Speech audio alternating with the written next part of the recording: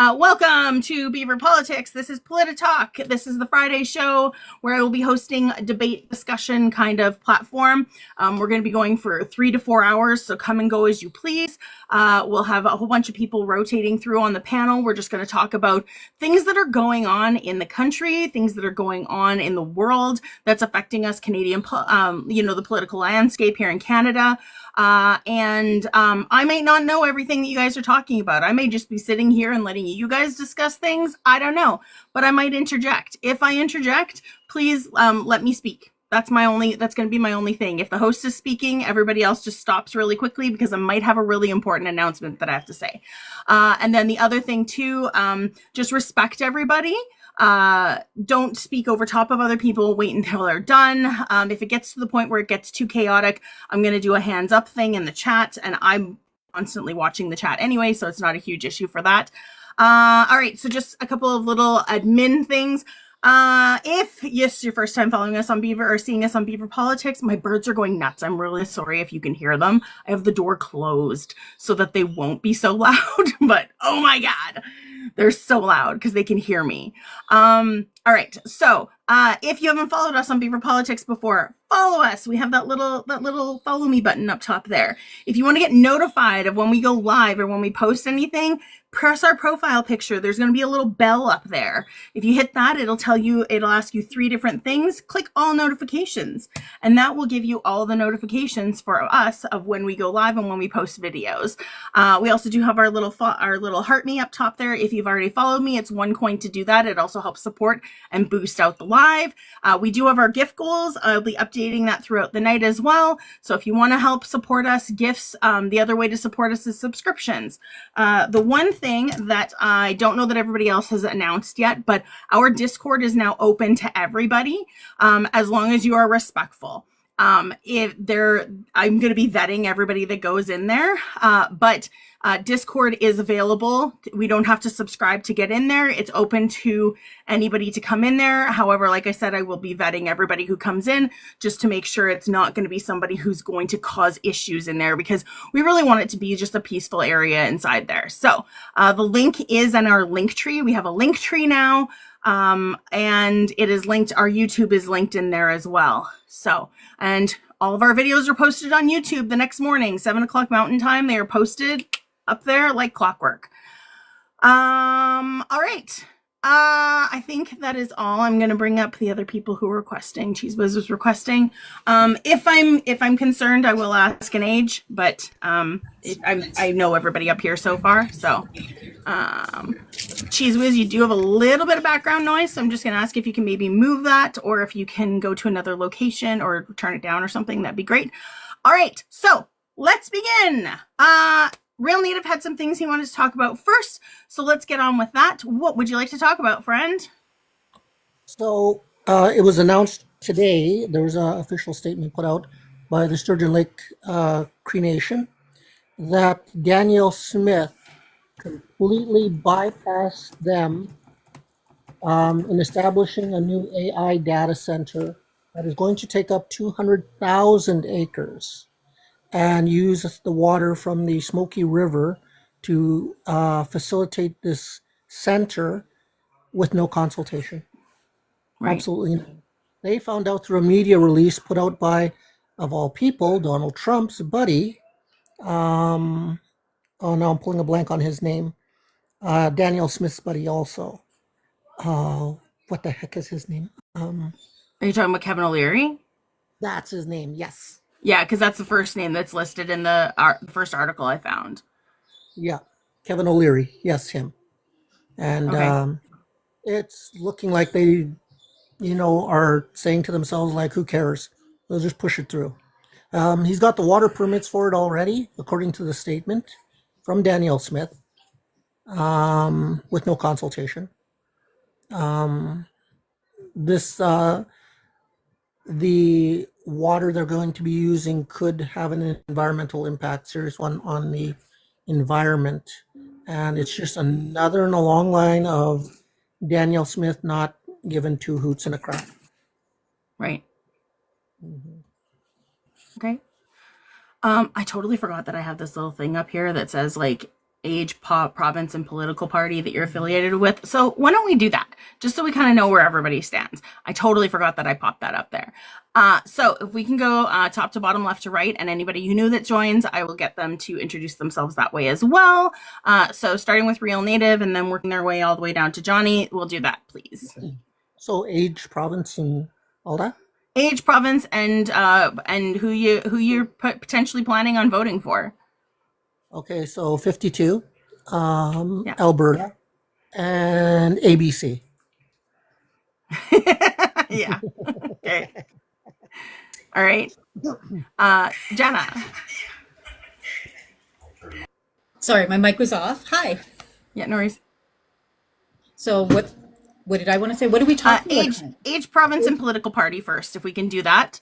I'm going to run through that with everybody first, and then we'll continue on with the conversation, because I'm going to do that with anybody who comes up here, just so peace of mind. I am 52 years young, Alberta, and what was the other thing? Oh, political party. Political party, yeah. Who are you planning on voting for? Carney gets in, probably Liberal. Okay. Yeah. All right. Michael. Age, province, political party, please. I am 24, from Ontario. I will be voting for Mark Carney more than likely. I was leaning more to Pierre Poilievre, but I got the change that I needed with Prime Minister Justin Trudeau stepping down. Okay, perfect. All right. The next one is me. That's just my account to draw more people in here. So I'll drop it down if somebody else requests up. Smarsh, you're next, please. 41, Alberta, and ABC. Okay. Thank you. Cheese Whiz. Hey everybody, I've got a little bit of laryngitis, so apologies for that. I'm hoping if I talk a little bit, I'll warm up my voice. 47. Oh my God, it hurts to say that out loud. I'm just outside of Ottawa, and Okay. I'm undecided still. I'm typically an NDP voter, but leaning towards strategic voting this time around. So convince me not to do it, folks. I'm open. Gotcha. Okay. All right. Grandma Sandy, age, province, and political party that you're planning on voting for, please. 65 years young, Ontario, and I'm in between NDP and Liberal. Okay, perfect. Thank you. And Treaty Birder, age, province, political party, please. Treaty Birder is one of our other beavers. Dante, good evening. 55, Alberta, and ABC. ABC. Okay. Yeah. And as for myself, 45, Alberta, Bama, and I typically, provincially, I always vote NDP. I've in my early years, I voted Liberal, but I'm usually kind of in the middle between for NDP and Liberal. I voted Liberal the last two ones because my riding is always blue in the federal elections. So I vote to the person who's going to be best for my riding. So, which happened to be a Liberal person the last two times. So, but I would love a reason to, be able to vote NDP federally.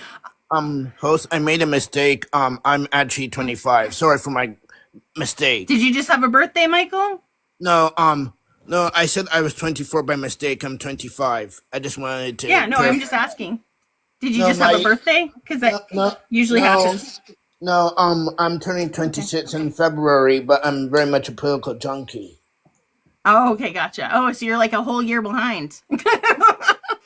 No, I'm turning 26 in a few weeks. No, I get that. I'm just joking. I'm messing with you. You're good. Yeah. All right. Political junkies, Okay. All right. Perfect. Okay. So Real Native, we're going to go back to your story about, I had my computer restarted twice on me. I really need to get this fixed. But the AI, what is it? The AI, yeah, the AI center that they're building that, She wastes so much money. I'm serious. Yeah. Well, it's Kevin O'Leary's project. He's owning it, but Daniel Smith has already given him the permits to go ahead with it without any consultation whatsoever with the Sturgeon Lake Cree Nation. It's their land, and she's just, waltzing in. She's saying, "Yeah, here, go ahead. Here's your permits. Do what you want. Um, don't worry about those guys over there. Don't worry about them." Yeah. Yeah. Hey, I'm just curious. This is my first live. And so just in terms of jumping in and commenting on the story, is that cool? Yeah. Or do I wait until I'm Yeah. called upon? If there's a general pause, then go ahead. Like if there's a general pause and you can get in there, but there's a lot of people, especially when things get heated, a lot of people like to jump in and overtalk and interrupt and stuff like that. And I want everybody's voices to be able to be heard. So if we can all not do that, then that'd be great. But yeah, I'm just gonna before you respond, Cheese Whiz, Gigi, can I just grab your age, province, and political party, please? I'm 50. I'm from Saskatchewan. And I don't really vote along any party lines. It's to find the lesser of the two evils. That's who I vote for. Who are you planning on voting? Or are you undecided? Like undecided is totally fine too. I'm actually in most cases, I'm old. As you can probably remember, I mean, the old days before the conservatives became before the progressive conservatives, I didn't have a problem voting for them, but I've found that the conservative government, since they amalgamated, have flipped too far right, and it's too much for me. But I actually have a question for Real Native. If I could. Go ahead. Yeah, so, and then Cheese Whiz will get you to go afterwards. Okay, so Real Native, I was actually thinking about this. So Alberta's oil, yes, it belongs to them, but isn't the Canadian government the one who is responsible for transporting the oil and making the deals? Yes, but they have a duty to consult. It is a legal obligation because the land has never been ceded. We agreed to share the land, and anything that goes below the depth of a plow has to be consulted with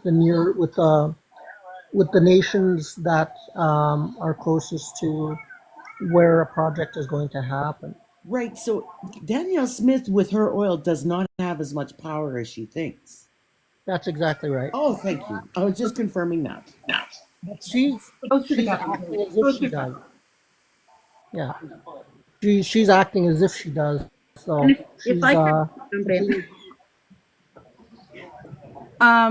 Gibby, Cheese Whiz was next, and then Treaty Birder, you can go next. Thank you. And if you guys aren't talking, if we can just get you to mute to avoid any background noise, because there is some background noise coming through for some people.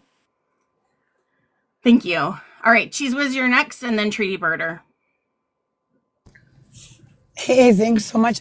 I think, what I was curious about is just, what they're talking about with these AI farms is that, they're so, they take up so much power that, they're linking the California fires to all of the AI farms that are in California. And I'm just, as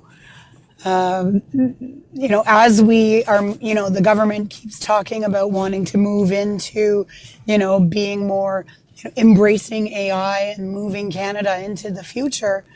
But, if we're talking about that meaning more AI farms in Canada, what's that going to do to our energy consumption, to our environment?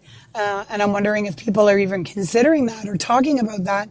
And, when we're looking at having potential AI farms that close to Indigenous communities, I mean, that just, it doesn't seem like, they're really giving Indigenous folks a lot of consideration in all of this. So I was just curious, Michael, just how people in the province are reacting and how local folks are reacting to this idea. Thanks. You mean Real Native? Oh, sorry. Yes, Real Yeah. Native. Okay. Apologies. Yeah, no worries. Yeah, these AI farms that are popping up are a huge drain on the power grid. The other thing is they require huge amounts of water also. Um, and there's another one in the comments. But they they have a legal duty to consult, and they're not do. Smith refuses to do it because she's got the Beaver Lake land claim settlement to deal with this year, and I doubt the judge is going to push it back like she wants again. Um, I think what she was waiting for was this whole Trump thing to be settled, but she's just stepping on Indigenous rights left, right, and center, and yeah, it's getting bad with her. Can I say Right. something here? Yeah, absolutely. And then Treaty Birder needs to go next. Okay. I was literally, my jaw was on the floor. Did the Indigenous people in this forum right now, did you guys see what Pierre Poilievre said about John A. MacDonald? I'm in shock. Yeah. Yeah, we all did. Like, Yeah. the work that we're doing. Yeah. That We can definitely address that. I'm going to let Treaty Birder address the one before we move on to that topic. Let's finish off. I'm going to let Treaty Birder talk about the AI. I can't think of a station. Farm. Yeah, farm. Well, does it say farm? It actually says data center. Yeah. There we go. AI data center. Yeah, in the Center. States. We'll just say center. Oh, sorry about that. Yeah, in the States, they're calling them farms. Gotcha. Yeah. Okay. All right, Treaty Birder, and then we'll move on to that other part, because that's definitely something to talk about. Okay, thanks, Nerdy. So one thing important, I'm looking at the press release now. And the key thing to remember is where Indigenous people in Canada are permitted under treaty and various legislation, the Constitution included, are on Crown lands. So provincial and federal Crown lands, we are permitted to practice our rights freely. So first thing I pick up on this press release is O'Leary Ventures intends to purchase and develop thousands of acres of land. So they want to purchase it. That means that Danielle Smith has made some kind of deal to sell these Crown lands in the Greenview MD, which is very problematic. She should have been speaking to any First Nations and Métis in that area prior to making a decision like that. Because what the duty to consult is, and I'd like to explain the duty to consult officially so that people understand it. So the Crown has the duty to consult with First Nations, Métis, and Inuit in Canada when they are going to make a decision that may impact the rights of Indigenous use in that area in relation to that project. And it's called a trigger. So if there's an approval or a permit or a license that's being acquired by a proponent, a developer, or industry that through either the province or the federal government, that triggers the duty to consult. And the federal government and or the provincial government, depending on who the regulator is in the circumstance, is responsible for ensuring that they understand the impacts to Indigenous rights, what the company is going to be doing to avoid impacting those rights, and or supporting some type of relationship to offset those impacts to rights and the loss of use in the area. So because it only applies to Crown lands and the O'Leary Ventures wants to purchase the land, that makes it fee simple land where Indigenous rights are no longer freely available to be practiced on that land. That's where the problem is. And when you look further deeper into the press release, they say that they are committed to engage with First Nations. Now that is very specific language chosen purposefully because there's a difference between engagement and consultation. Consultation is the legal requirement to talk with First Nations and Métis land users and rights holders, whereas engagement is just here's some information, have fun, we'll talk to you later. So the consultation is so much deeper. It's about understanding impacts. It's about working together to make a project better so that it's not impacting rights or limiting the impacts to rights. And then it also includes jobs and contracts afterwards, usually. But this is very problematic. The way that Danielle Smith has pursued this work is in complete violation of her duty to consult and the upholding the honor of the crown with regards to treaty and the constitutionally protected rights that Indigenous people have. So I just want to set the stage of that. That's the background politically and legally. So debate away, my friends. I love the information you put out about treaty rights. I love having you in these lives when Indigenous issues come up. Thank you Yes. so much. Yeah, I've been doing this work for almost 20 years, 18 years now. Really? So I, yeah, and I'm happy to have the conversation. And like, so what Cheese Whiz was saying about energy consumption and environment, and what Real Native was saying about water and power consumption, all of those things are on the table during the duty to consult. We can come to the table, have that conversation with the developer, and ask them those hard questions. Why are you doing what you know? How are you going to mitigate or offset or lessen your impact? How much water are you using? How much power are you using? Where's your power coming from? We can ask all those questions, and we have the legal right to do so. And this is why they want to limit the duty to consult.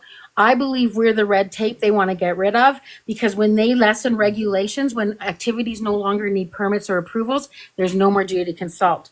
So I ask my fellow Canadians to please support the ongoing regulation in the environment and with regards to oil and gas, mining activities, all of it, because that's how we get our foot in the door and that's how our voices are heard. If I don't speak can soon, I I'm say gonna one blow up here. Oh my God, that explains it, Treaty Bird. That explains it. So Poilievre, and I just watched a live with him literally like 15 minutes ago, complaining about how they're not able to, it takes too long to build these refineries. In BC, we've got this, we got that, and they're all talking about that. Explains it, why he said the comments. He wants to do away with the Truth and Reconciliation, with the calls to action, and giving Indigenous people their voice in continuing. This makes sense. Absolutely, because consultation can take years and it adds a lot to the project bottom line, because it's expensive to mitigate and offset impacts to rights, because that means you have to have higher environmental standards to comply with. And then also what comes at the end of the day is Indigenous monitoring and things, and they do not like that.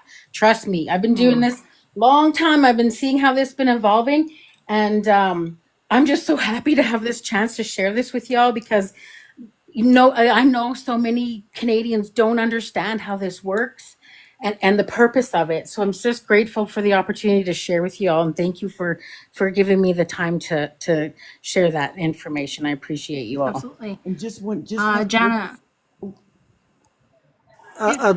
Yeah. Let's not forget that Pierre Poilievre voted against the UNDRIP because he said that if Indigenous people had the right to veto projects, that would be the worst thing for Canada. Yeah. Gigi has something That's really quick, right. and then I was gonna move back to Jana because Jana's been waiting, and then Smarsh was next to wait, and then we can come back to you. One of the biggest things I recognized in the 2015 election, the reason I actually spoke to a lot of my Indigenous friends. I'm not Indigenous, but I'm a huge advocate for it. But anyway, the point is, one of the biggest powerhouse in Canada, if you want to get elected, you reach out to the Indigenous people. Do you remember how Justin Trudeau won that election in 2015? The amount of people, Indigenous people, that voted for that man was the biggest amount ever in the history of Canadian politics. The Indigenous people have to get out to vote.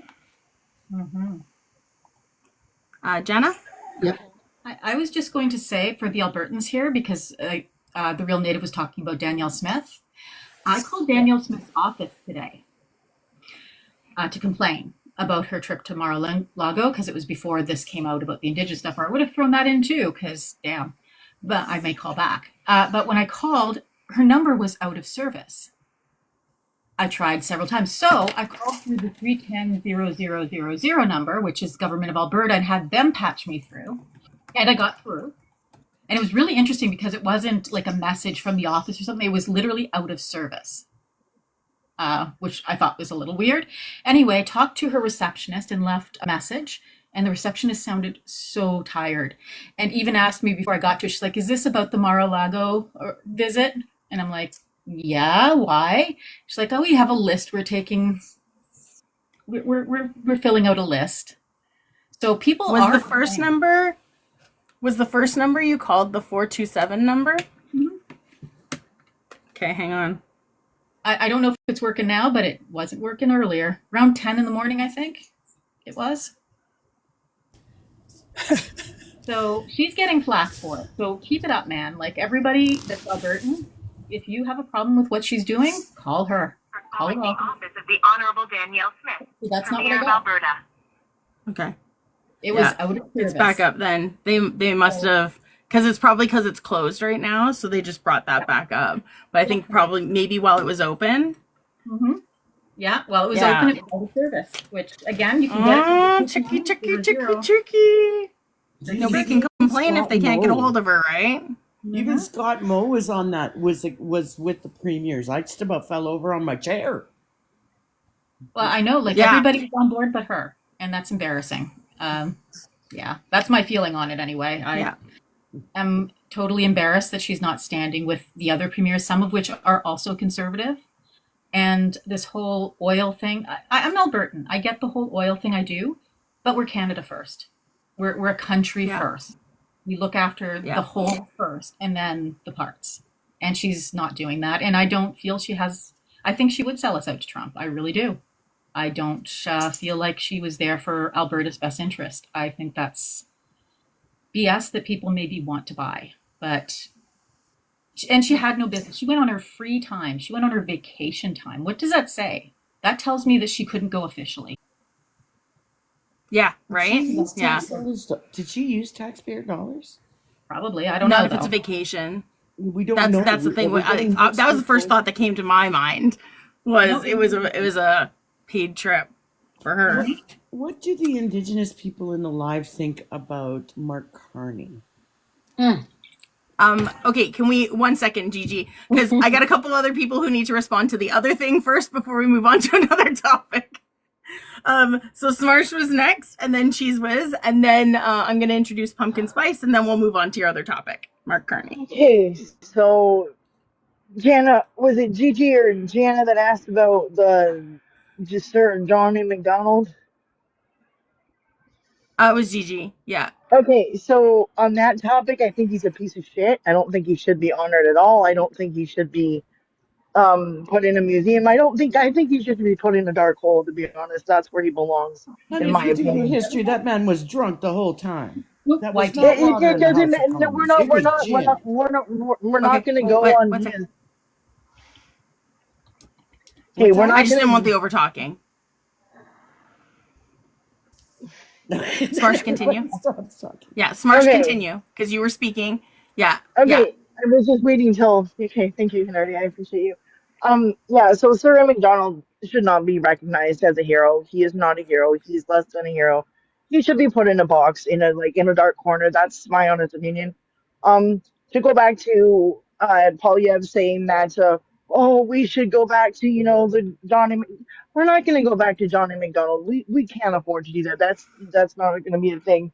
And the fact that Danielle Smith is not standing with the premiers, I'm not surprised. She wants to be American. She wants to Americanize Alberta, and that's what I don't think is right. But yeah, it's just my opinion. I am going to request that we try and use more respectful language, just so you know. So maybe if we could try and avoid the F-bombs, that'd be great. I know I'm a big proponent of the F-bombs, but my first rule up here is be respectful. And I kind of want to make it, I want to make it good for everybody, right? So, Okay, yeah, no, I got thank it. you. Okay. All right. All right, Nerdy, perfect. Nerdy, could I just add to what Shmarshi was saying there? Yeah, and then I got Cheese Whiz, and I'm going to introduce Pumpkin Spice. Okay, thank you. So yeah, Sir John A. Well, I won't call him Sir John A. Macdonald because he doesn't deserve that. Um, but he was the architect of residential schools. Let's just keep that in mind. Yeah. Cheese Whiz.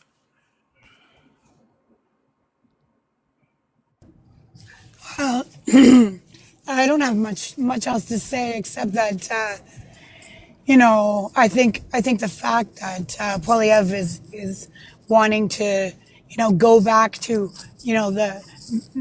the values of Sir John A. Macdonald. I mean, obviously, we all know that those are archaic and antiquated notions.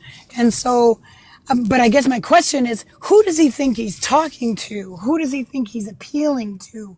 By positioning himself in that way? Because, even my parents who are conservative voters are like, what the heck is he talking about? Like, I don't care about John A. Macdonald.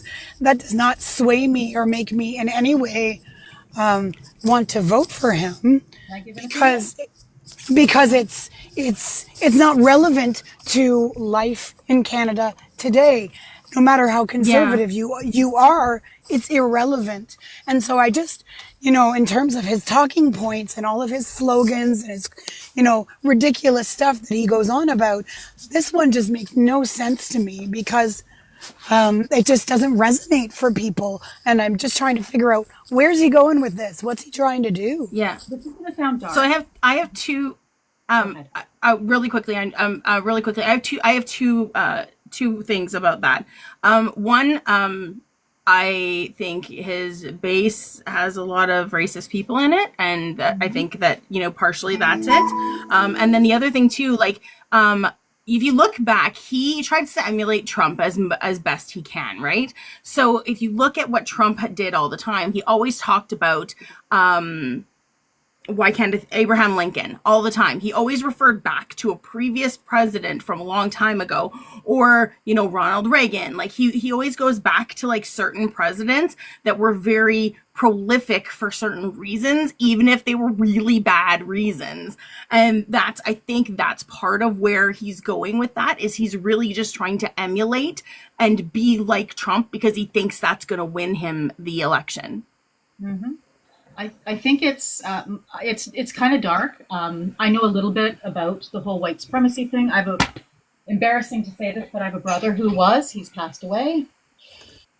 So I've heard the rhetoric a lot in my life, and it's disturbing. I feel like he's going back to Johnny MacDonald very much on purpose, hoping that people don't remember. The people that don't remember are just going to think he's talking about history, and the people who it's like a secret handshake for white supremacists. YT supremacists. Yeah.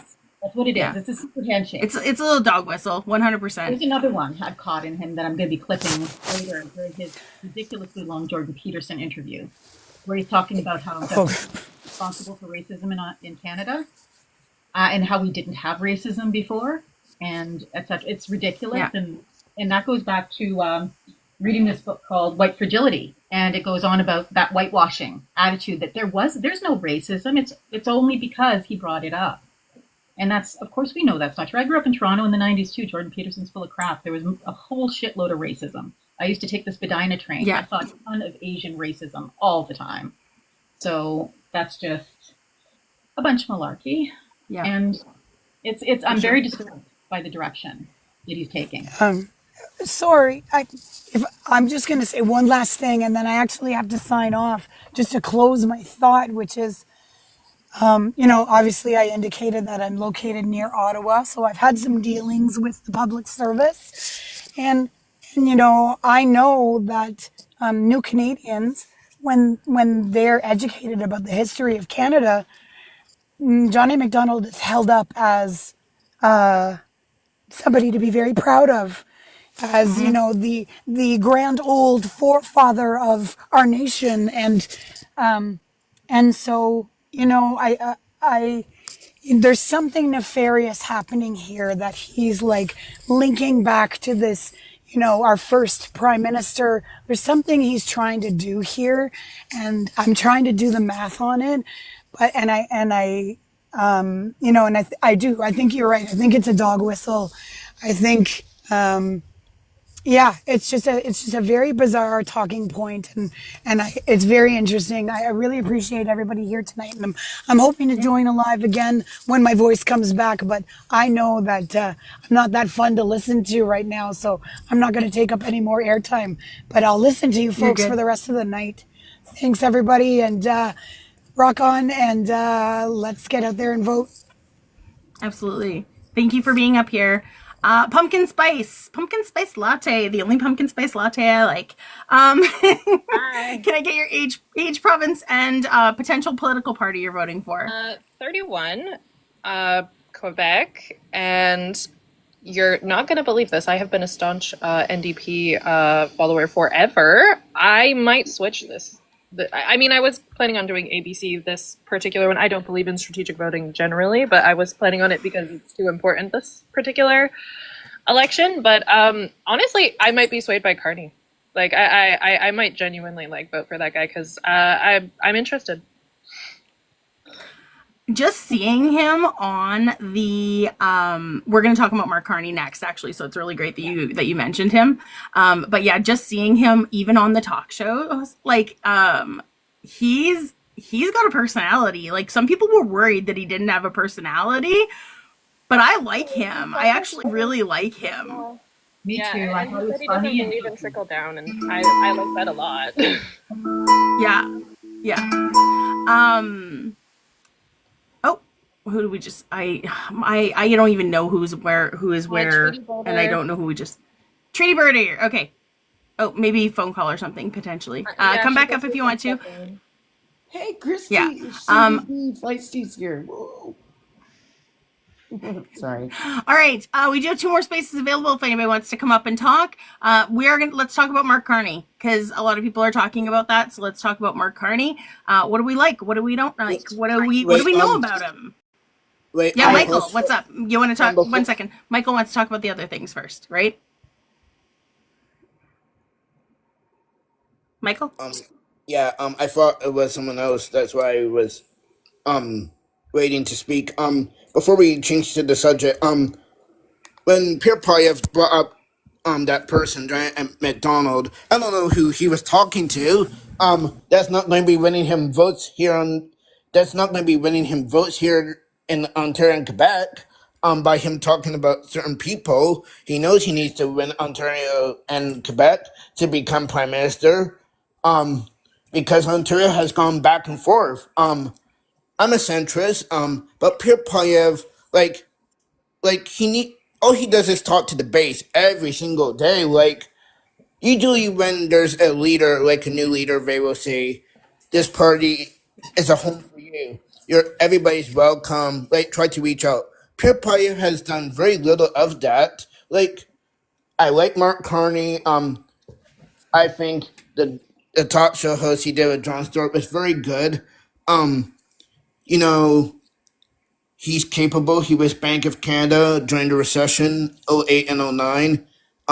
He was also there in the UK for Brexit. Um, I think he will do good. Either way, the Liberals will be losing re-election. I think they will be official opposition. I acknowledge that. Um, Yeah. Obviously, I don't know. I mean, I don't think you can say that they'll be losing the election. I think it's still up for grabs. I really do. I think it can go either way. There's still lots of time before we have that election, and I think you can't discount them right now. no prime minister has won 4 terms in a row since 1908. But it's not the same prime minister. Yeah, Trudeau's not running. If Carney takes his place, then it's not going to be the 4th year in a row. It's going to be a new guy who happens to be in the Liberal Party, because Carney's never actually been in the Liberals. Like, he's been a guy who's just been the governor of the Bank of Canada, the governor of the Bank of the UK for a while. Like, he's got a pretty prolific pedigree behind him. He's got a heck of a biography. Already conservatives are always starting to criticize him, saying, "Oh, Mark Carney's back from Europe." And I heard that, and I'm saying, "Oh, here we go," because that's the same thing they did with Michael Anayev, saying, "Oh, he's back in Canada." I mean, Right. I'm honestly, Canada can take lessons from Europe. I don't see why that's a bad thing. No, like, For sure. do you not remember that they did the same with Anayev? Like, oh, he's back. I don't pay attention to a lot of what the right wing people say. I'm not gonna lie. All right, give me 2 seconds and then we'll continue talking about it. Ms. Lotus Lady, if I can grab age, province, and your potential political party you're voting for, and then we'll get from Johnny afterwards as well, please. Okay, sure. So I'm 57. I'm in British Columbia, Vancouver, British Columbia, and in my riding, the NDP has the best chance so far, and that's who I'm going to go out and campaign for. Excellent. I think they're an important party and they need to have representation too. Right. Johnny, you need to unmute yourself, please. If you can give me your age, province, and potential political party, please. Hello, yeah, I'm 43 from Windsor, Ontario. I was Liberal. My cousin's Eric Kushmerchik. I don't know if you know who that is in the House of Commons there. And but I think I'm going to try to go Conservative. I don't know if Paul Pierre is the best, but I think the political pendulum needs to swing back and forth because it could go too far left, and then we have more problems than we're currently having. So, but it needs can to I go, just touch on that really quickly? Yeah. What do you think is wrong with going too far left? Because too far left means more of the people are being taken care of, and you're not having so much of a dictatorship going on. Like, going right is what's going to cause a dictatorship. Going left is where the people have more of a say.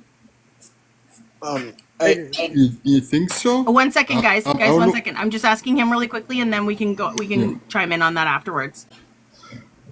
Well, the freedom of speech was it C12?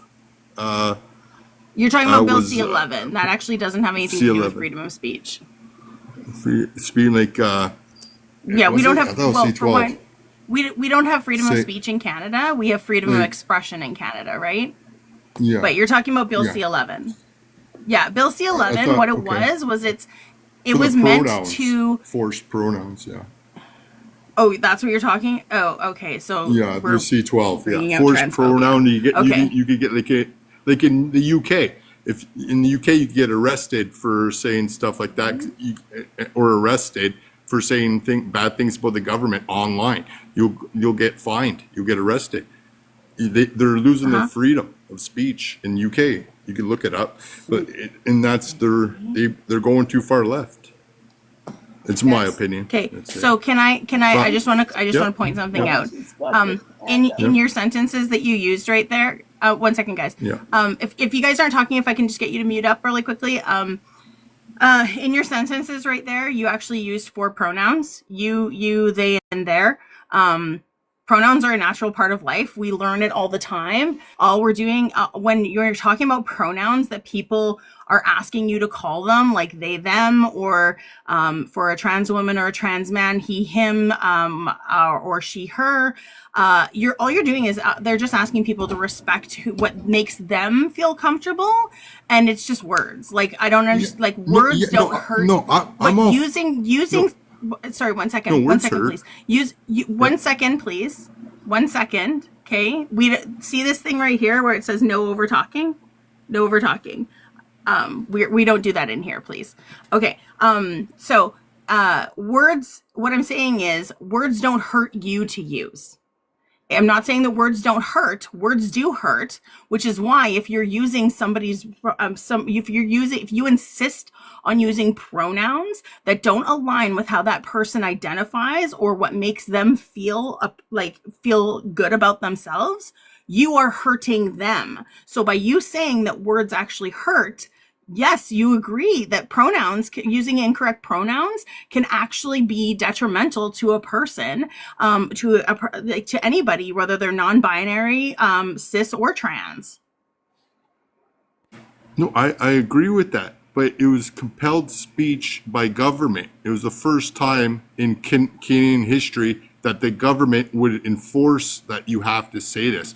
I don't It's mind. not compelled. I'll call whatever they want to be called. Whatever you want to be called. I'm fine with saying it. If you're respectful to me, I'll be respectful to you. That's it. But like, if I like, oh, I don't, you could just say, oh, you got to call me this. You got to call me this. And then if I don't call you whatever pronoun of the week that's happening, I'll get the police will be coming after me, like they are in the UK. No, it's Sorry, not pronoun of the week. It's not pronoun of the week. That's really disrespectful towards the community and towards other people in general. Basically what that bill does is it basically means that, like, if you insist on calling somebody pronouns that they have told you is not their pronouns, then that is considered harassment. And that's where it goes into hate speech, because it is a part of harassment. So, Sparsh, you had your hand up. I'm assuming that that's probably what it was, but it's also, so it is C12. Is that the bill it is? C12. Okay. No, it's yeah. It's a greenhouse gas. Yeah. Is that what you're talking about? C12? Greenhouse gases. Yeah. Okay, but I think it's C11. No, it's in there. C11 or C18. C18. Greenhouse gases. C11 C12. is the broadcasting one. C11 is just the intellectual. Yeah, it's. I have it saved somewhere here. An act. Is it talking about the bill that was on online bullying and hate? Canada's efforts. No, the Jordan Peterson. C63. It's Bill C63. No, it's not C63. C63 is online harms. Hang on. No, it's. I'm pretty sure it's C12. It's not C12. With Jordan Peterson. It's not C12. Jordan Peterson is generally not someone to rely on for good information. Jordan Peterson is the only Canadian physician. Fact check anything that man says. Like, genuinely, got banned fact check anything he says. Yeah. So, Johnny, can I ask a question? Where do you get your news from? Where do you typically get your news from? All over the place. This is a podcast. Just Lex give me an Friedman, example. Give me an example Lex of Friedman, where you get your news from. Well, a lot of it from TikTok lately because the ban's happening. A lot of crazy stuff's happening with Americans. Okay, so do you think freedom of speech? 1 second. I just wanted one. So I want to go through this really quickly with you. Okay. So if you were writing a paper in university and you had to submit a source to, like, you know how you do like a source, like your sources at the bottom of a paper that you do? Absolutely, would TikTok be an appropriate source to use in a paper?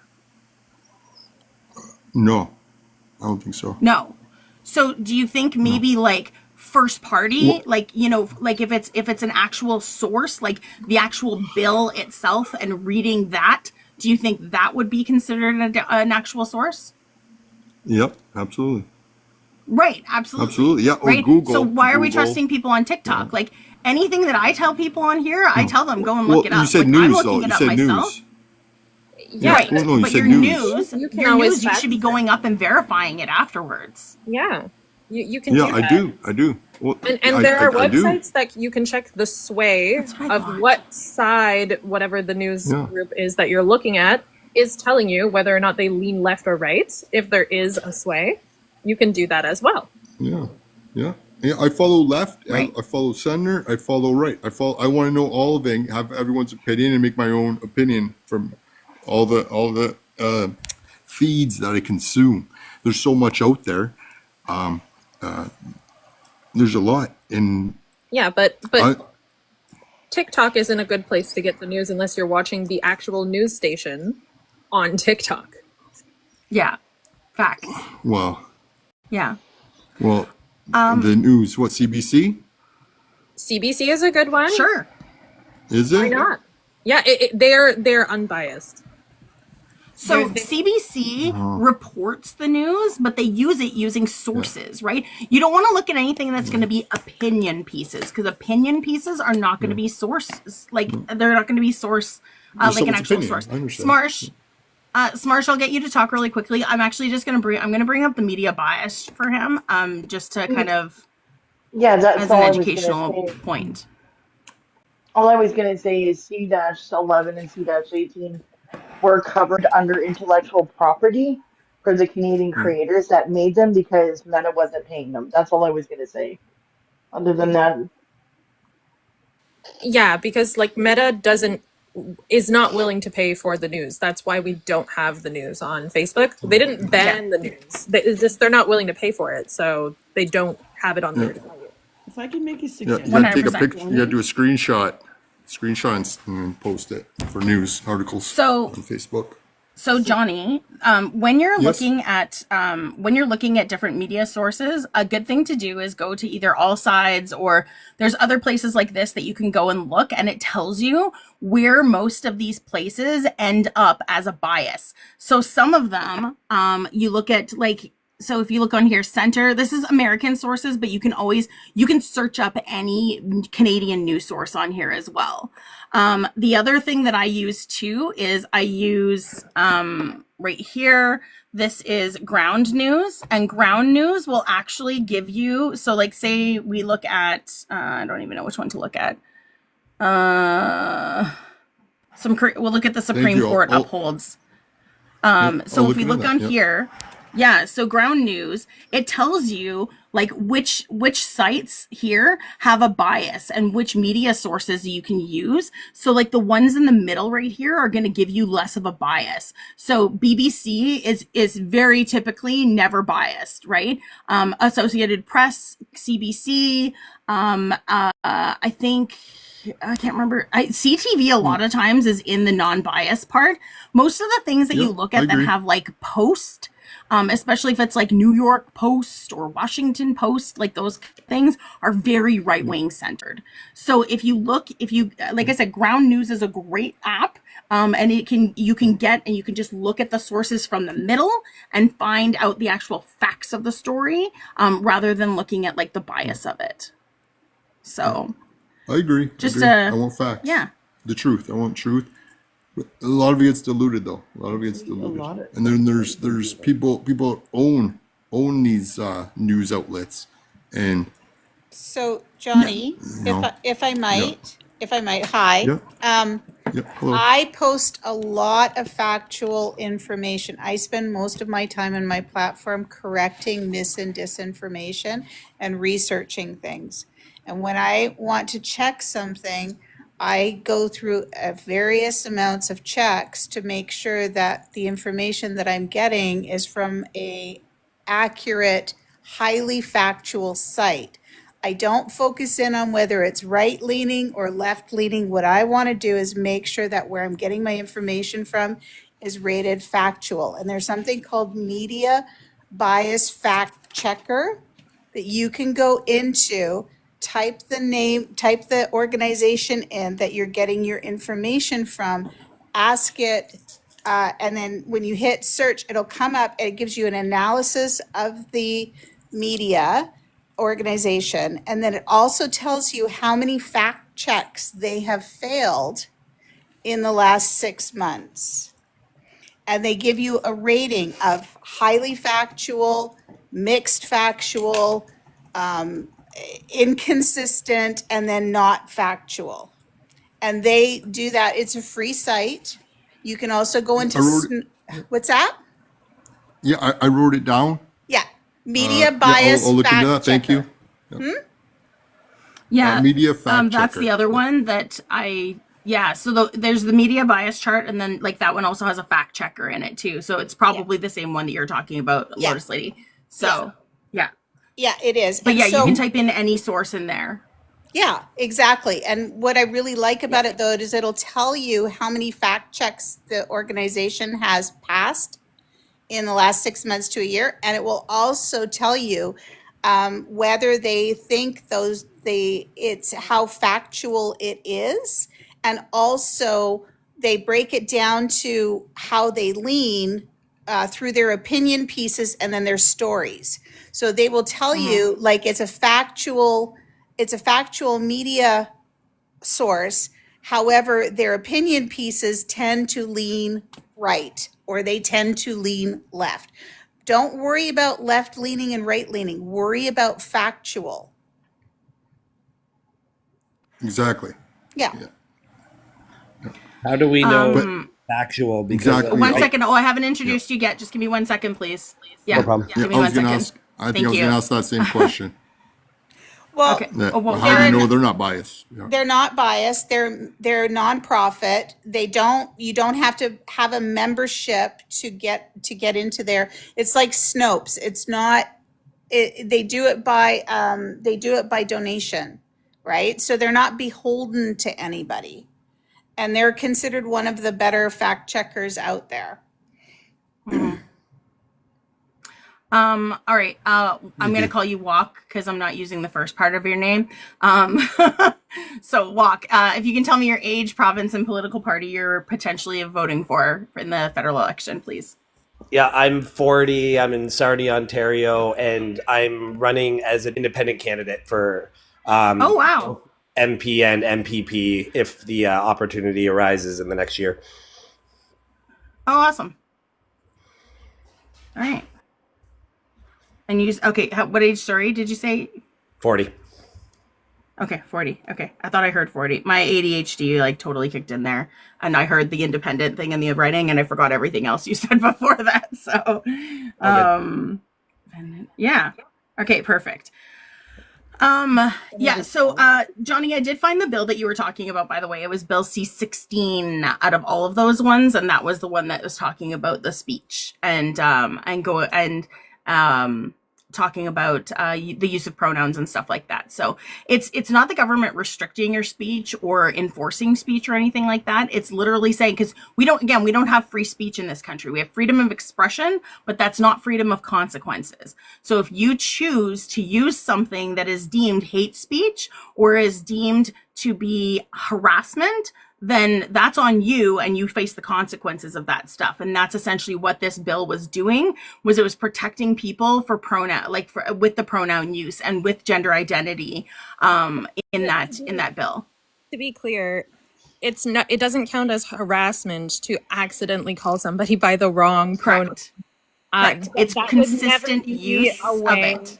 It would be like if somebody were to come up to someone and consistently harass them, always use the wrong pronoun for them. Yeah. And, I mean, at the same time, it would be like that if somebody were to call you a girl consistently, persistently, and bully you and harass you that way because they don't like you. So they want to like emasculate you and they just call you a girl as an example. But if somebody mixes up a pronoun, that like trans people don't care about an accident. That's not going to get you arrested. This bill was a lot bigger than that because it also included discriminating based on that. Yeah. So like just like you can't discriminate based on gender, you can't discriminate based on religious, you can't discriminate based on gender identity. So it's not just simply coerced speech, as someone like Jordan Peterson had the whole world believing that that's what the problem was. But the actual problem was that they're basically just telling corporations, federal government employees that you can't choose if you're going to hire somebody or not based on how they identify and if you think they should be identifying that or not. I don't think we'll ever see anything come through the court system just for simply repeatedly harassing someone by using the wrong pronoun or something like that. It goes a lot more institutionally connected than that. Mm-hmm. Yeah, and I mean, I think that you would agree that like trans people are human beings who deserve to just exist in the world. Like, absolutely. So I mean, like that's what that bill is for. It's just to protect them so that they are in that included protections, because for the very, very long time they weren't, and they were getting treated very badly. They were getting hurt a lot, and it was a hate crime, but we couldn't charge it as a hate crime because of the fact that it wasn't considered a hate crime. They weren't protected. Yeah, if I seen someone disrespecting maliciously someone like that, I'd step up and tell them, like, go, I'll tell them to go somewhere, right? Like that's rude. Yeah. You gotta respect each other, right? You gotta be human, and but just like having someone gets mad at that person, so they have an argument, and then suddenly they're allowed to call police because they called them a girl. If someone calls, like you said, your example was calling me a girl, like that's their opinion, and then that's their freedom to express themselves, and I think they're an ass. So I don't want that's their opinion. I'm not going to deal with them. One I second. have a question for Johnny. So just Yeah. 2 days ago, Jenny Byrne, who is the lobbyist for Loblaws and connected to the Conservative Party of Canada as Pierre's advisor, issued a tweet referring to Aaron O'Toole as a she and a girl to indicate that thought he was weak, or that she was deliberately misgendering him in order to bully him on X. And she has a very extensive platform. Now, some can argue that Aaron O'Toole is a public figure, so that's okay. But what if she did that to somebody who has who's just an average person, and then 100 people from her posse piled on that person and continued that bullying? Are you okay with that? Michael, No, 1 second, please. I'll come to you right next, Michael, because that question was for Johnny. I'll come to you right next, okay? no, I'm not okay with that because that's actually for somebody that might be defamation of character case. I would Right. put So that under there, which is defamation. But if they're a public It's figure, even it's inciting harassment, though, is essentially what it is. It's she's inciting some kind of abuse and harassment towards people. yeah, she's pandering to her crowd, and she's a joke. Obviously, he's that was her opinion of him.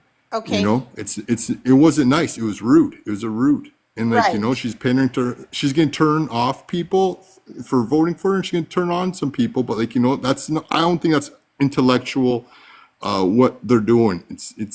Okay, but hang on a kind of second. ridiculous the way the politics is happening now. But hang on a second. Hang It on. hurts my brain the way Yeah. Okay. I get. You answered the question. Thank you. Yeah, well, Yeah. we're just gonna let him finish his thoughts though before we jump on Okay, him, because sure. like I do Yeah. want to have like the Yeah, that's no over fine. talking thing going. Yeah. Yeah. Okay. Thank But you. yeah, you can go ahead now. Yeah. Sorry. So And then what I Michael was trying to does get have across. something he wanted to say as Oh, well. sorry. Go ahead. Michael, what did you have to add to it? Oh, I thought it was still Johnny's turn. I okay. thought Johnny was finished his he did end up finishing his point. So Okay, I don't really care if Aaron O'Toole is a public figure or not. That was bullying. We know the Conservative Party doesn't like Aaron O'Toole. Aaron O'Toole is a red Tory, moderate, very much an elder statesman within the party. He tried very, very hard to move the party to the center. And I agree with you, Johnny, that the Liberals have moved too far to the left. They've always been socially progressive and fiscally conservative. They have not balanced the budget as they used to with Paul Martin and John Kinchin. Obviously, the NDP has been very much on the Liberals to get what the NDP has wanted done, like farmer care, dental care. That's all great. But I already have it. You know, I'm not rich, but I'm not poor. I'm living comfortable.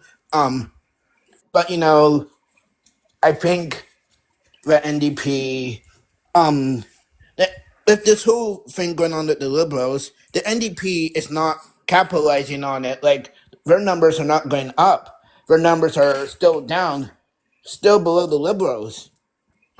So, to my NDP friends on the panel, and I'm not and I'm to the right of you. Like, I'm not Pierre Poilievre, right? But I'm where the Liberals used to be of John Kinchin, Paul Martin. Why isn't Jem 18's numbers going up? Because the Liberals have been infighting for quite some time. great. Oh, Mrs. Lotus Lady, you're tapping in my ear. Oh, I'm sorry. I'm sorry. Okay. Okay. I'm gonna let you, Mrs. Lotus. I'm gonna let you respond. I want to say something really, really super quickly.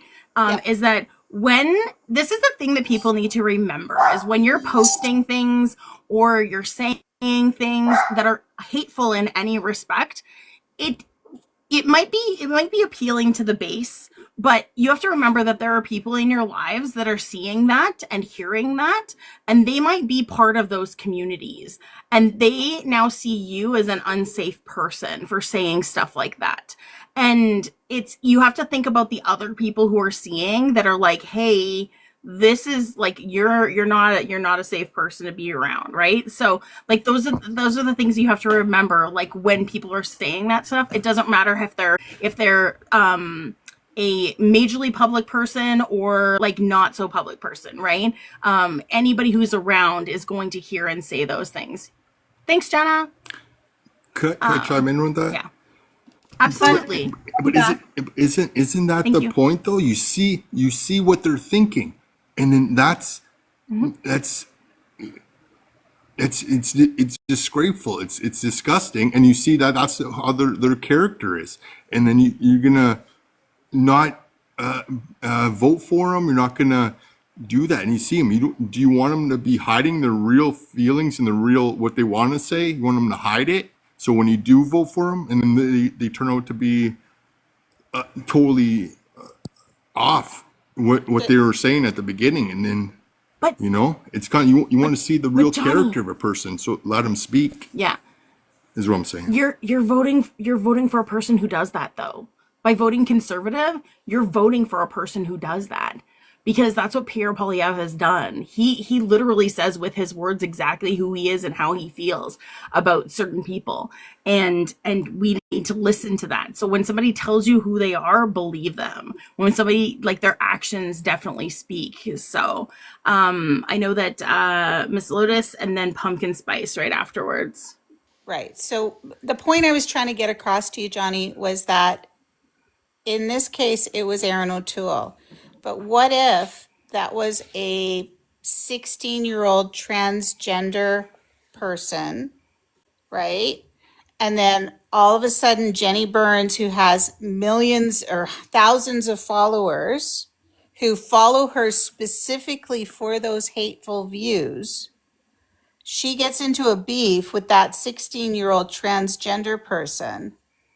And now you've got a bunch of people going after that transgender person because Jenny deliberately misgendered that transgender person, right? Yeah. And then you've got a legion of hateful people going after that transgender person. And I know that people say it's just words, but those words have caused people to unalive themselves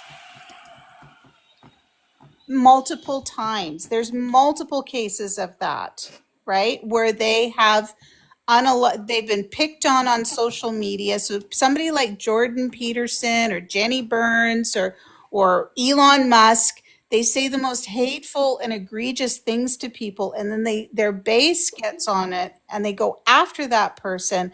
What if you're on the receiving end of that? Is that okay?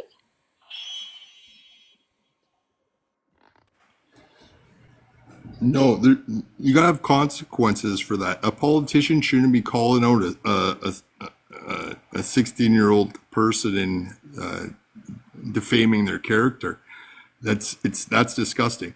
And I never heard. I listened to a lot of Jordan Peterson conversations, podcasts, lectures, and I never heard him say nasty things about something. That's kind of just like what the internet claims to what he says. He has left people and he has right people on his podcast.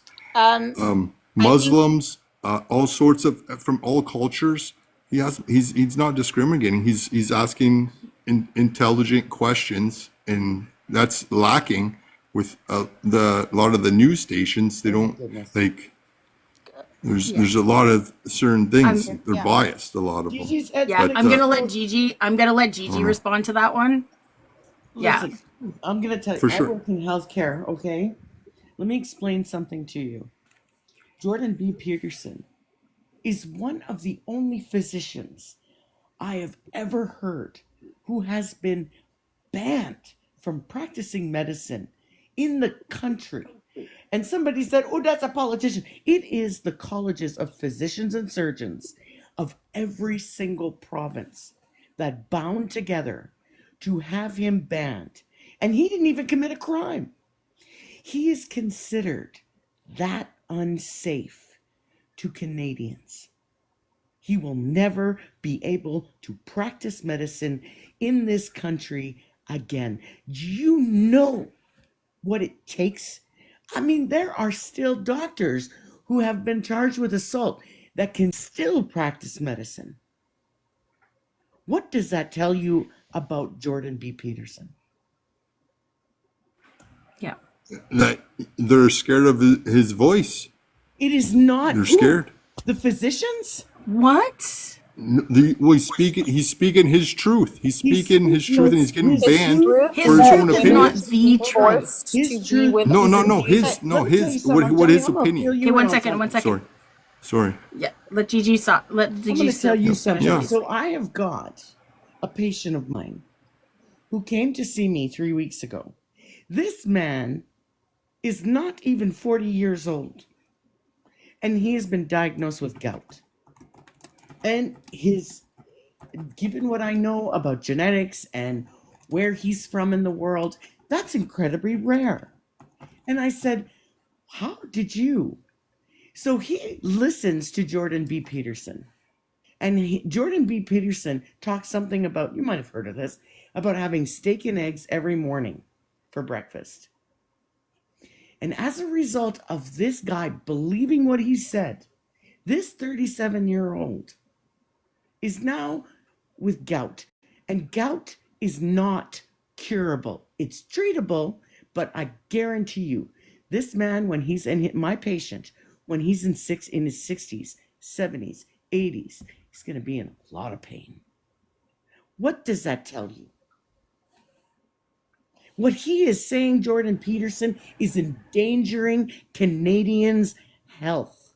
That is not truth. That is fact. And I will go to the mattresses to fight with you on this. What is he saying, do you think, to Canadians that's so dangerous? I'd love to hear your summary.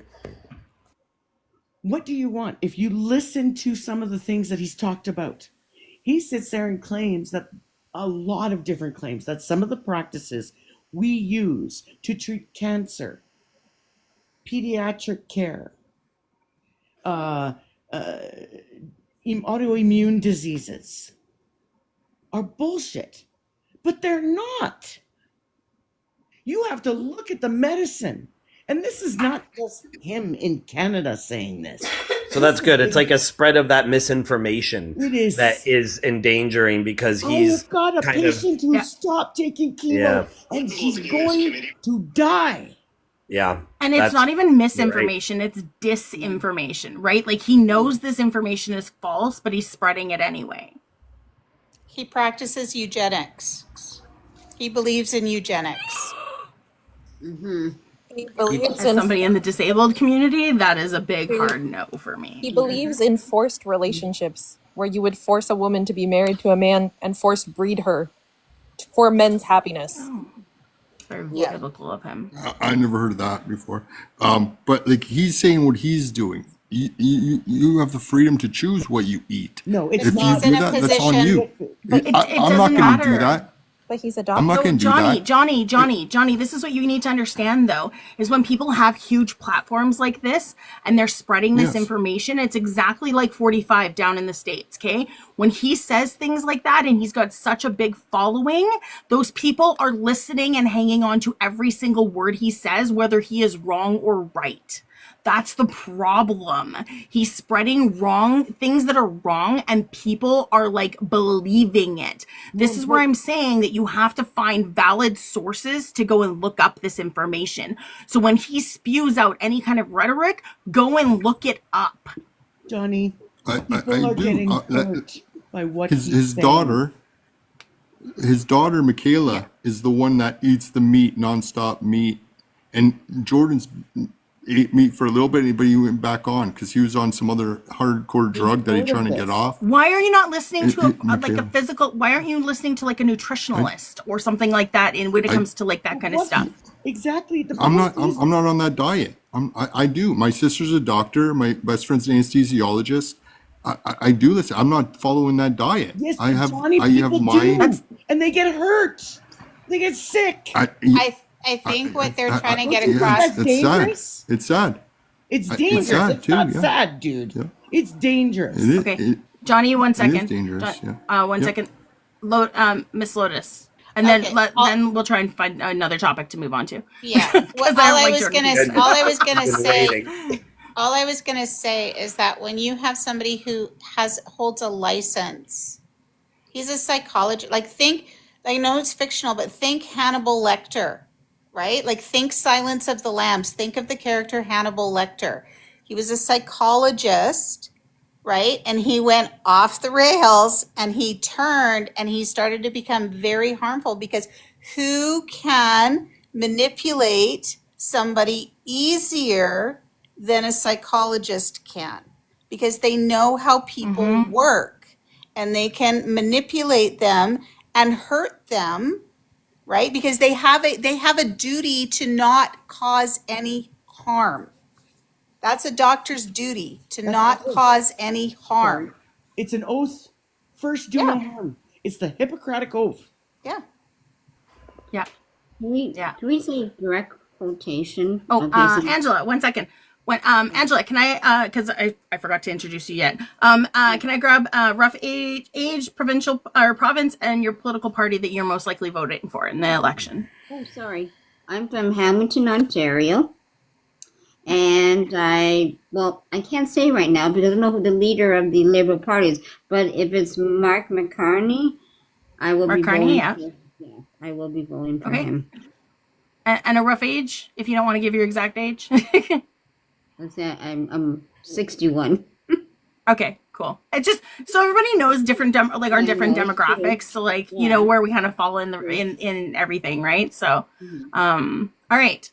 Okay, what were you saying about that? I know you wanted to conclude this, but I just wanted to say, so on June 29, 2022, Peterson Tweeter, so his account was suspended under the site's hateful conduct policy after posting a tweet misgendering and discriminating trend. So he basically said a lot of issues in regards to the transgender. And so therefore his account was suspended. And then it said here that Elliot Page calling his position a criminal. That's an exact quotation. Yeah. It's not surprising that his account got, nannered, because there's even tweets that he had of saying that YT supremacy doesn't exist when he basically was denying Schnazis exist. So yeah. Yeah. I wanted to talk about something here. Yeah, absolutely. With this whole transgender thing. So in Saskatchewan, and Danielle Smith just recently did it. They pass all these laws to stop young people from receiving hormone therapy and surgeries and stuff. I'm going to tell you something, and they did this in the schools here in Saskatchewan. And what the funny thing is about it is at the end of the day, you are dealing with such I'm speaking from a medical's perspective, you're dealing with such a small percentage of the population. And these governments are implementing these laws. And go for it. But let me tell you something. From a medical standpoint, from an educational standpoint, you can't enforce it. How are you going to enforce it? You really going to get the teachers to run to the parents when the kid comes to you? How are you going to get the physician to go against confidentiality? Yeah. You can't do that. Thank you. I think when it comes to things like the medical care and stuff like that, here in Alberta, especially because Danielle Smith has worked it so that a lot of our hospitals and stuff like that are now under Caritas Care. They're still under AHS, but AHS is run by Caritas Care now, and it's just this whole big thing. But because it's Caritas Care, which is the Catholic hospitals, they don't provide any of that kind of stuff.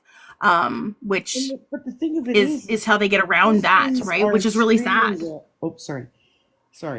Surgeries Oh, are I'm not even talking extremely- about the surgeries though. I'm talking about like even just gender affirming care in general. And I'm talking about the hormonal therapies. The hormonal therapies are done in doctors' offices. Absolutely. You cannot enforce that because you are not going to find a doctor who is compassionate towards their patient, who is going to go against, well, I don't know what it's called in Alberta, but it's the Privacy Act. It's confidential and it ain't your business. And let me tell you something about hormone therapy. Hormone therapy, when it's controlled by a physician, it is reversible. If you stop the hormone, the body will stop. There will be an adjustment period, but it's not permanent. I think it would depend on certain things. So like HRT would have some irreversible effects, but puberty blockers themselves would be the ones where there's somebody has really loud background noise. Is not. You can't. I don't even think puberty blockers are. Somebody has legal. a TV going in the background, guys. I don't. Okay, even it's know gone if now. They're legal in Canada. Puberty blockers, because puberty blockers. Yes. I think that they are. Sure they are. Cisgender kids get them all the time for precocious puberty. Yeah. And they also give it. There's a condition that certain boys get where they end up having too much estrogen, and so they give it to them for that. I'm sorry. You're right. I'm thinking about the. And actually, those children who do have that condition, the boys that end up having like an overabundance of estrogen, and it ends up leading to development of like breasts, so they give them that thing. This bill actually would prevent them from being able to get this treatment. Absolutely. Oh my God, are you really? I'm nerdy. I had totally Nerdy is forgotten that. We haven't heard Jordan from you. You've been Peterson so quiet. One sec. Is Jordan Peterson the same doctor who said that ivermectin was a good way to cure COVID? Yes. No, it wasn't him. It was a different. There was a different one. But he supported it. But he did support it at one point. There's a little bit of literature stating that he suggests that it can't cure it, but definitely treat it. I feel like it was a Paul. Something like that. I thought the name sounded familiar. it was Sorry, Joe my Rogan. granddaughter's throwing a little. No, there was a doctor. There was a physician who was saying that ivermectin. He wanted to treat people with ivermectin, and he went to court in order to. No, that wasn't Jordan. That wasn't Peterson. He didn't. It wasn't Jordan Peterson. Okay, so a different doctor then. Yeah, Like there at was the a height of few of COVID. them. There was a few of them up in northern BC. A couple of them that tried to challenge the court, and I think they got censured by the College of Physicians in BC here, and they were fighting that. And there was some that were going around to town halls, like medical town halls, and they were telling people that it was a hoax, and they shouldn't be vaccinated, and they need to use ivermectin and all that kind of stuff. But I'd have to dig further into that. So can I? He actually did a study in Toronto at Sunnyvale University there with nurses too, and it didn't show a change. It was 50-50 with the results. I know some chemists that work there. And you said it's a study? Yeah, there was a study with nurses in Toronto. Yeah, It was 50-50. It never showed that it worked because they were trying everything back in 2020. Depends on the control. Everybody realizes that ivermectin is a deworming medicine for horses, right? Yeah. Yeah. Well, that's multiple uses actually. There's a lot of uses. It's See, mainly and that's uses the for thing. That's the thing, though. horses. That like, that's the thing where we have to like not have any of that, like, because we can't have the misinformation because it is like it removes parasites. Like, Yeah, parasites. Yeah, exactly. Yeah, parasites. I know it's used for deworming horses because I own horses, and that's what we use. Yeah. That's what the vet would prescribe for us. So, were we going to talk about Mark Carney? If not, I'm going to drop. Yeah, you. we're gonna. Yeah, we'll go back to Mark Carney. Yeah. Yes. I got concerns about Mark. Guys, I'm gonna really request that when we aren't speaking that we do mute up, because it's just the background noise is really like it's overwhelming sometimes, especially if people are wearing headphones and stuff like that. So yeah. But yeah, let's talk about Mark Carney. I'm just gonna get these other ones. I just wanted to say something before we move on to Mark Carney. Why are we still worrying about Jordan Peterson if he no longer is in Canada? He went to the U.S., didn't he? Because he still has a big voice. That's why. Oh. He still has a big voice. One of and our he's using it. One of our party leaders is sitting there and had a big interview with him. You know, while all the other politicians are talking to all the news outlets, Pierre Poilievre didn't sit down to talk with them during the holidays.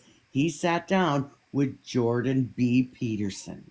He could have been talking to Vashi, David, Rosemary Barton instead. Not He with could have Jordan been talking Peterson. to anybody with half a brain more.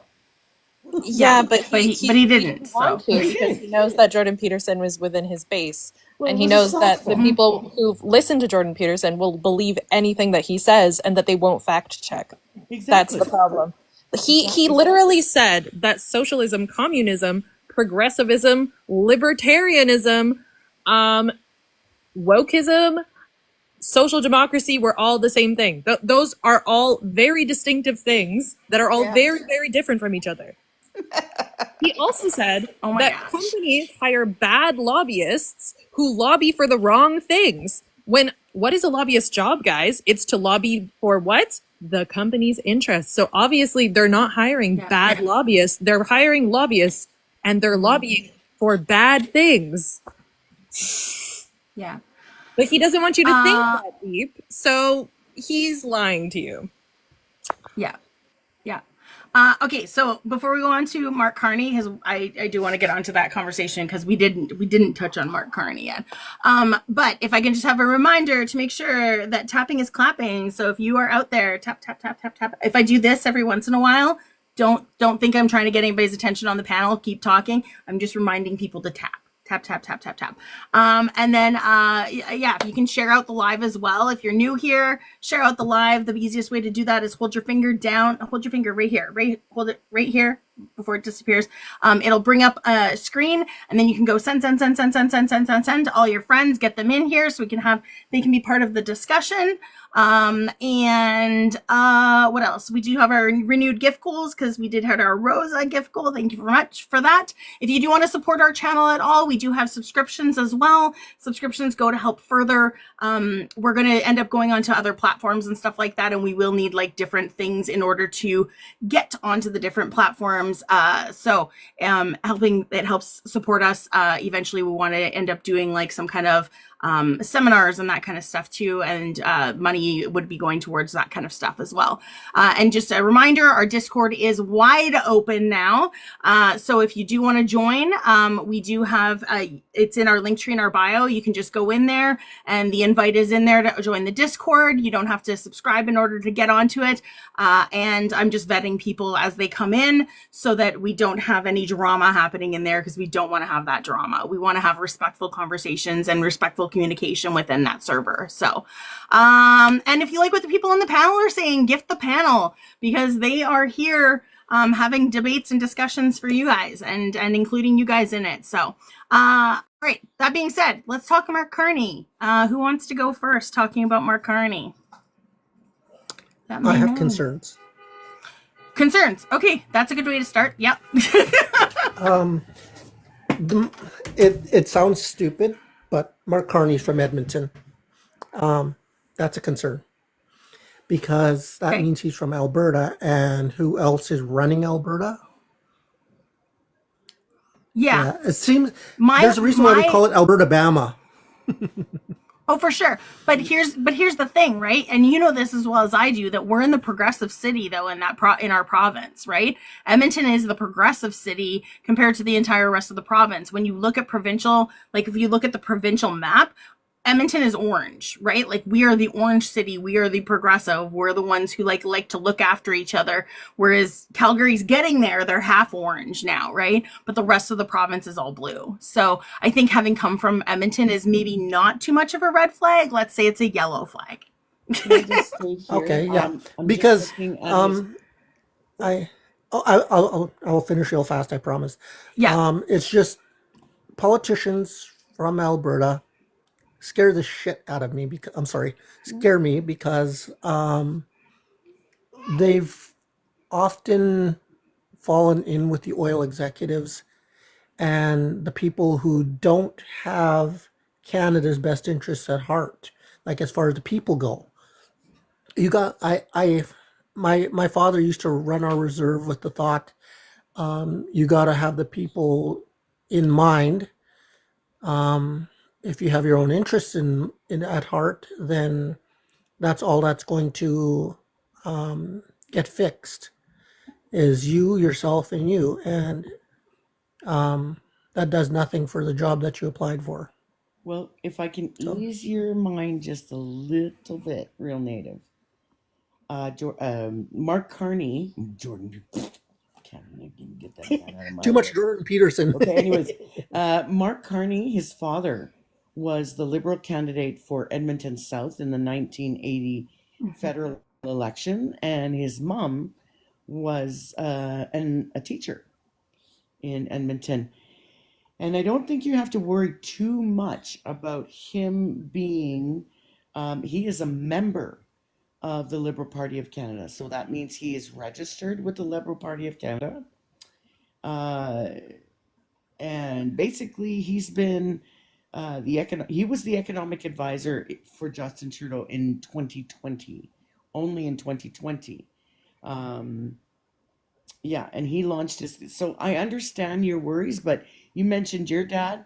We're often people who, you know, can emulate our parents with that regard. Yeah, like I go by a lot of what my father used to say. Very very wise man. So Um, I've one of literally got the his first few portfolio right chiefs in that front of ever me. spoke at UN Council. Oh, oh, nice. Yeah, I Thank you. literally pulled it right Yeah, up. but I worry that the yeah I worry that Mark Carney might be have secretly have the corporate interests at heart is my concern. I'd have to watch him a little more before I make up my mind. Yeah, and I think he will convince you because this guy's, I mean, there's nothing in his career that suggests that he is some form of elitist. Um, like, He did save Canada during the housing crisis in 2008 when yes, he did. everything was crashing. Yep. And he also did During the save recession. when they went into a huge recession because they separated from the EU when they did Brexit. He was chosen to be the governor of the Bank of the UK. And he did that and he was able to manage that crisis as well. So he seems quite well placed to deal with an economic crisis, specifically one caused by Trump. I would also say that he's an author. He has written a book called Values, and he has another book coming out in, I believe, April. But if you have a chance, I believe Values also does an audiobook if you're not somebody who likes to read, but I don't know. If you are somebody who likes to read, I'm sure that there should be a copy around maybe at a public library. If I don't ever like to just tell people that they need to go out and buy stuff. So if there's a public library, Yeah. I would suggest that. Give me the I- Cliff's notes on it, and I'm good.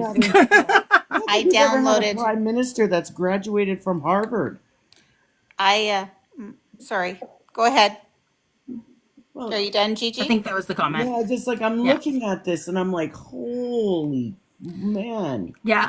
His His resume. Lotus, and then I'm sorry. going to say something quickly. Yeah. Yeah. His I think resume there's is lags in some people. I think some people have a lag, and that's why there's like a little bit of talking over. Right. So if we wait like an extra half second or something like that, or an extra second to make sure the person's done, and then we won't have that then. Okay. Yeah. Two things. One, I just want to address this. Are weeds in the comments section here? No, the crisis was not caused by Trudeau. This is a systemic problem that's been going on and snowballing for the last 40 years because of capitalism and neoliberalism. This isn't a 8-year problem or even a 10-year problem or even a 15-year problem. This goes all the way back. And Carney actually references that when he talks about how wages have stagnated around the 2000s. What I wanted to say about Carney was that he's got 2 books, as Pumpkin Spice alluded to. The first one is called Values, and that was written just after. I think he's got a new preface that he wrote to it after COVID. I just downloaded that, and I'm just starting to listen to it. So far, I mean, I really like what I have heard. The other book that he's written is called The Hinge, and The Hinge refers back to FDR and the Green New Deal. And it is specifically about Canada and what he would do to get Canada's economy strong and take care of everyone in Canada, all levels.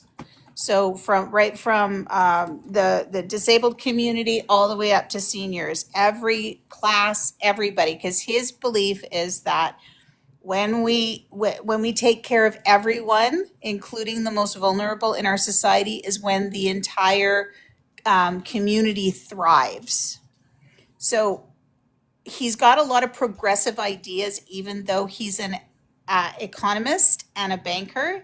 A lot of the things that he believes in are quite progressive. And he's been widely praised, bipartisan, on both sides of the aisle, both from the Conservatives and the Liberals. And I don't know where the NDP have stood on him, because I was trying to look up around Jack Layton and see what Jack Layton had to say about him.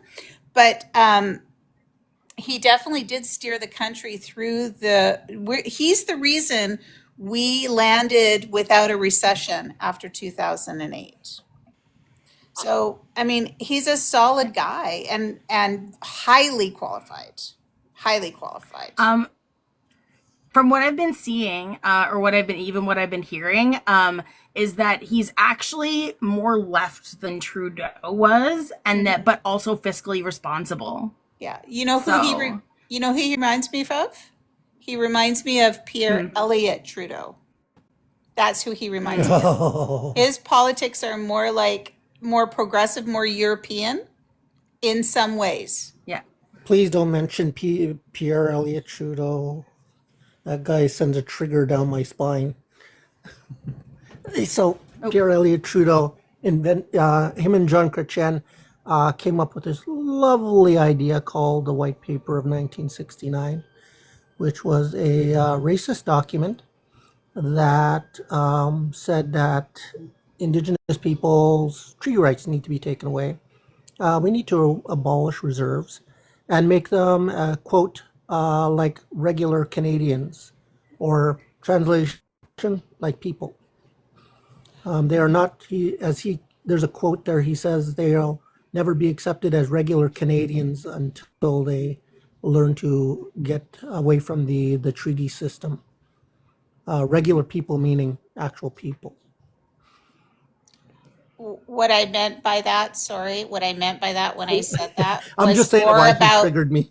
Was more about the social democracy that Pierre Elliott Trudeau wanted for the country, and the patterning the country after the Scandinavian countries rather than the US like we are now. And with that, I'll be quiet.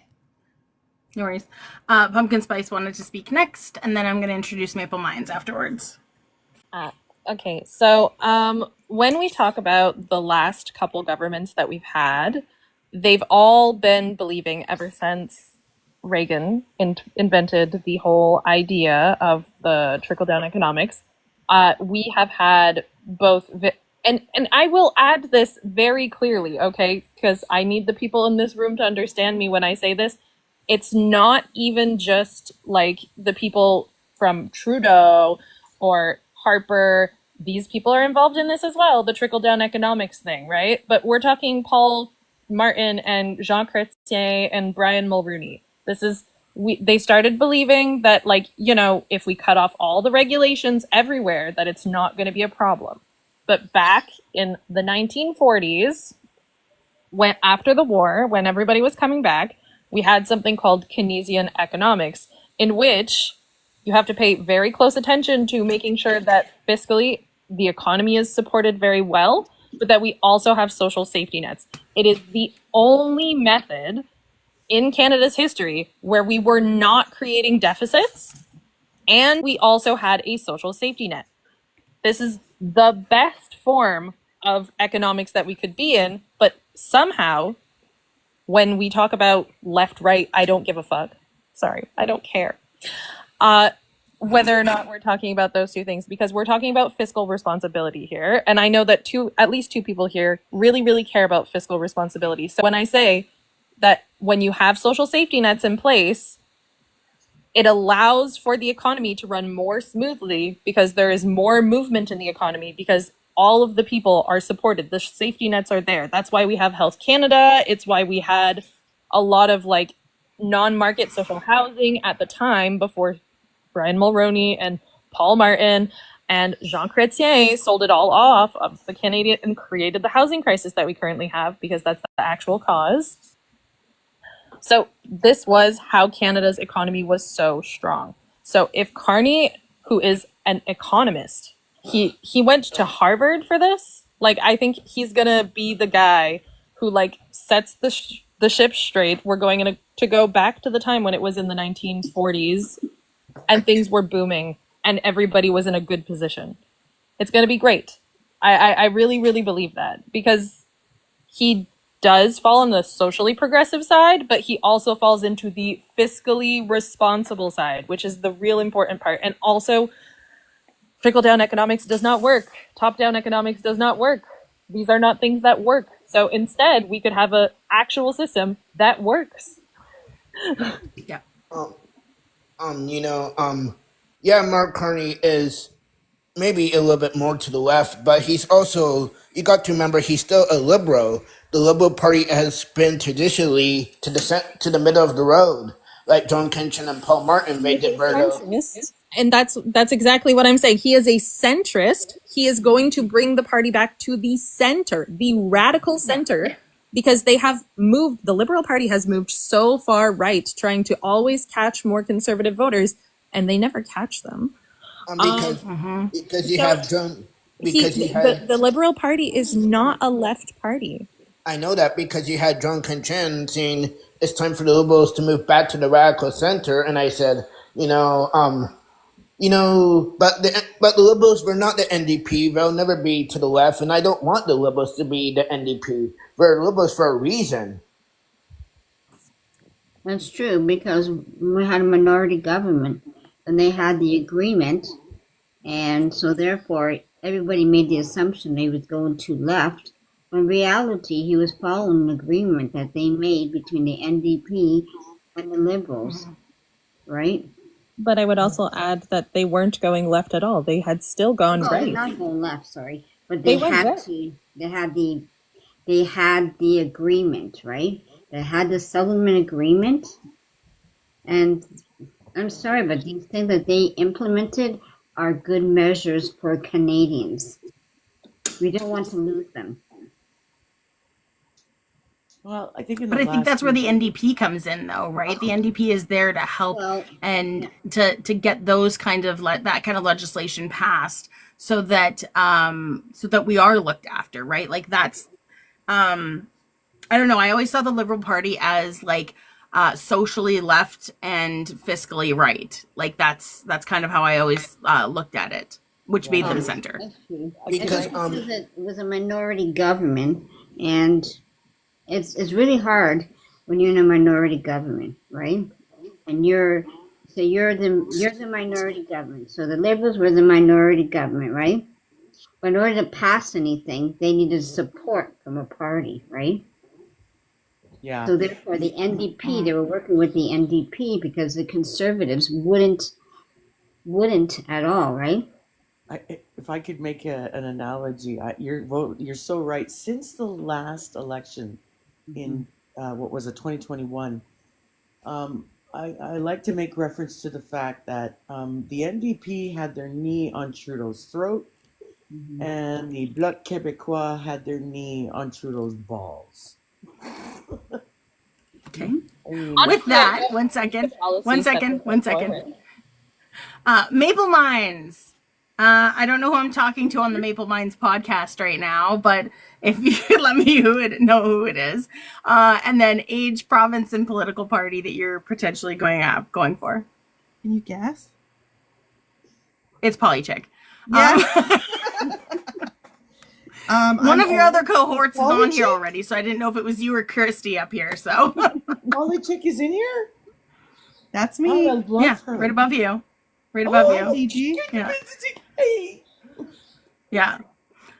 So age, province, and political party, please. So I'm old. And I am in BC. And political party I'm not sure yet. But it's not conservative. That's what I'm ABC. positive about. ABC. Yeah. Gotcha. Yeah. So right. we've had 44 elections. Why hasn't the country chosen? And I'm to the right of you guys. Many of you guys I'm probably to the right of. Why hasn't the Canadian public chosen? Okay, so you guys, the NDP's been official opposition once. They've usually been third or fourth. Why hasn't the NDP been in government ever? Is it because the NDP's too far? Is it because the NDP's too far to the left? They don't have They would have. They would have. Had Jack Layton not passed away, we would have had an NDP prime minister for the we would have had an NDP prime minister. That would have been 2015. Let's also remember that the NDP party has only been in existence since around the 60s. Yeah, right? that is true. So it's not a very old party, right? Yeah.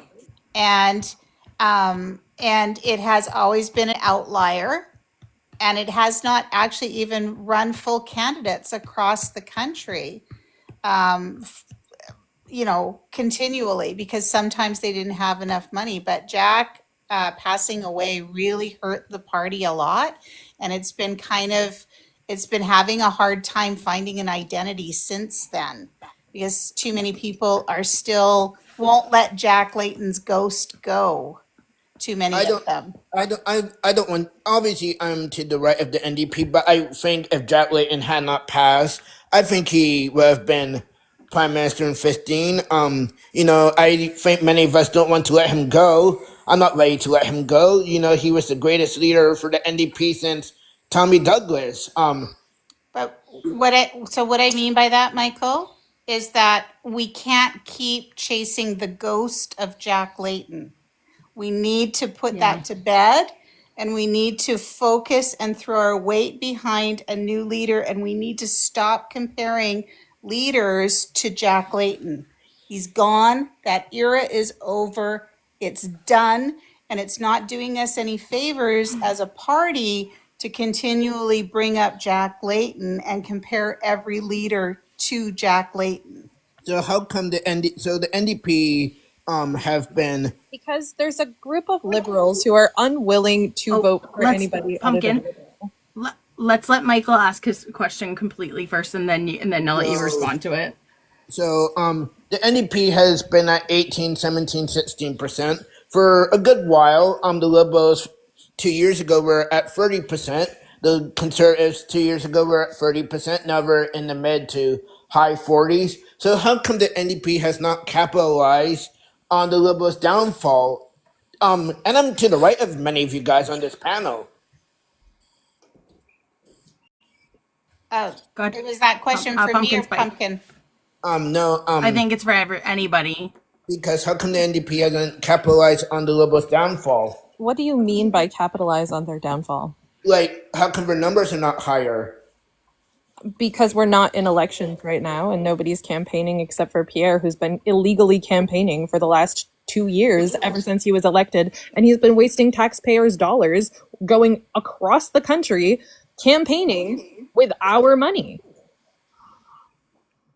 Also, what I noticed when I looked at the numbers, is that Liberal voters tend to flock to the Conservative Party if they don't like the Liberal leader. They don't think to go to the NDP. And They a lot don't. of the Liberals this time around are really choked that Jagmeet Singh tore up the supply and confidence agreement in October. And they said, and a lot of them have said because of that, because he put the Liberal Party at risk, they will never vote for him. So but liberal voters generally tend to go to the Conservatives. They don't go to Green and NDP. I was also thinking about going to the Conservatives until Mark Carney announced he's running, because many us, obviously just voters in general, did not want Trudeau to be running for re-election. So now those of us who missed the old guard of the Liberal Party said, okay, we have one of our own. And Mark Carney, I think, like, okay, so Jagmeet Singh has been there for a while. He's been leader for 7 years. Mm-hmm. Do any of you guys think this is his last election as leader? Well, I don't know, and I'm not sure why the NDP is under fire here, but I think Pumpkin Spice wanted to say something about this as well. So I'm going to concede the floor. There is also a certain base of the Liberals that will only ever vote Liberal no matter what.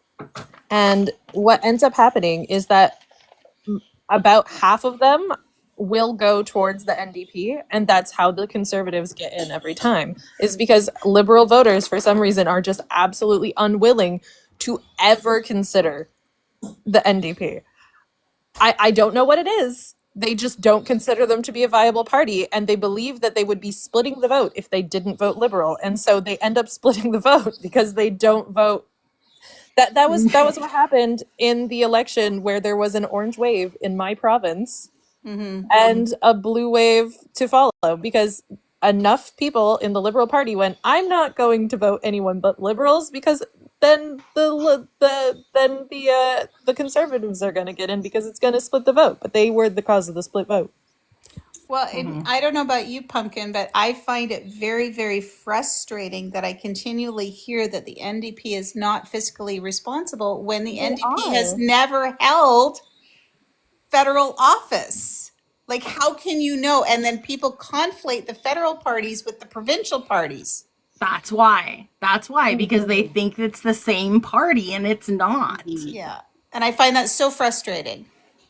It's not like down in the States where the two-party system, where they actually are linked, right? Like Republicans in a Republican state level are the same as Republicans on a federal level. But here it's completely different, right? Because you look at the Liberals that were in BC, they weren't anywhere close to what a Liberal is federally. They're closer to a Conservative federally, right? Yeah.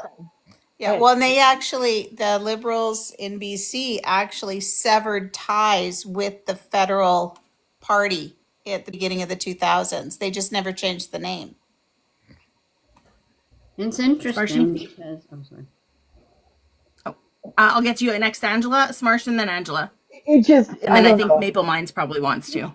It's just, I think the NDP, oh my God, words, Smarsh, words, they're not coming out right now. So I think the problem is NDP, thank you. NDP don't have enough voters. Like, I don't see NDP getting into the federal election.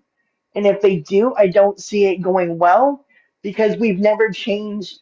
We've always had a liberal government or a conservative government. We've never been able to come together and agree on an NDP leader because we've always gone liberal or conservative. And we don't, and someone told me if we don't change how we vote, or we don't change the parties from liberal to conservative and back to liberal, back to conservative, we're never going to see a change in this country. And that's what I believe as well. So. The definition of insanity is doing the same thing over and over again, expecting different results. Thank you. Yeah. Angela. Hi. So it's kind of interesting because I was NDP. This time I chose Liberal. I do not stick with just one party myself, but I noticed, do you ever pay attention to by-elections? And do you notice that people that go into by-elections are going in with provincial issues into federal into, let's say it's a federal election, okay? And I was paying attention to LaSalle. So they were going in with provincial issues and a federal election. And that's the biggest issue. We need more education out there. The problem is that we don't have enough education. The people don't understand the difference of the responsibilities of the provincial governments, your premiers, and your federal, and that's the biggest issue. Yeah, I actually did a video about that a little while ago. Thank you, Gigi. I did a video about that a little while ago, and it's people don't realize what each part of it is responsible for, right? So they're all just so quick to blame Trudeau for everything because they think he's responsible for everything, and they don't realize that the thing they're complaining about is actually Danielle Smith's problem, or it's actually Scott Moe's problem or Doug Ford's problem, but they don't actually realize that that's it's the other people. So that's true. It is true. May I? Yeah, whoever was next. I'm just trying to add some people in here, and then so whoever was next saying may I, and then I'm going to introduce the two new people. I would just I totally lost my train of thought. I'm sorry. What were we talking about? Because I wanted to reply responsibilities. Responsibilities, yeah. And this is what Pierre does, right? He talks about all of the problems that we have that are caused by provincial governments, and he's trying to get us to be mad at Trudeau about it.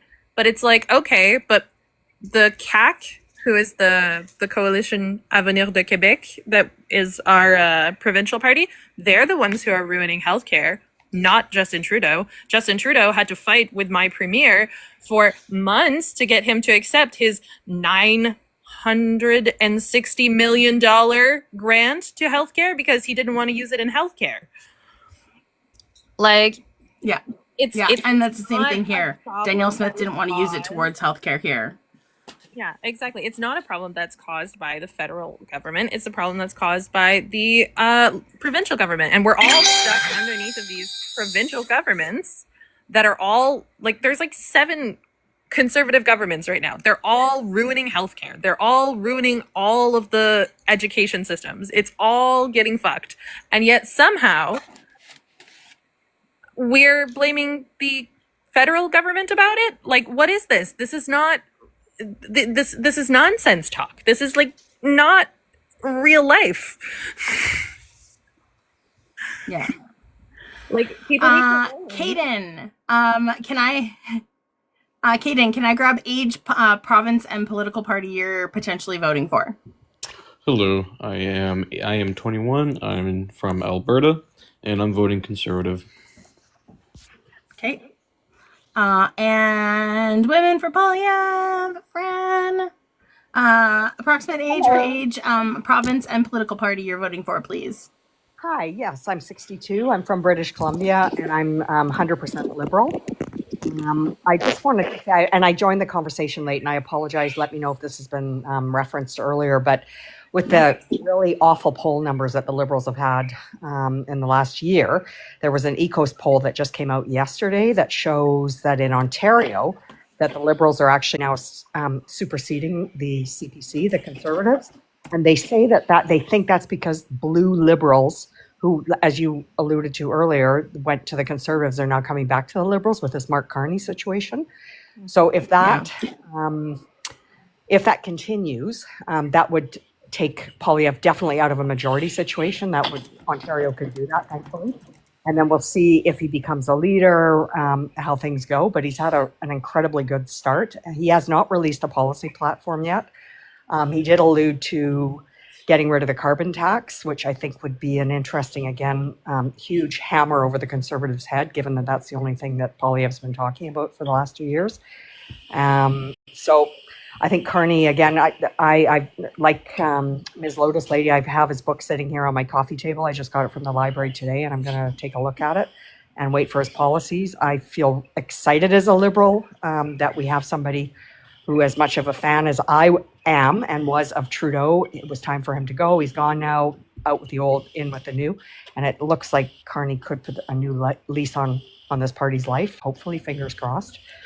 Just to your point on Liberals going to NDP. I can only speak for myself and my social and familial group. We're all Liberals, pretty much. NDP provincially, but Liberals federally. And I just, again, from my circle, which is not indicative of the millions of voters in this country, I don't know one of my family members or friends who would vote NDP federally. They just won't do it. They're sticking with the Liberals. I have a couple that have thought of conservative. They're now coming back to the Liberals because of Trudeau's resignation, but there's not one of them. And it's not because they don't support the values of the NDP or what they try to achieve and what they have achieved, because they've done really good things for Canada. They're just never going to vote for them. So that's, again, just from my social and familial circle. So, and also just wanted to say you're doing a great job of moderating this. Really good. Excellent job. So thanks. Yeah, really Yes. well.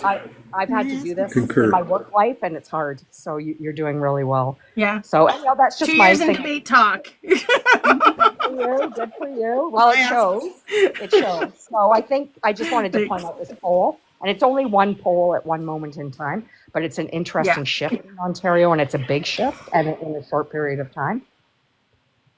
Yeah. I'm looking at it right now. It says the Conservative lead narrows to 11 points. So, yeah. And that takes them. I follow that pollster quite closely, and that that takes them out of majority territory. So, yay! Hey, Nerdy. Sorry. Yeah. Can I just address a comment that's in the comment section down here? Is that okay with you guys? Yeah, and then I'm going to go up to Maple Mines afterwards because I think they wanted to say something. Fafo Farmer here is going on about the picture with Ghislaine Maxwell and Mark Carney. So I just want to address this. This is something that they've been in the last 2 days. This is what they've been hanging on to. So what that was that was taken in 2013 at Carney's sister's or wife's sister's a sister-in-law's estate. And Ghislaine Maxwell used to be a socialite, and she ran in those circles. She went to school with his sister's or his wife's sister-in-law as a child. They were pictured together, not together. She was in the background of the picture. And somehow people like Fafo Farmer are trying to push this as real, and that he was part of Epstein's Island and all that kind of crap. That's so funny. And it's not I actually just saw a video. Yeah, I just saw a video yesterday about people saying this, like about how just because they're together in a photo and like not actually side by side or multiple photos of them hanging out doesn't mean they're actually linked, right? But people like Farmer down here in the comments are deliberately spreading it, even though it's a lie. And a simple Google search would tell that somebody has sourced this already and investigated it, and there's absolutely no relationship between Maxwell and Carney. That's it. And every single source that's talking, I'm looking at it right now. Every single source that's on here talking about it is all right-wing sources. The Western Standard, National Post, True North, they're all right-wing. They're all right-wing conservative. Like they're all right-wing papers. So, yeah. And he's tripling down in the comments section here. It's been investigated. Carney's camp came out with a statement. It's not true. There's no validity to it. You're just being slanderous now. So one sec. I'm just gonna I'm gonna give you a little bit of a timeout. So Fafo, I'm gonna give you a 5-minute misconduct, and you have 5 minutes. You have a 5-minute off the ice. Misconduct, you're in the sin bin for 5 minutes. One of my friends does this all the time. She actually has like a little sin bin on her screen for hockey because she loves hockey. But you're in the sin bin for 5 minutes. You can come back later and maybe you'll take some time to reflect on how you're replying in the comments and understand that we want respectful communication in here. All right. Can I also can I say one thing about that? Do you mind if I say one thing just about that whole allegation or that bullshit? Absolutely. Really? I've spent the day going through thousands of comments on my feed because I've had a post that's just gone completely insane, and that comment has come up a lot that Ms. Lotus Lady has talked about with Maxwell. And one of the things that really strikes me about that lie is that these conservatives are willing to play on the pain of what happened to those girls and those women to push their political lie. And I keep making that comment back to them. Like, how dare you take advantage of what happened to those little girls and those women because you want to push your crappy, or I won't say that, your political narrative. It's disgusting. PDF. So, yeah, so I think people have called them PDFs now. So. Yes. So I've made that comment many times today, and it kind of shuts them up. But it's a despicable tactic in the complete absence of any evidence of this. So I shut it down immediately. It's disgusting. So anyhow, I'll put my mic on now because I said my piece, but it's awful. Can I speak? Yeah, give me 1 second, Kaden. I'm gonna I'll get to you, and then we'll do Maple Mines right afterwards. I'm just gonna add quickly to that. I find that that's a lot of what the right wing media, or what right wing tends to do. If you look even down in the States and up here, a lot of them, they will use certain groups of people as talking points and use their lives that don't affect anybody else as talking points, as political talking points. You look, and I mean, that's evident in the trans community down in the States, and we also have it happening up here as well, right? Those communities are being used as political pawns. You even look at just certain people who unalive down in the States. They were being used as political pawns and political talking points, and their parents had actually had to say, like, stop talking about them because we don't want this to be used as this, right? So that it happens very frequently. That and I'm not going to say the left isn't totally like innocent in that, but you tend to see it in a lot of right-wing talking points and a lot of right-wing political points, is that they use a lot of marginalized groups as talking points in politics. So Kaden and then Maple Mines. Jose, just wanted to say before they talk, even though I probably don't agree with you politically, you've done a very good job at debating this. You've been fair. I just wanted to say that. And also with the whole picture thing of Carney, when you're a political figure, you have to take pictures of them. It's like, okay, so like a class picture at school. Obviously you will always have that one classmate you don't want to take the picture with, but the teacher will say, let's take the picture. Like I think I've been in those situations before, like, for the good of the class, just take the picture, like, because if Mark Carney was friends with Elaine Maxwell, CBC, and all of them have talked about it. It's just Rebel News and True North doing their thing. And I forget what the person's name was. They did the same thing with Michael Anayev back in the day, saying that Michael Anayev is now back in Canada. Conservatives today and their voters have said, oh, Mark Carney is now back from Europe. So, because they see Mark Carney as a threat to what they're trying to do, they want to be back in power. And the reason why people are now going back to the Liberals, like the Blue Liberals, like the Paul Martin business wing of the party, because they did not want to have to deal with Justin Trudeau being back in power again. That's why, and that's why the Liberals are seeing some momentum again. It's still early, and it's still one poll. Yeah. Perfect. Thank you. I appreciate that, Michael. Thank you. But I want to say that you've been very much fair. Thank you. I'm trying. All right, Kaden, what do you have to say? And then we'll hear from Maple Mines. Okay. So I'm just gonna, like, if it's fine for me to assume, I'm from pretty much what everybody comments. Everybody here is pretty anti-conservative, if that's fair to say. No, Johnny is a conservative, but everybody and Michael usually leans conservative, but is looking at more liberal because of Carney now. So, but everybody else here is pretty center. I did not vote in the federal election in the last time. Right. I believe I did vote for Doug Ford. You know, he's more of a red Tory. I was going to go to the Conservatives, and I told you this a few weeks ago, but because Carney's more of a blue liberal, more of a business liberal. He's where many of us where the party used to be under John Kinchin and Paul Martin. So that's why liberals are now coming back to them. It's still an uphill climb for them, but it's doable for them. Right. All right. So Michael is in between, but looking at the liberals now. Mostly likes the liberals that are responsible. Did Caden give us his 8th province political party? Caden did, yes. 21 Alberta Conservative. Gotcha. Sorry, I think I missed it. Yeah. Okay. Yeah, you're good.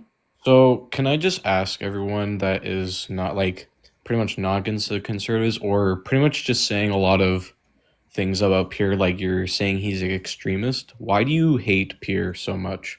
I just want a quick, simple answer. We don't hate him. But from how it sounds, you guys say he's Hitler or something. Like you guys are saying. No. Okay. So one second. Caden, stop, please. Caden, you have to stop. You can't use that word on here. You have to say mustache man. There are words that TikTok doesn't like, so you have to make sure you filter your language so that TikTok doesn't get us taken down. Okay. Okay. So. But I think one thing I want to preface is that you'll find that a lot of people on the left don't actually go based on hating a person. They go based on that, like the person's views and their party and what their policies are. And that's what a lot of people on the left are going to be looking at. That's a lot of the difference between especially far right people. Far right people usually they hate Trudeau. They don't actually hate the Liberal Party. They hate him specifically, and it has nothing to do with the political party at all. And that's what I've noticed by looking at when you look at the political landscape in Canada, is that you guys look at somebody and based off of your comment either, why do we hate Pierre? It's not that we hate Pierre, it's that we don't like the policies or the lack of policy that he puts in place for Canadians. Okay, so then what are the policies that you don't like about Pierre? Because you guys seem to really just hate this guy, and I just don't understand why. So could you just give me a simple answer? Can we get away from the hate? We don't hate. Well, that's just from the language that I'm receiving from this chat, but sure. Sure. So if we so basically just what don't we like about the policies or lack of policies? Let's go with that. That's a good. Sure. Fantastic. Okay. Well, a lot of my opinion is formed based on his 20 years in office. So I don't know if you know this or not, Caden, but the one and only bill that Pierre ever got royal assent for when he was the Minister of Democratic Reform actually took the voting rights away of 1.3 million Canadians living abroad and about 300,000 low income voters in Canada. The bill was so bad and it violated charter rights so badly that when it was on its way to the Supreme Court to be overturned, and then the Liberals came to power and they immediately removed that bill because it was so problematic and it violated people's charter rights. There was the fact that he's got a compliance agreement for elections fraud with Elections Canada. He's the only sitting MP ever in history to have a compliance agreement with Elections Canada for the robocall scandal where he actually committed elections fraud. There was when he told Indigenous people that they were lazy and they needed to learn the value of hard work. They didn't need any money or truth and reconciliation. I could just go. There was the time where he flipped off the security guard outside Parliament and drove through the gates anyways, breaching security. There was the time that he announced on the floor of Parliament last year that Canada had had a terrorist attack. And it was some made up thing off of Fox News and somebody who just had lost control of their car. The problem with Pierre for me is that he is authoritarian and he has fascist tendencies. And he actually, I've done quite a few videos on the 14 characteristics of fascism and how they can apply to Pierre and the Conservative Party of Canada right now. And I'm telling you, they match all 14. That's why I don't like them. So we'll go to, this will be the order, just for the people that are responding to Caden. Women of Poilievre, Maple Mines, Angela, and Pumpkin. Sure, Caden. So for me, it's about all of the things that MS Lotus lady just said, the authoritarian, racist comments that he's made. He used the term, I don't know if I can say it here, but T-baby in Parliament, which is a huge slur on Black people. He is anti-abortion. He's voted repeatedly against abortion rights, as has every member of his party. The Abortion Rights Coalition of Canada says that there isn't one pro-choice Conservative MP currently sitting in the House of Commons. That's a huge concern when you see what's happening in the States to women and girls who are dying because of that. He's always been anti-social programs. He just doesn't believe in them. He's been very clear on that from the time he was in high school. If you follow any of his pressers or his socials, he's really open about that. I don't like the hypocrisy either between criticizing the government for the budget and the spending of money when he lives high off the taxpayer dollar in his house. He travels constantly for his fake election campaign, I guess, or illegal election campaign. And it's all paid for by taxpayers. So he spends more than the Prime Minister on his living and travel expenses. So to me, it's a hypocrisy that I don't like. I don't like the lying that he does. I follow him really closely and have for years, actually, and he lies repeatedly. I've got lots of videos on that. He's taking after these Republicans in the States where he's trying to smash our norms. So he wanted to fire the Bank of Canada. That's not something a prime minister does. He was recommending crypto as a way to deal with our inflation in this country. And I think that was a month before it all went belly up at the time. He peddles in these conspiracy theories around the World Economic Forum, the United Nations. I was at his rally here in BC and around me were saying, we have to get out of the United Nations because Pierre tells us that. And it's like conspiracy, almost, I hate to say crazy talk, and I don't mean to sound ableist when I say that, but it's not mentally sound to me, and it's not becoming of a Canadian leader. And I think that if there wasn't any of that, the biggest thing for me is that he does not have a security clearance. He's a leader of a party. We are under severe foreign interference threat from the Russians, from the Americans, from the Chinese, from a variety of bad actors out there, and he will not get a security clearance. And whether that's because he can't or he's playing politics, I don't really care. I would never support a Canadian leader that wouldn't get or couldn't get a security clearance. That alone for him renders him incompetent to me to be in that role. Those are my reasons. Okay. Maple Mines. I voted Conservative in the past. Don't hate me for it. Don't hate me because I voted Conservative. It was a while ago. You grow and you change, but everything that women against Pierre said is basically mine too. That the fact that he put hashtags on his YouTube videos that were misogynistic and supported sorry, somebody help me out here. My memory.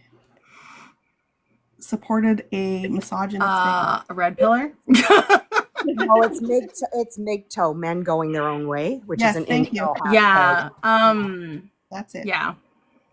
Men going their own way. And yeah, so there's no hate though. I don't hate anybody. No. I don't support him. I mean, if the Conservatives had a really good leader and their policies were good, I would vote Conservative again. But right now, and he's a liar because if you go and look at his platform, some of it is not what he's pushing to the right. Like some of it is left-leaning policy, but he's not admitting to having that policy within the Conservative Party. Maple, I really did before Pierre Poilievre became leader, I really did like Aaron O'Toole. He was more of a 905 Tory, more of a centrist, red Tory. There are reasons why Aaron O'Toole was voted out by the caucus. I know why. I'm a political junkie. Pierre Poilievre is not Aaron O'Toole. And it has been showing for the last few years since since he's been the leader of the Conservative Party. He's moving more and more to the right. Pierre Poilievre, at his first press conference after the summer vacation was over, he said, "Welcome back, everyone," and then talked about how Canada is broken, as he always does, and then blaming the Prime Minister for not stepping down when he should have. That's not his business about what happens in Liberal Party politics. And then when Justin Trudeau announced that he is leaving, Pierre Poilievre basically blamed Justin Trudeau and did not even say we are opponents. We disagree. I wish him well. Pierre Poilievre wants to be prime minister. Is he so? Explain to me: is he wanting to be prime minister, or is he wanting to be official opposition leader again?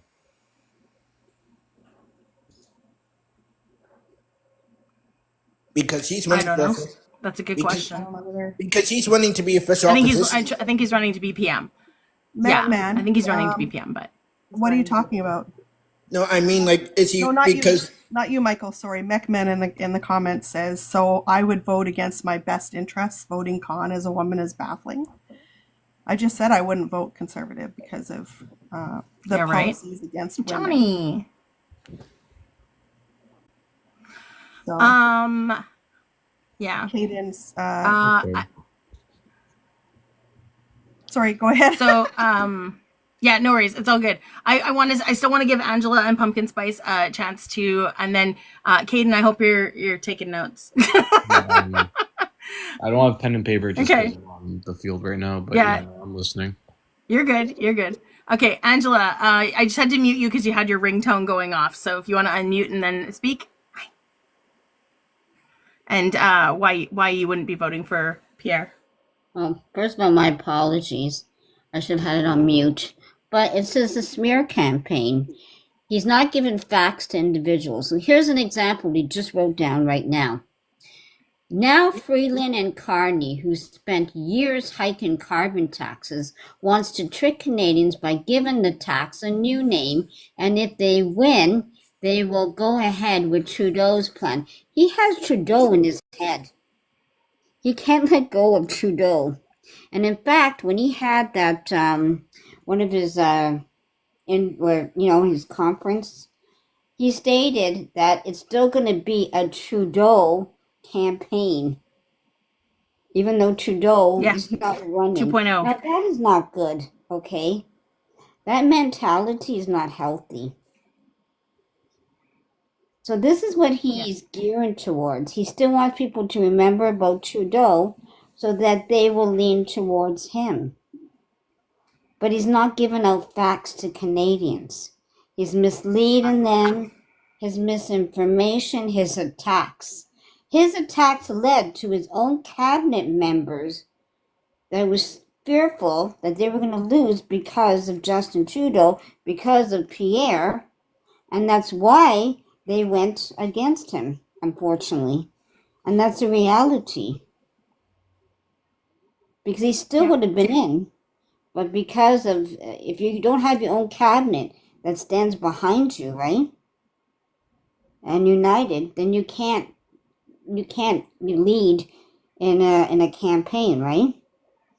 And so a lot of them were just fearing Pierre and the attacks with Justin Trudeau. And so that's why they did what they did. And Justin Trudeau made his own decision. No one made the decision for him. He's still our prime minister, but he said he would step down once a leader is chosen. I think that he would have still stayed in if it was a different politician in for the Conservative, and we didn't have all these smear campaigns and misleading information. Yeah. But I do like Mark Carney. Yeah.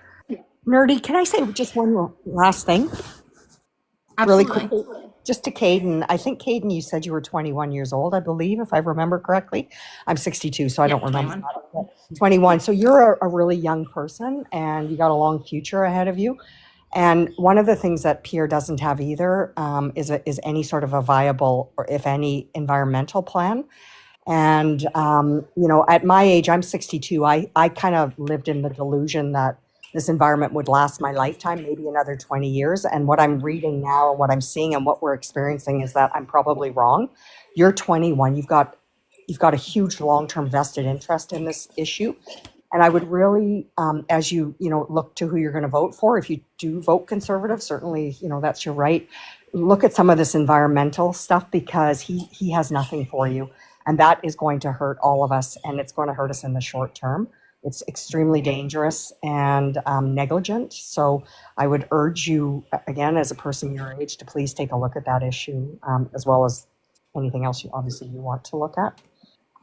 Can I say one thing before mine turns over? Also, I'm concerned about how he falls underneath with Danielle Smith and merging with the United States. That's my biggest fear. That is my huge biggest fear about Pierre. Yeah. Does he support it or not? Right? We don't know. Right. So that's my biggest fear. The Prime Minister said today that Pierre Poilievre has a choice. He said he can be on Team Canada or he can be with Danielle Smith. Yeah. PSL. What the only pumpkin spice latte I like. Okay, so everybody has said so many good things, and I agree with all of them. So I have to come up with other things that also are reasons why I don't like Pierre Poilievre. And I don't like that he lies to people about what socialism is. He said that socialism is capitalism. He literally said that it makes the poor people, like he spread disinformation. He said that socialism is when companies make a lot of money and that all of the little people pay the most in taxes. This is literally the definition of capitalism. He misrepresents it. He literally misrepresents it because socialism is not that at all. He likes to lie to his base. He tells you that if he cuts taxes on big companies, that it's somehow going to lead to a paycheck for you. But companies, when they get a big slice off of the taxes that they pay, their CEO gets a profit and they keep the profit and it's their profit. Because otherwise that would be considered an expense because they would have to reinvest it. And they don't like expenses because they just want to get richer. And if we don't regulate an industry, then we can't actually have better conditions for workers. What he does is he tries to talk about real things that real people are struggling with. And he rightly assesses that the wages are low. But then he tells you that what he's going to do is he's going to cut taxes on your company and it's going to make them pay you more. But that has never happened. No company ever has paid their people more out of the goodness of their hearts. If you put a regulation stock buybacks in place, that would actually lead to them paying people more. But he doesn't want to do that because he doesn't believe in that. So what he's doing is he's lying to you. He's assessing that things are tough in Canada right now because things are tough in Canada right now. But his solution is to make companies richer, to make CEOs richer, and to make us poorer, and to cut taxes, and to cut everything that we have as supports, like Health Canada, as an example. And he wants to cut that so that there's no supports in Canada. Did you know that during COVID-19, when everything was getting really bad and people were losing their jobs, Pierre Poilievre was out there in the parliament saying, hey guys, you know what we should do? We should cut taxes. We should cut money out of hospitals. Why would we do that? Mm-hmm. I don't know. I don't know why we would do that. That would be a terrible idea. That's not a fiscally responsible idea. So the fact that he consistently misrepresents himself, he uses populist ideologies to tell you that he's going to do good things for you, but then the things that he's describing will only make big businesses more rich, is actually really, really frustrating because the policies that he's saying will give you a bigger paycheck won't do that. And the fact that he cannot work with anybody, because I want to be clear, in a minority government, if you're willing to play ball, anybody can put forward a bill. He hasn't put forward a bill in the 20 years that he's been in Parliament. 20 years. He's been there for 20 years. He put forward just the Elections Canada scandal bill that he had put forward. That's the only thing he ever did. He's never put anything else forward. Not even this year. He's just been insulting people. And honestly, I don't like what he turned politics into. He adopted Donald Trump's style of speaking, and this is not what Canadian politics is about. But more importantly, I just really don't. Do you remember? Yeah. I wanna just quickly say something about what you said, and then I'm gonna say my things about what I didn't like my things about Pierre. And then I'm gonna let Caden reply. Also, he idolized Johnny McDonald. You know, the guy who he says he wants to bring Canada back to being when it was under what it was when it was under Johnny McDonald. As in, he wants to eradicate the Indigenous people of Canada. Yeah. Yeah. To what you said about Canadian politics isn't like that. I remember back in the day when I was younger and you would see political ads from Canada and they were very just like, these are our policies. This is what we're going for. They didn't attack the other side. Now that's all we see is the American political way moved its way up here. And that's all you see is like Canadians attacking Canadians in political ads now. And even not even political ads, but just throughout the entire year, all it is mudslinging now. There's nothing about policies. You're just trying to defend yourself instead. Beaver politics. I was watching in the House of Commons maybe about 30 years ago, and this is when Mulroney was prime minister. He used to call the opposition leaders like John Kenchin or Ed Broadbent. He would say, "My honorable friend, the Liberal leader," or "My honorable friend, the NDP leader." You don't hear that anymore. My honorable, even if they were not friends, you just say that. My honorable friend. Yeah. Pierre Poilievre will My never friend. say, My friend this. Yeah. Pierre Poilievre will never say my honorable friend to the prime minister. He will never say my honorable friend to Jammeet Singh. Even when we go on panels like this, do you think because even Canadians would say, even if you're not their friend, you would say we're friends with you. Like, I think just with Donald Trump coming onto the scene, Donald Trump said, you know what? Because we all thought, okay, what happens down will stay down there. Slowly but surely, Pierre Poilievre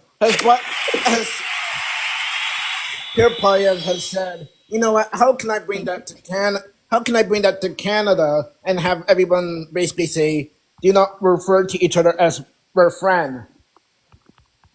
Yeah. All right. So the other things that I wanted to say were just from my perspective of Poilievre, because I agree with everything that everybody else has said. I kind of want to just add a little bit onto some of them. So I choose to vote for something rather than against something. So when I'm voting, I vote for the person who is going to give human rights to people, who isn't going to take them away, right? So I vote for things rather than against things when I'm looking at things, or looking at the person that I'm going to be voting for. And you have to remember that we don't actually vote for our prime minister here. We vote for the person in our riding that is going to be our representative in the House of Commons so that we can have our representation in there, right? So that's the thing that I think a lot of people forget that, is that we don't actually have, like, we don't vote directly for that person. We're voting for the one in our riding that's representing us. I wanted to talk, one of the things that somebody mentioned in the comments, and I actually wanted to mention this, Pierre actually said something about banning TikTok when if he gets into power, he wants to ban TikTok and he wants to go through it like the rest of them. By the way, the European Union, it looks like that they are banning TikTok over there. So we might be next anyway. But the reason I don't like that idea is because that's suppressing, that right there is suppressing our speech. It's suppressing forums like this where we can get together and we can educate each other and we can collectively, talk about the things that actually matter. And that's the problem with getting rid of social media platforms like this. I mean, if you get rid of one, another one's just going to rise anyway. It's like a hydra, right? It's just another one's just going to come back. But it suppressing our speech and suppressing our expression like that is it's one of the tenets of fascism, right? You don't want people to be able to congregate and get together and talk about things. You want them to be able to only get the information that you want to give out, which is why things like X and now like Meta are all going to be like they're pawns in that whole political scheme, because they're going to be allowing the messages that the dictatorship essentially wants to have out. That's why. So that's like Pierre being for banning TikTok that's a no for me, dog. Okay. That's the way I see it too. Yeah, 100%. Like, and that's the lawmakers down in the States, like they can make all these excuses about like how it's a foreign app, blah, blah, blah. Over 50% of the people, like of the shares are foreign shares. They're not even from China. Okay. A lot of them are American. I think it's 50% of them are American share owners. So it has nothing to do with information and stuff like that. When Lisa made a video about this earlier. When you order something off of Temu, China has your information already. Like they don't need an app in order to get information about people. So, the other thing I wanted to just kind of touch on too is that we were talking about like the trickle down economics and even just during C-19, right? Like those stimulus checks that the US got and CERB that we got up here, those were it was giving us money so that we could inject money back into the economy. And that's what they don't understand is like trickle down economics don't work because the companies are just going to keep it. A lot of the companies that ended up getting tax breaks last year, they ended up doing stock buybacks, and that just makes them even richer. Okay. It doesn't go down to the actual employees themselves. They don't hire new people. They don't give raises, none of that stuff. Okay. What should happen is that there should be more of a collective, and we should be looking after the people and not the company, because the people are the ones who are working for those companies. The people are the ones who are spending money within those other, like all the companies across. They're the ones who are injecting money, the cash flow back into the economy and stimulating the economy. So if we look after our people, and that's with healthcare and education as well. If we look after our people, we're going to have a better economy and we're going to have a better country. And if you look at countries like in like Europe mostly, so you're looking at like the Nordic countries, Finland, Norway, Sweden, Switzerland, like all of those, Iceland, they all have very, very, very high, what am I thinking of? They're living the life. What am I thinking of? What's the word? My ADHD is blocking the word from me. Quality of life. Value of life, quality of life. Thank you. Their quality of life is very high, and they have a better quality of life than we do in countries like this, where we're not embracing those ideals. So if we're looking after our people, the people are going to look after the rest of it. They're going to look after the economy. They're going to look after. But if you don't have the people looked after, you're going to have a failing economy. You're going to have a failing country, and that's what the conservatives and Pierre, because I'm going to say because he's part of the conservatives, but that's what the conservatives have never realized or come to realize. And that's like, for me, that's why I vote left. That's why I'm a leftist. I like looking after the little guy, because the little guy is the one they're the cog that starts everything off, right? Like you look at the inside of a clock, you don't just have like the battery running everything. You have all those extra little cogs and stuff like that are running everything. And you have to have all of those working pieces going in order for the clock to even work at all. So that was my analogy.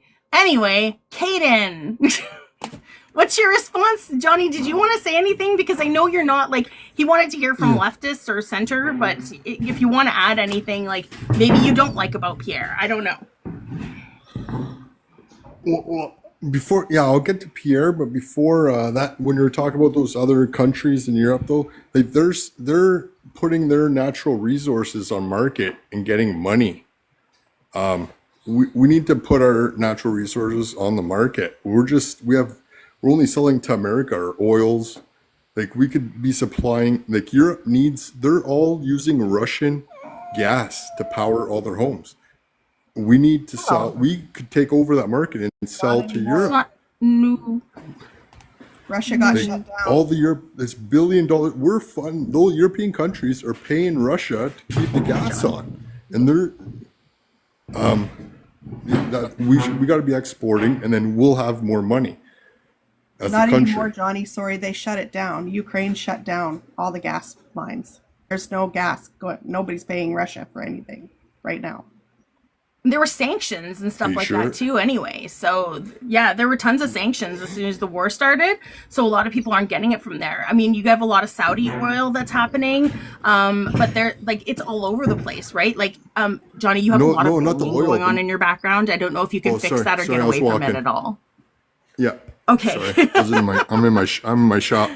Sorry. Okay, Ukraine gotcha. blew it all up. They blew it all up. No, They shut down the the pipeline. natural gas. Yeah, they shut down The the natural pipeline. gas. Contract that ended. Yes, they shut and down the so they pipeline shut that it was down. going through Ukraine because Ukraine's contract was up. I'm surprised they even allowed the contract to last, but the contract ran out Well, and they didn't renew it and they shut it off. I don't know if they shut it off. Yeah, I think they're planning on shutting it off. That was a discussion because that's going to freeze a lot of European countries. They rely on They already that told gas. them 2 years ago that they were Cool. going to do this. They shut it off. They've been warned. They knew that they needed to Yeah. get a different thing. There were some people who didn't because they didn't listen and they didn't find an alternative, but they did give them fair warning that, hey, as of this date, that contract's up, no more oil. Yep, No I more gas. agree. I agree with them. And but so There's we only could a be few selling the natural countries gas that to them. They're even probably get using oil from. coals. Yeah. Oh, also, I There's don't like there's that. only a few countries that get it from Sorry. Russia right now. So this is a report from energyandcleanair.org. It's August 12th, 2024, so it's not an updated version. But as of then, China had bought 47% of Russia's crude oil exports, followed by India at 37%, the EU 7%, and Turkey 6%. So if you look at those, three of those are like not they're not, it's Yeah, not but you like the said rest of the EU. world, right? Like the You said EU is the only EU. one that I would, yeah, 7%. They get 7% of Russia's exports, but they get it from somewhat, they get so much more from everywhere else. Yeah, That's not they're the trying to total get of their, rid of it. their 'Cause imports. they don't want to give Russia money. A lot of the European countries, I guarantee you that. Yeah, I'm 100%. Polish descent. Yeah, they don't want that. But we could be selling to them, and we don't have access to do that. We should be. So that we could be so prosperous. Like the European countries, like you said, like Norway, you get free university. You could be a doctor. Nationalize A lot of the your- oil. You're right. they go to Poland, become a doctor to Poland because it's one of the oldest universities and it's cheap there. It's a good party time. It's amazing. All over the world, from America, everyone came there. I went to the graduation of my sister. She's a doctor there, and like I met everyone. A lot of people over there, and like, but I know that Norway was their country pays for the university. Yeah. There's a few countries that pay for the full whatever you want to be. Yeah. They're paying for it. So I don't understand how we're not like that. So Johnny, how old are you? I missed when we were doing introductions. How old I'm are you? 43. So do you remember Petro-Canada? Do you remember Petro-Canada? The gas station? Yeah. The Yeah, gas station, yeah. We still have Petro-Canada? Yeah. Petro-Can? Yeah. So back We still Yeah, have I'm in Petro-Can. Ontario. Yeah. back in the 70s, Pierre Elliott Trudeau wanted to bring a nationalized oil energy program to Canada, and so he was trying to get support for it, and he developed Petro-Canada as a nationalized energy or nationalized gas station. It was a Crown corporation, and not Ralph Klein, the premier, Peter Lougheed, and the Conservatives across the country, and Alberta in particular, said no nationalized oil and gas program. No. because see, Pierre Trudeau wanted to pattern Canada on Norway's model. Do you know that Norway's sovereignty fund now is a couple of $1 trillion, and that's why they use their oil and gas royalties because they price it properly, and they make the companies pay for the resources properly. They don't subsidize their oil and gas over there, and they use that money for their social safety net.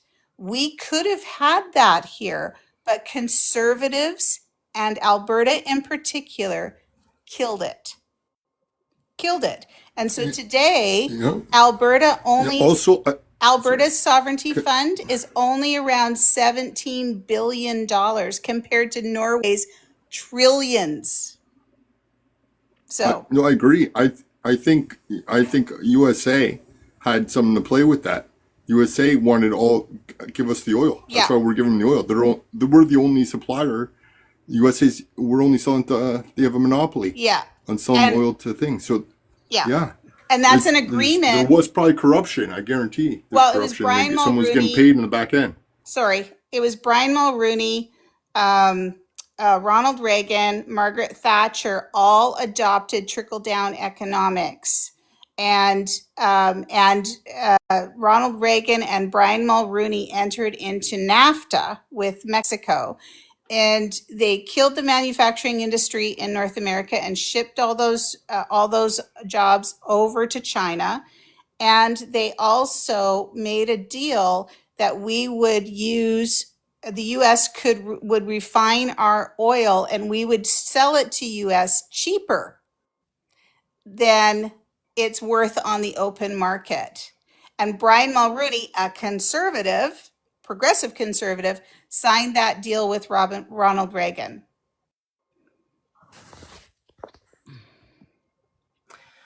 Okay, I'm gonna go back up to Caden because that was a lot of information for Caden to take in. Caden, what do you think of all of our responses? So I'm not going to downplay anyone. I understand that from what you've read or from some policies that you may not agree. So I'm not going to downplay that. I just want to, I will touch on everybody that, from everybody's comment. I'll try to get to everyone. If I apologize if I missed yours, just because it is a lot of information. But, so I just want to get the biggest regard, I think that's very false, and that's stated, is that Pierre is like Trump. And the reason why I say that it's false is that you have to understand Republican and conservative, they're both right-winged parties. So you have to understand they both have same ideologies. So that's one thing that you need to understand. And also that the reason why that they seem like they're very activist is because of pretty much, I'd say, COVID and what it's caused over the past years. And people have pretty much gone into desperate times of need. And people are willing to go to those extremes to look for help, right? I mean, it's happened in the Great Depression before, so, right?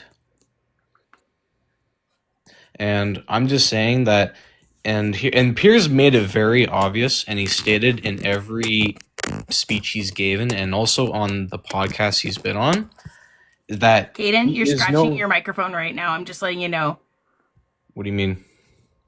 You were scratching your microphone on your phone. Oh, okay. Whatever you were just doing, shifting your phone around, was scratching your microphone. Oh. I'm just trying to make it pleasant for everybody's ears so we can hear you and not the scratching. Okay. Anyways, but yeah, no, I'm just trying to say, because you have to understand that when desperate times come in desperate need, you need people to step up and make bold statements, right? Now, that's not for everybody. I will agree. It's not for everybody. But for the people that are affected the most, those are the people that need that kind of help, okay? Now, I know you think I'm young and dumb because I'm 21, right? But I have a lot of Well, I'm gonna interject a little bit here, because you keep on saying that we have to understand, but collective, you're half the age of at least half the age of the majority of the people on the panel here.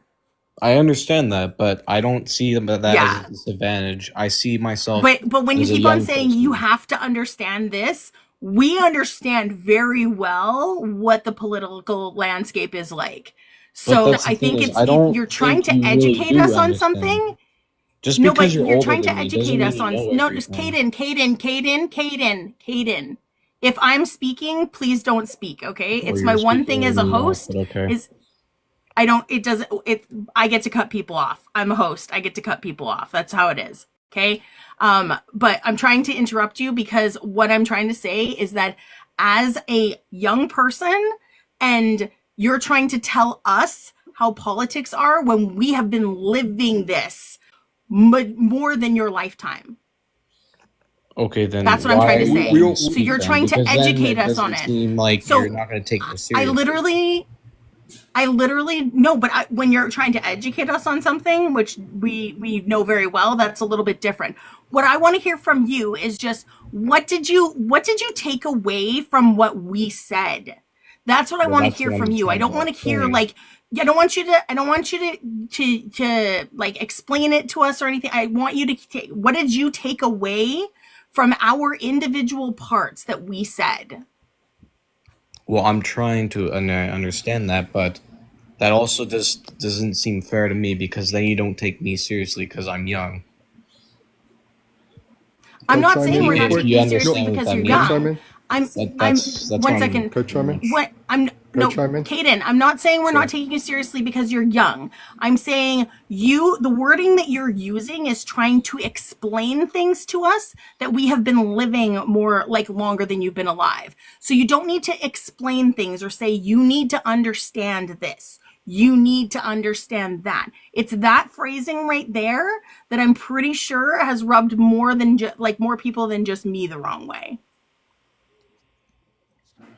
I'd like to chime in real quick. Kaden, yeah, we don't think you're dumb or nothing. We're actually happy you're taking interest in politics. Someone at your age, when I was your age, I did not give a shit. But I'm happy that you're taking thing, and I want to hear your opinion and whatever you have to say. I'm glad you're here. Continue. Yeah. Okay. Yeah. I want to hear facts coming out of your mouth, not and addressing things that we brought up, specifically not giving generalizations.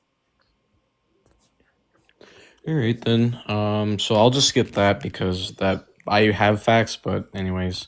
All right. So the next one I Tell us your will facts. discuss. Well, because here's the thing, like Trump, he supports America, right? Poilievre, he supports Canada. Yeah, Trump Okay. doesn't actually support America. Trump supports his rich billionaire friends. He doesn't give a crap about that's America. debatable, but I think he actually supports Americans. That's just my political view. Yeah, let him say what he's got to say. He certainly Yeah. doesn't. So, anyways, Oh, Pierre, he supports Canadians, right? And he literally stated, No. and he does, and pretty much what Pierre said was that, and I listened to one of the podcasts he was on, and he pretty much told me that, like, his opinions and what he thinks about Trump is that Which podcast?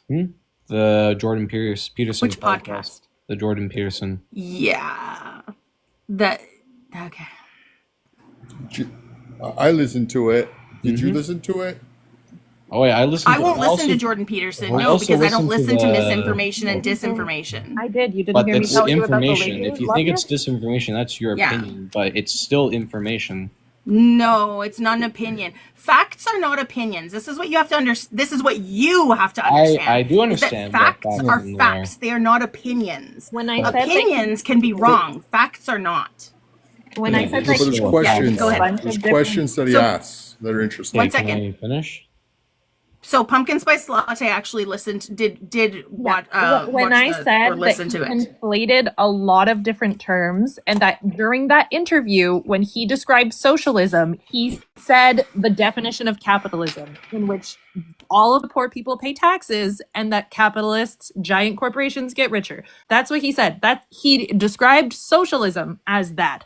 That is not what socialism is. That's capitalism. He described capitalism defining socialism. He also said that socialism, communism, and social democracy and liberalism and progressivism were all the same thing, and that they were all also the same thing as wokeism, and all of those things are different things. That is disinformation because he knows that they're different things because he has been a politician for 20 years. But that's not what he actually said, though. But those are literally, I listened to him say them out of I his don't think mouth. he did listen, though, because what he stated was He that said they're all in the order same for thing. the companies to get their tax break, and this is what I'm gonna touch on. So, what he pretty much explained is that people thought that when he explained that, oh yeah, I'm gonna give big corporation tax breaks, right? But that's not what he actually means by that. What he actually means by that, and you have to listen carefully to what he was saying, is that the only way companies will get their tax breaks, so to help their workers, is by incentivizing and telling them the only way they get their tax break is by giving their workers more money, and that's the only way they do it. That's exactly what he said, word for word, right up That to is what everybody's he face. said. That is not how that works. He could That's literally exactly just how use a he law said it. saying that the minimum wage is this amount, and then that would be the law, and then he wouldn't have to give them a tax break. But that's He- part of the agreement, and that's the same agreement he stated when he was talking He about the said that housing he problem. would give them tax breaks and that they would Yeah, have to and do their part. incentives, And and then but they Okay, would have to under do their part. condition. He said that he I'm would going to give them ask, see tax this thing breaks, right here, right above my head.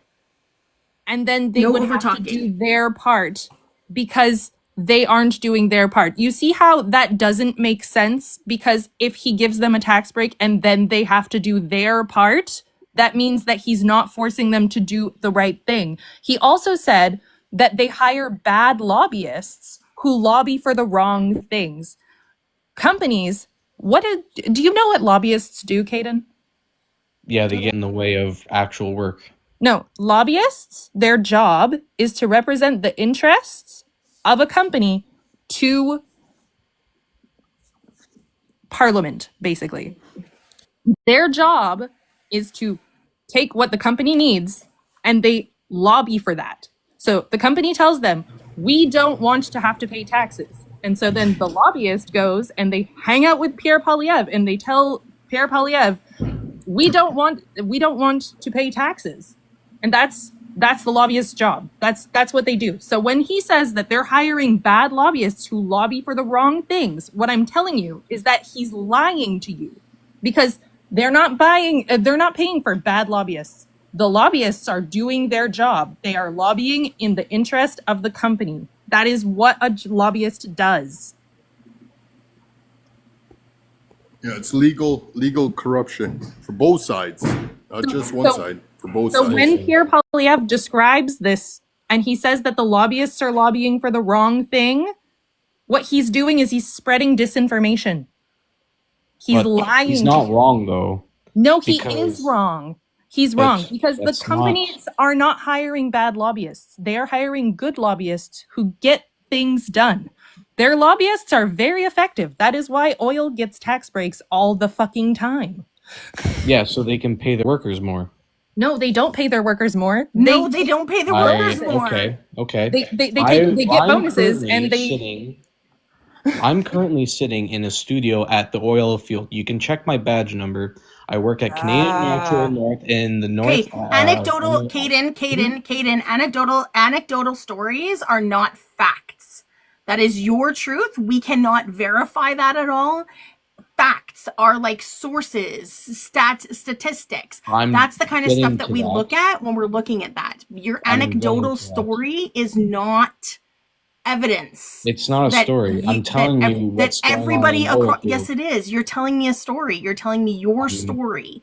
That's not statistics. So we don't use that when we're talking about factual information. We talk about across the board. The oil companies are not giving raises. They are keeping the profits and they are giving their CEOs bigger bonuses. So okay, can I just so I work at an oil field, and last month I received a 10% raise. Okay, so can you explain why? That's you yourself. That is not across the board. But that is. Again. They're all No, regulated it's under the not. same. That's Yes, one it is. company. Just a second, Nerdy. Just a second. Let me see if I can figure this out here. Are you saying that every single privately owned oil company in Alberta just gave every single oil worker in the province Probably a yes. 10% bump? Probably yes. You can't say You- probably. but Probably that's is not what a Nerdy's fact. that's what Nerdy's talking about. You can't say properly when we say we want to talk about facts, Caden. And look, hey, dude, I'm cool. Like I have kids your age. My oldest is 21. My next is 20, and the one after that is 17. And we talk politics around the table every night, and they are free to have their opinions and vote how they want. And we talk all the time. So I'm not ageist at all. I know that they are just people your age are just as tuned in and just as smart as everybody else. But you have to be careful not to conflate in these particular discussions. You have to be very careful not to conflate opinion with fact. And so when you say something like I got a raise, so that means everybody in the oil industry is getting paid well, that's not a provable fact. That is your opinion based on your own experience. So what I also want to point out too is that those oil and gas companies get millions of subsidies of tax dollars from the federal government and from the provincial government. They have abandoned oil wells all over that province that need to be cleaned up, orphan wells that need to be cleaned up, that are going to cost the province and the country millions of dollars. Also, when we're having these conversations about profitability and pay and stuff, we also have to look at productivity and where the money is going to. And when they're breaking in billions of dollars of record profits, that money is not going back down to the worker. It's going out the door to shareholders and in stock buybacks, which does not invest in the company, the country, or the workers. Those are the things that we're talking about here when we're talking about profitability and getting wages up and things like that. We're not saying that making money is dirty, but when you've got record profits and record payouts to shareholders while they're being subsidized with taxpayer money and productivity is low because they're not putting that money back into their companies and their equipment and their people for training, that's a serious problem. And that's one of the things that Mr. Carney talks about in his book. And also 10% is not that much. It's like nothing compared to Sure. $1 million. But over time it adds up, so that's one thing to keep in mind. Better than my raise. It won't happen soon. You won't get another one soon. But over time, inflation next goes year. up and your wages go down. You're probably not even getting paid what you're worth, the hard work that you do. It If you're doesn't an even oil out. rig Yeah. worker. Anyways, I just want to 1 second, and I'll let you continue in just 1 second. John and HBK. John, can I grab age, province, and political party that you're probably voting for this year? So I am 34 years old. I'm from Ontario, and I am leaning either NDP or Liberal. Okay, perfect. Thank you. And HBK, can I get your age, province, and political party that you'll probably be voting this year? Do I really have to give up my age? I'm older than you are. Approximate age? I'm older than I look. I'm older. I'm almost in my 50s. Okay, I'm 45, so okay. I'm older than I look. Province and political party, please. Province? I live in oil country. Alberta, okay. Yeah, and political party that you're probably... who are you planning on potentially voting for? If I had my choice, be none of them. I'd vote Trudeau to become 51st state, but I'm going to vote Pierre Poilievre. So conservative, okay. If I had my choice. Okay. Caden, I'll get you to finish off your HBK. I'm just going to mute you when you're not speaking because you have some crinkling background noise going on there. Caden, I'll get you to finish off saying what you were saying. Okay, so here's the thing about. Okay, I'm just gonna move on to oil companies because we can keep back and going arguing about it all night, and I'm not in it for that. So, and I'll just touch on one of the other ones I heard about was about the environment because I'm young and that kind of stuff. I'll just use the oil company for example, but anything that has a stack in Canada, anything that produces whether it's steam, carbon dioxide, whether it produces and whatever that is federally monitored by the government. So anything that has a pipe and if it gives it exhaust, like for example, like newer combines, all of them have a reader on the exhaust pipe that tells you anything that's commercially graded like that it has a reader that tells you how much like carbon is being produced, right? And one of the things that Pierre was stating that what he wants to do for the environment is he wants to, instead of taxing companies for that, they want to instead invest that in technology instead of just taxing it and hopefully having the companies to just stop making carbon. There's other ways to do it, and one of the more harmful ways of producing carbon is buying oil from, say, Saudi Arabia, because they don't have the same regulations as we do. Because you have to understand that not all of Canada produces the world's carbon, okay? Like, there's other countries that produce carbon way more than we do. And I mean a lot more than we do. Okay, but let's not compare ourselves to other countries. Like, let's work within our own parameters within our own country. I'm just saying, like there's like we can't just say, oh, we'll go carbon neutral and then the world's fine. Like you have to. It's more of a world stage than just one country. Yeah, and you're trying to compare yourself to Nordic countries earlier. Right. I'm talking about quality of life. But that's the thing is I was talking about political philosophy and going and basing it off of that. I'm not talking about carbon emissions. That's a different thing. That's totally different. But that's the part of the thing that is affecting the environment the most is like the greenhouse gas effect, carbon, all that stuff. Yeah. I'm saying that the most, not like it's not the only thing. I'm saying that's what's affecting the most about the environment. I'm not at my computer right now, but could you look up how much oil is naturally leaked into the oceans? It's like 400 million metric tons of oil just naturally leaking, which is causing pollution naturally. And we're paying this carbon tax for, it's a tax grab, just another tax grab. We shouldn't be paying this.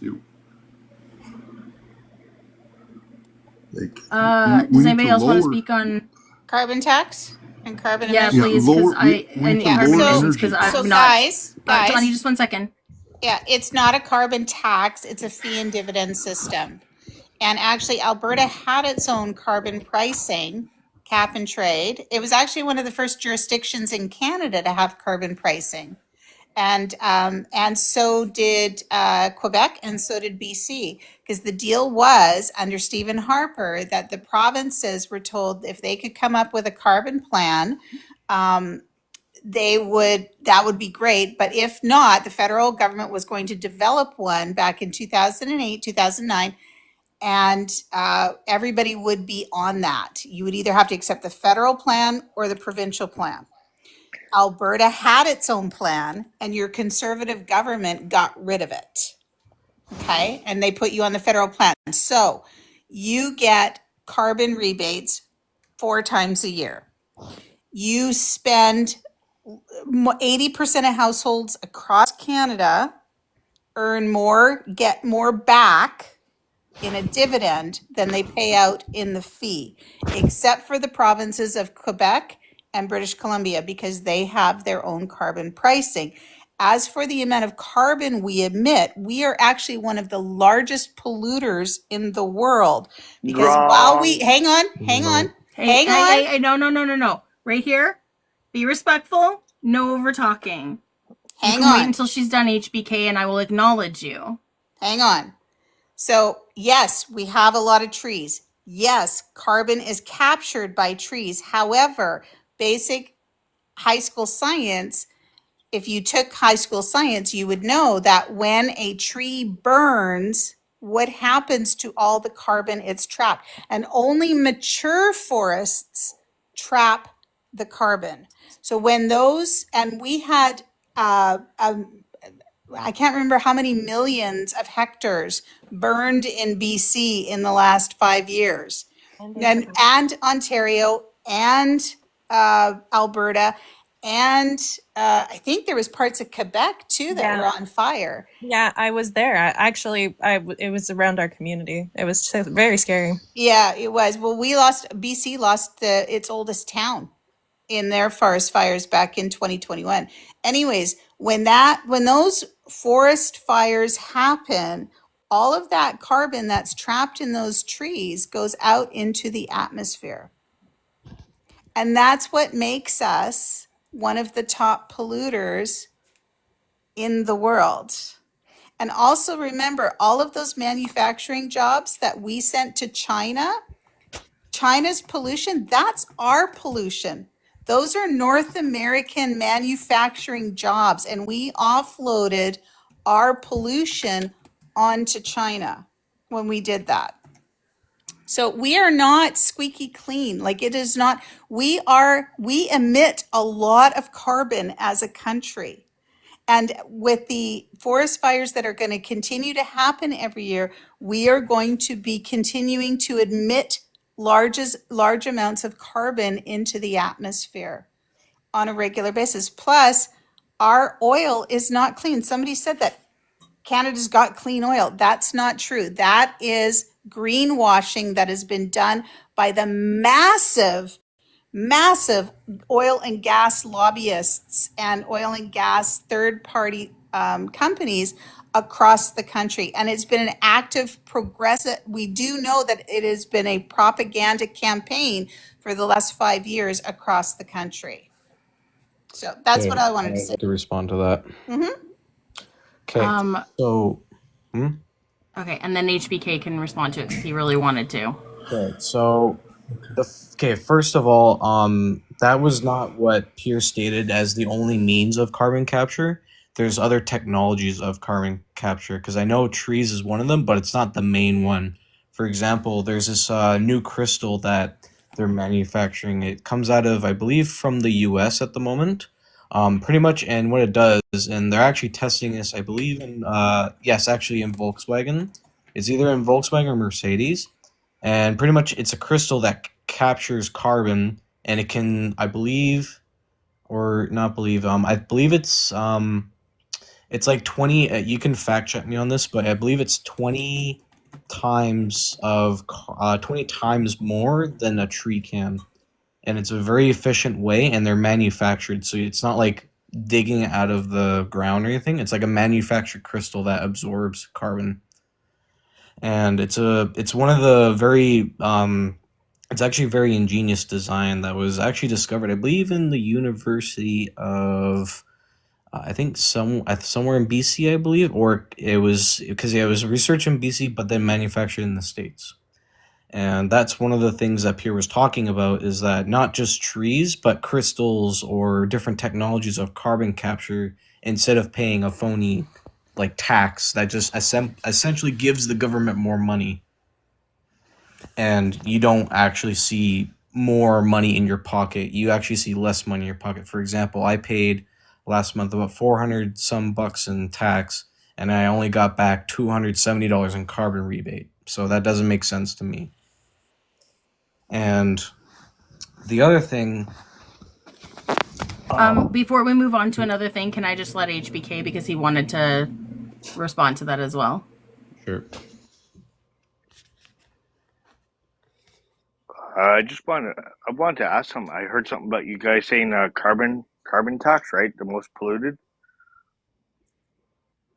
The what? The young lady was saying most polluted is Canada. Yeah, because of the forest fires. Okay, you better get your facts straight because I got something for you. Hey, be respectful. Listen, I'm being respectful. No, you be respectful or you're gone. Get your facts straight. That's nothing wrong. Get your facts straight. Your tone. It is China, United States, India, Europe, Russia, Indonesia, Brazil, Japan, Iran. Canada's the last. Yeah, you're being really aggressive. No, because Canada is number 11. Canada is number 11. I looked it up on the emissions by country. I work for your company, so does my buddy up above me. I know who he works for. I work for your company. He's an engineer, okay? Listen to him. He's not stupid. Listen. Nobody said he was stupid. You are left-handies. No. Why are you I'm not. No. Oh, that's not what I wanted to do. Oh no! Don't boot me up because I have something. Yeah, I'm going to, because you're being really aggressive and I'm not going to put up with that disrespect. Okay? So. Yeah, I agree. His approach was a little bit aggressive. Yeah, I agree. You gotta, if you're still in the chat, yeah, you gotta come a little bit relaxed if you want people to listen to you. If someone starts yelling at me, I don't care what they're saying. It's like, but yeah, there's new technologies being developed. Like they're working on it, and I wrote it down. Hold on. Yeah, forest fires. We release a lot of pollutants through forest fires all over the world. Also, are you all the oil that we sell to the U.S., is that part of our emissions? That all the 60% of U.S. gas comes from Canada. Are you putting that in your equation? Are we on the hook for those emissions as well? Well, what Pierre means by clean gas? Sorry. So what that would be emissions, is what I was saying. No, the emissions. Someone was saying about the forest fires. I forget who was talking about the forest fire emissions in Canada, because that's naturally happening. We're selling oil to the U.S. Are we on hook for those emissions, or the USA's on hook for those emissions? Because we're selling the oil. That's a real. So here's the thing with when Pierre talks about why Canada's oil is cleaner, and that's because it's due to how oil sands is processed. Unlike drilling is a very different system from oil sand. Because essentially what you're doing with oil sands is you're putting it on a conveyor belt to break it down. And then after that, you're putting it through water and different chemicals to clean it. And then after that, you take the sand out and you put it back into the environment, and then you take the oil out. That's how the process goes, where when you're drilling into the earth, and you're pretty much leaving a well there, and you're just digging up pretty much straight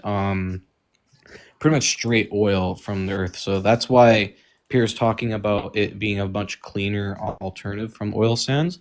And oil sands is actually a more efficient way of getting gas, because it doesn't just produce oil.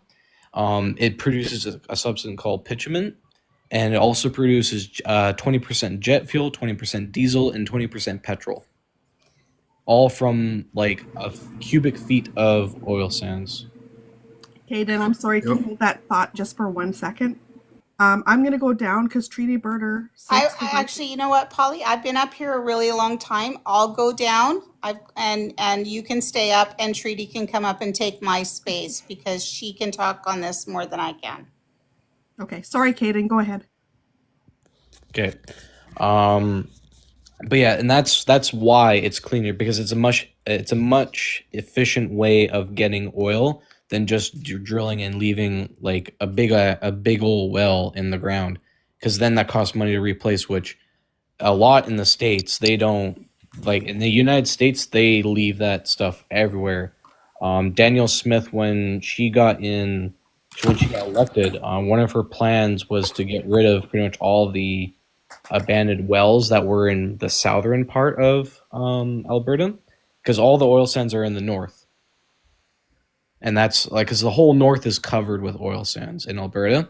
And that's the same with some of Saskatchewan and BC. There's some in there, but it's mainly Alberta. She didn't get rid of the abandoned wells, by the way. Yeah, just gonna say that. Look at it. Yeah, I'm looking at it. She right didn't. now. She didn't. It was Trudeau. No. It wasn't Trudeau. It was Danielle Smith's. It was one of her policies. I'm looking at it right now. It's very costly, I heard. It may have been a policy, but she didn't follow through. She did. She- She already no. took. She took out. No, 30% all of the it money was that gone. all the money that she got for them to take care of the abandoned wells, they were already supposed to take care of the abandoned wells anyway, okay? And then they were given more money to take care of these abandoned wells and still didn't deal with it. There's already 20% of them gone at the moment, and they're doing another 20%. You just said they were next all year. gone, and now you're saying 20% of Sorry, them are gone. Which is it? Like, I'm sorry. I meant to state there were already 20% gone, and next year there's going to be 20% more gone. So she's. All right, Treaty It is a 6. big process. It's a process. Treaty 6 would like to reply to that. Thank you. There's a lot to reply to. Okay, firstly, I just want to talk about that cleaning up of the orphan wells was funded through the site rehabilitation program, which was implemented under the Trudeau government to stimulate the economy in Alberta post-pandemic. So those funds were transferred from the federal government to Alberta. Much of it was actually transferred through First Nations as an act of reconciliation to help support the cleanup of those wells. But let's talk about oil sands and how clean production there. The cleanest production actually in the world is in like Saudi and places where there's deserts, because you're just punching holes in sand. You don't need a lot of water, you're not clearing forests, you're not destroying habitat, you're not changing the landscape. Here in Alberta, we do all of those things. I used to be an Alberta Environment employee. I sat at the tailings pond table. Alberta, Suncor, Syncrude, CNRL, Prosper, all of them up there. Imperial, none of them have the technology to deal with the tailings pond situation that we have in Fort McMurray. And they don't have any science, they have no way to deal with it, and they've just over-permitted and allowed that resource to be developed without any plan to deal with those tailing ponds. So now what they're doing is diluting and dumping into the Athabasca River. I was in Fort Chipewyan probably like 10 years ago now already, if not more. 6 people in 8 weeks died of cancers relating to those oil sands operations. And that's a really tragic loss to small, tight-knit communities that live on the land, that have watched their territories be completely altered forever, basically. And I know you're probably going to say, well, the First Nations are involved, and I know all of that too. They have no choice. Of course you want to get involved now, because where else are you going to be? You need to get some kind of benefit from the activities that are happening within the territories of your ancestors. So, and also per capita, we produce like almost more carbon than anywhere else in the world. And our carbon, so with regards to emissions to what we sell in the States, the emissions that we will calculate is up to the border for transportation. Once it crosses the border, then that becomes an American emission. And then when they burn the fuel down there, it's their emissions. But we're still creating emissions here, producing it with all the heavy equipment, and all of those oil sand mine operations are filled with heavy equipment. And yes, I know some of them are becoming electric and hybrid, which is a wonderful move, because these companies also know that carbon or climate change is going to be an issue that they're going to have to deal with in the future. Then they were starting to get ahead of it until government started going back and forth about policy, and then it gives them uncertainty. These companies were willing to invest big in reducing their carbon footprint, but because nobody's really making them do it, now they're teetering on it. And I know that there's the Alliance Pathway project that's coming, which could store carbon underground, but that's not a proven technology. It's costly, and we don't know what the long-term risks are. And then we have the added layer here about our environment. That Athabasca River has been impacted by those oil sands operations since the 70s. Our First Nation people up there and the Métis people are seeing fish that are unwell, that are seeing deformities, that are diseased. Nobody can go out and drink water anymore. They used to drink water off the land there at one time. So there's a lot of complexities to this issue, and I really appreciate that you've given me an opportunity to share some of what I know. And I hope that, I hope you're safe out there, and I want you to know that the CEO of CNRL made $17 million. And that's off of your hard work, my friend. I'm very aware of the CRL. I actually work at the CRL plant. I work at Horizon. So I understand that. So from my understanding, the related cancer deaths they weren't actually caused by cancer. They were actually caused by H2S because the workers weren't wearing the proper equipment. And sometimes the training there can be a little lack-some, which is caused by some corporate greed, but is also just because just lack of properly trained, which is a problem, I will admit. But that is something that's not really cancer related. It's more the H2S related.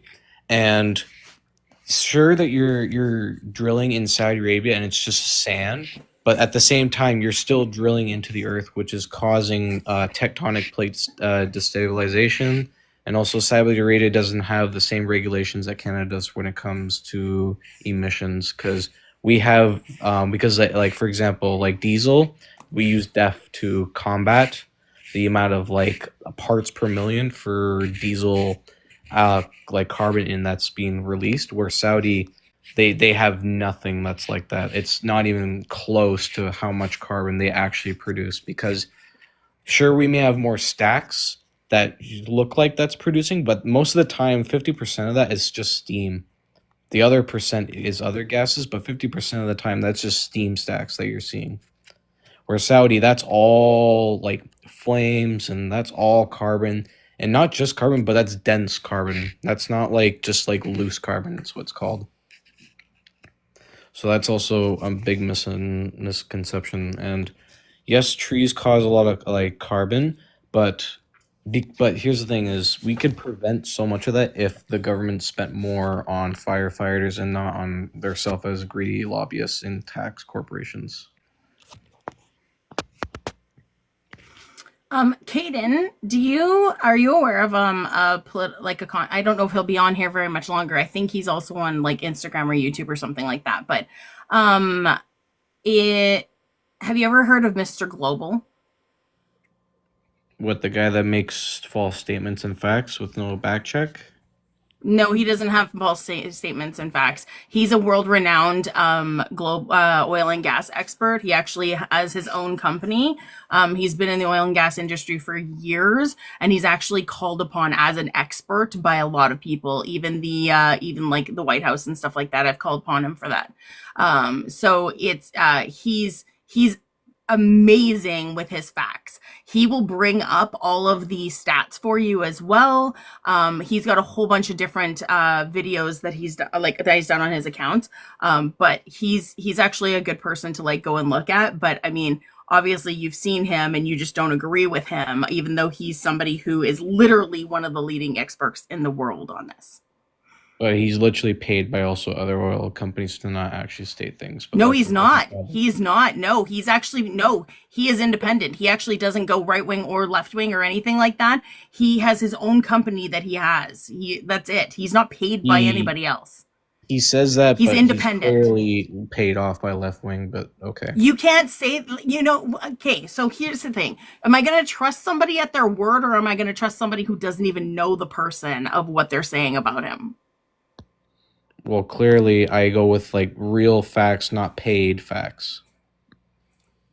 You're going with propaganda. So. You can actually verify his you can verify his pedigree. He is a Googleable person. Yeah.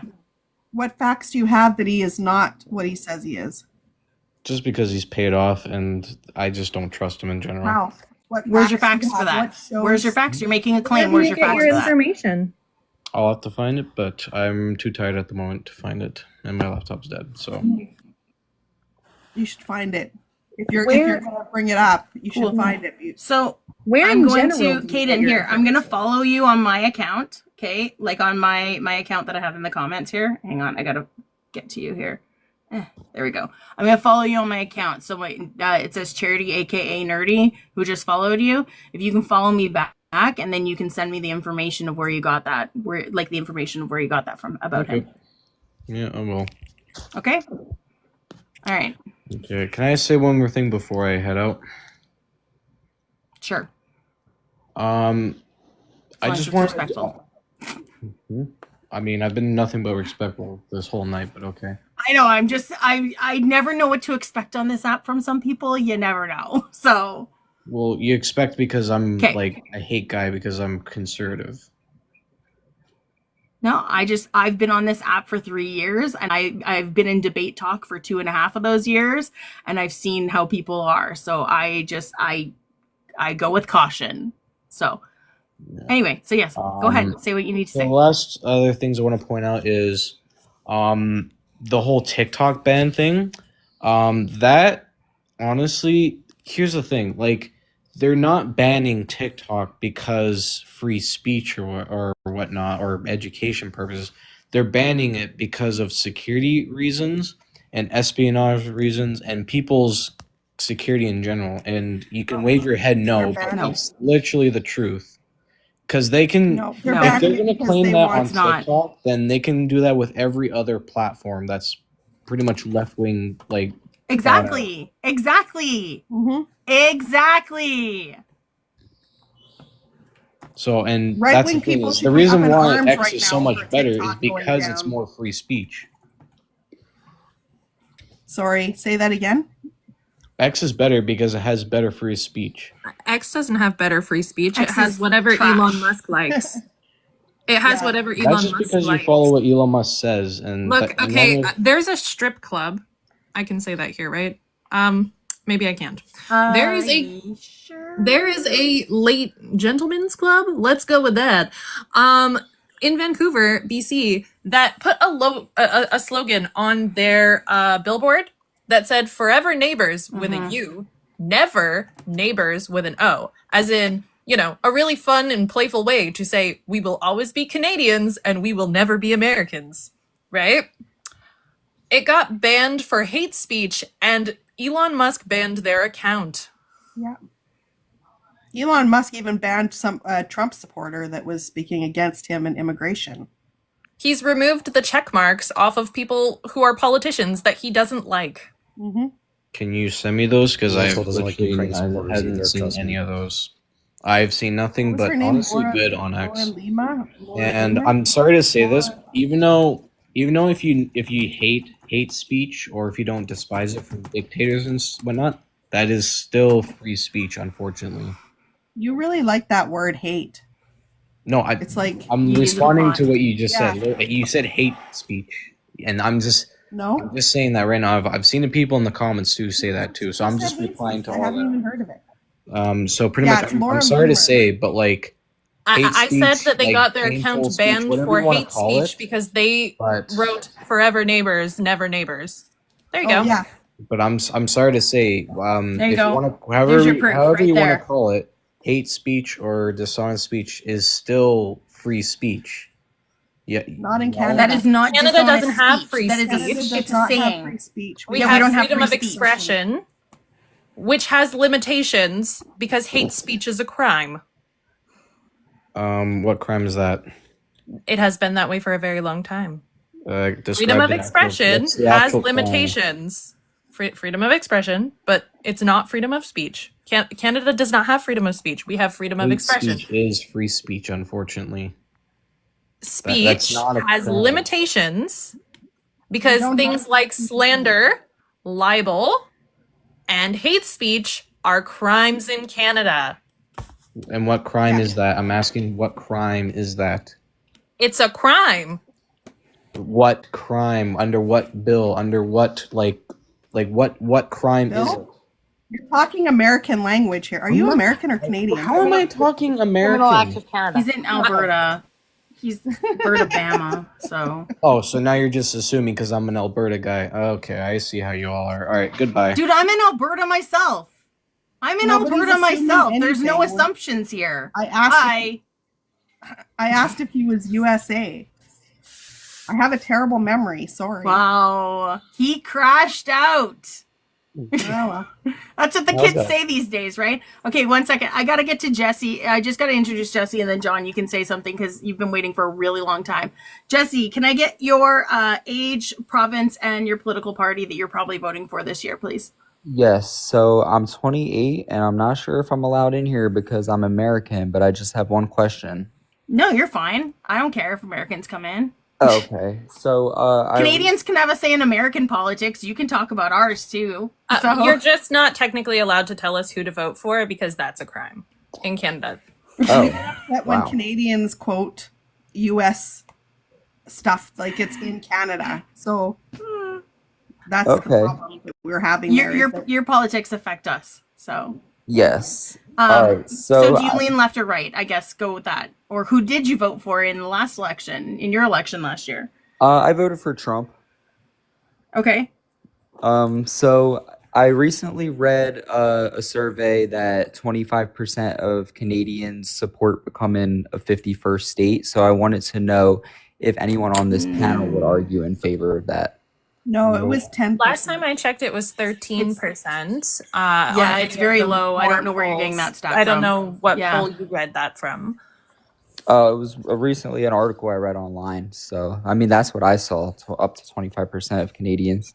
Well, I mean, it's been a steady about 13%, roughly, in every poll I've seen.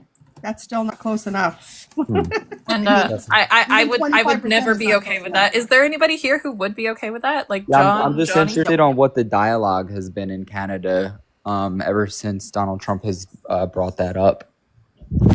A very huge rise in Canadian pride in being Canadian.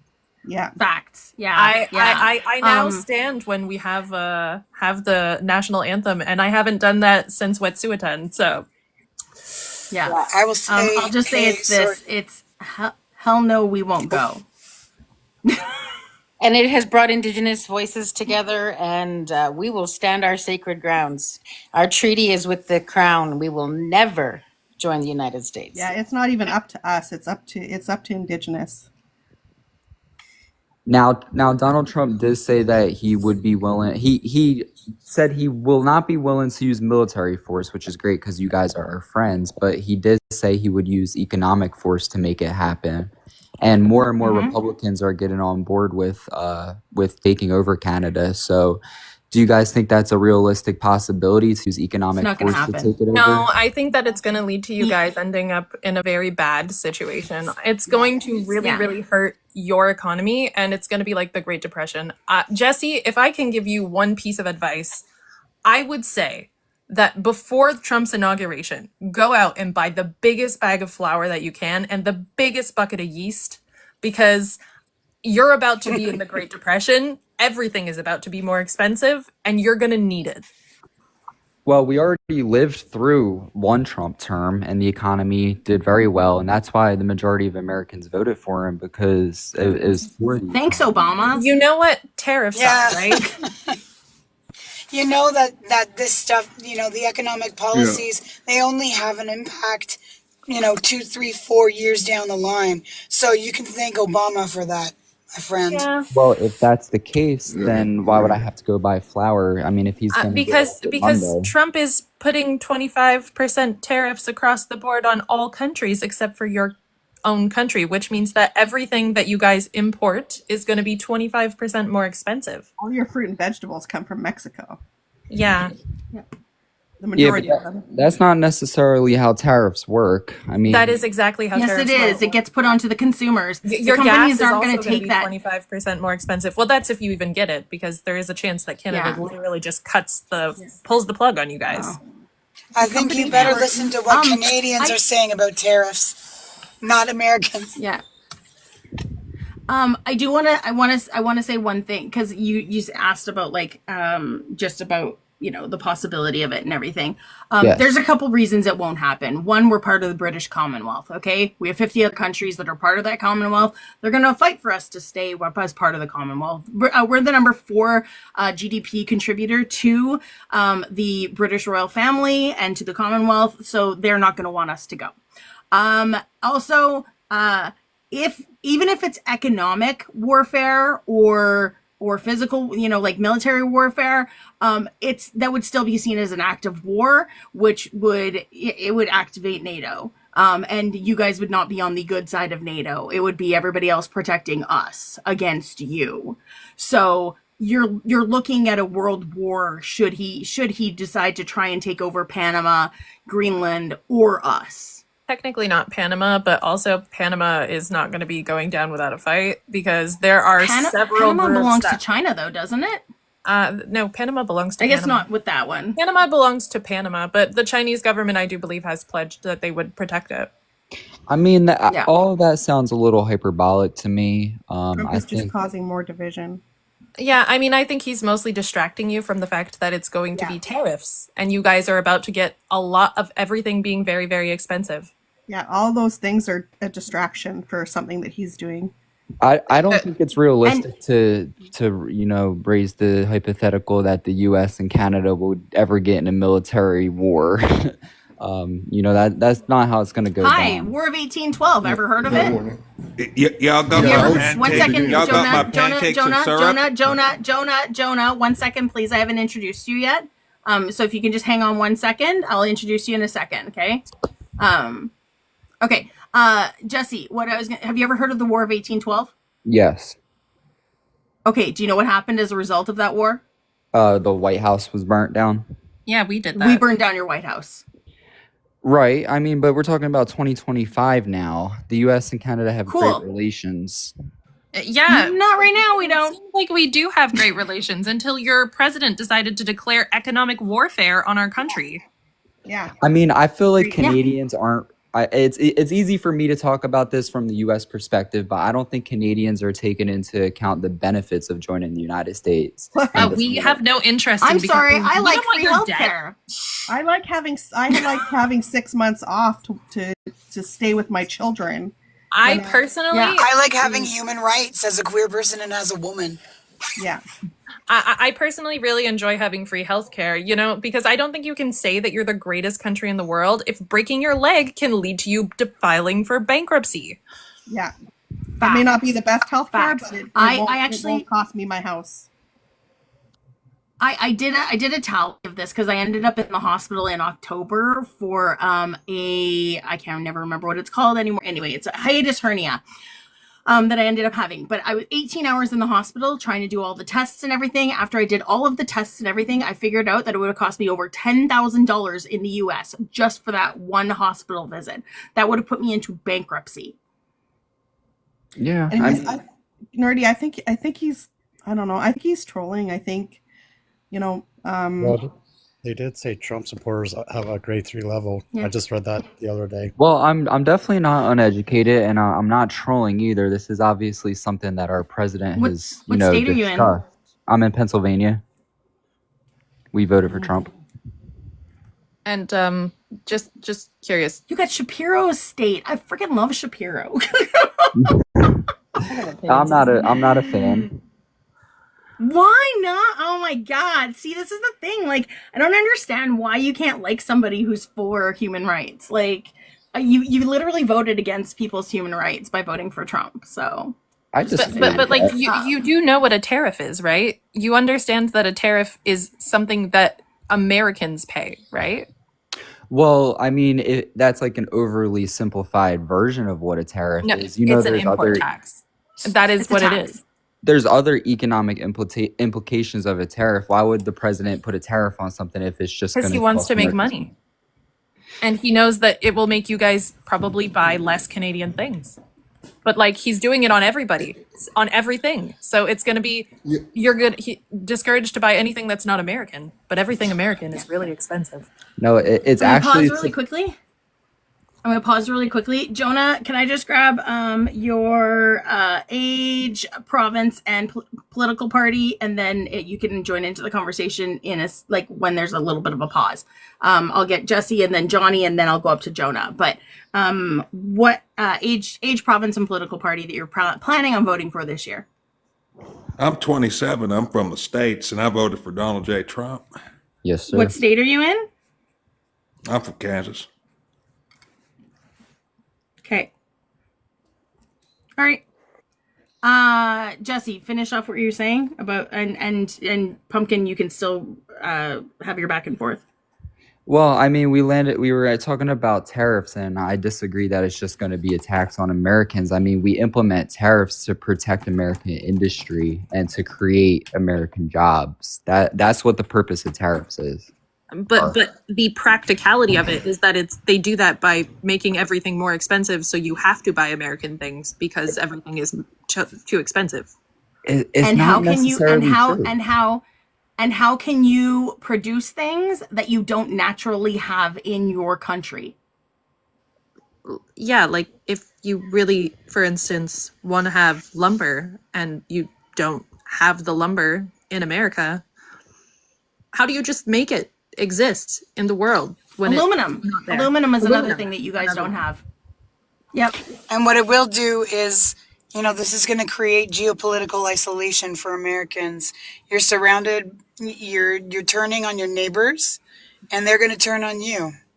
Because when we diversify, you guys aren't going to have those things anymore.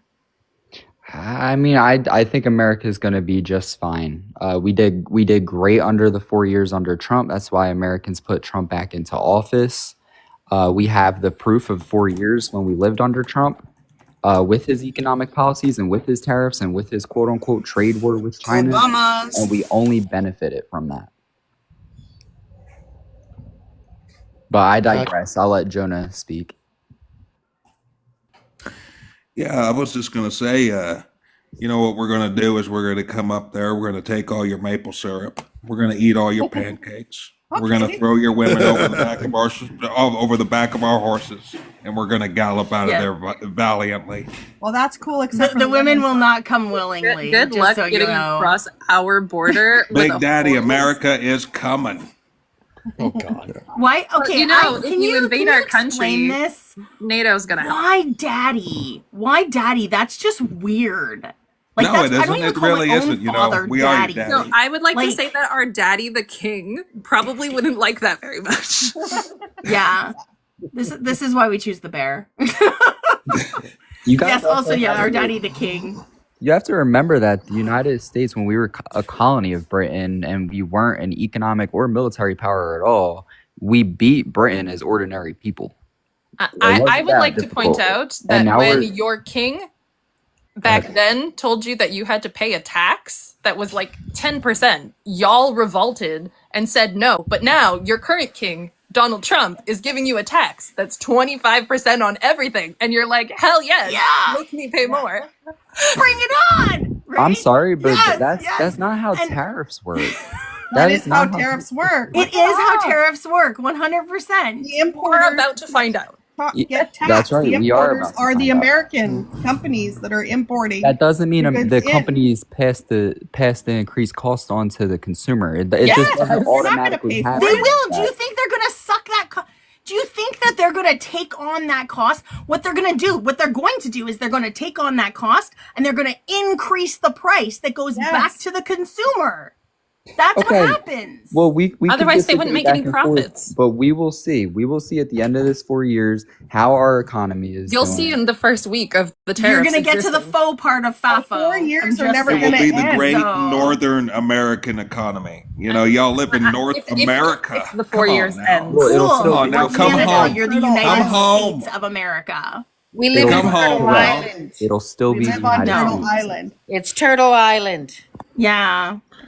Facts. It's Turtle Island. After annexation, where should I? What property should I buy first up there? Where should I look at real estate? So Jonah, question: do you have anything productive to add? Jonah, do you have anything productive to add to the conversation? Well, I think it's just all a hilarious conversation. It's not really going to happen. Yeah, that's what's not going to hilarious happen, is but that he's voting it for would be awesome if rapists. it did.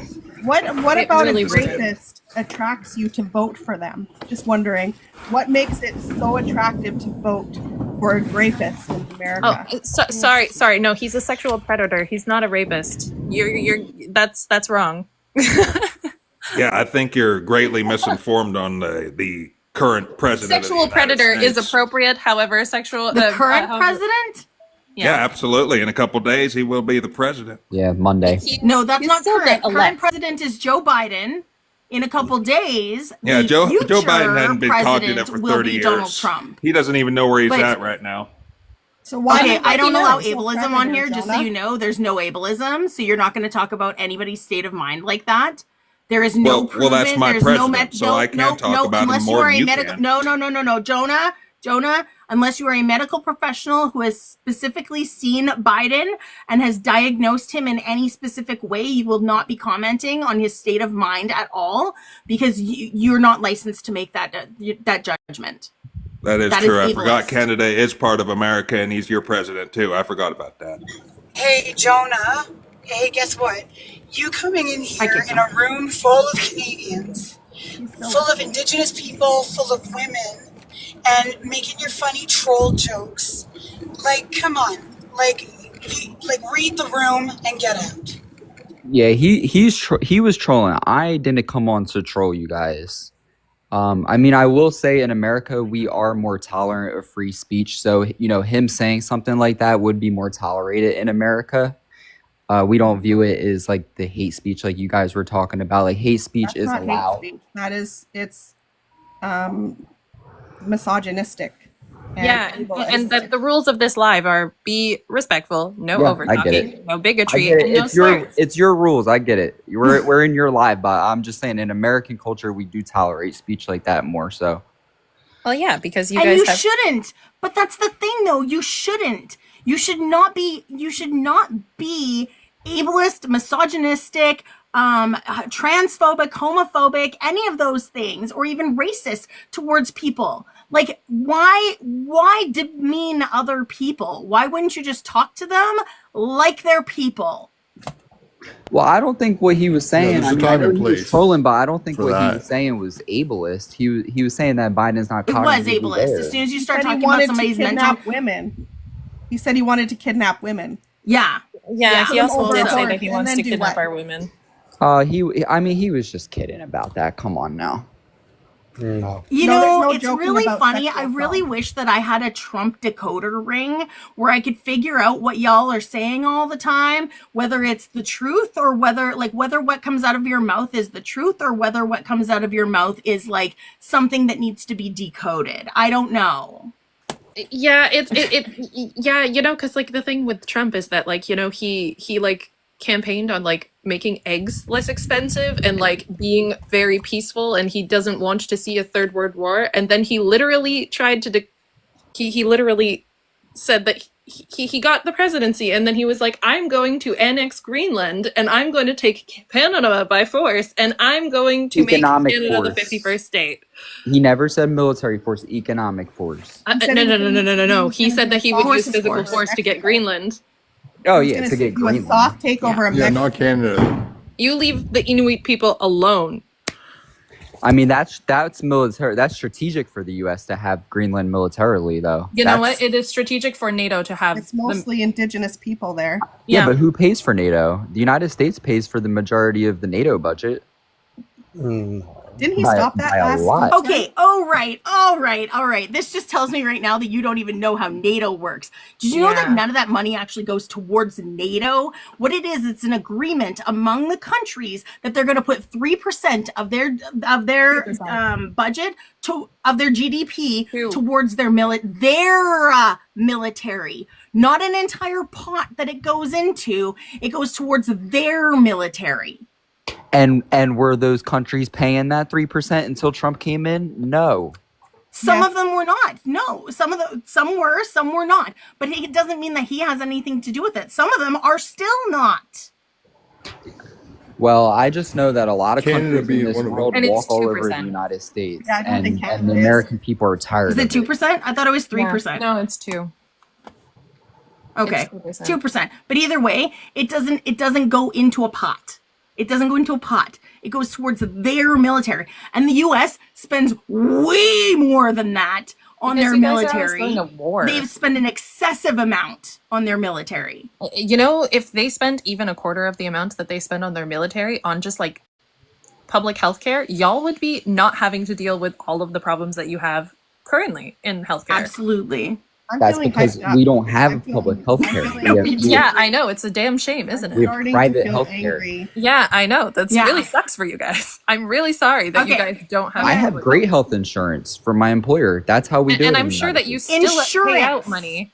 You still Insurance. pay That's money different. into that insurance. I know it. Facts. It's probably okay, like one second. $7,000. Don't talk to me like that. Can I get your age, province, and political party, please? Yeah, so I'm planning to vote for Paul Poilievre.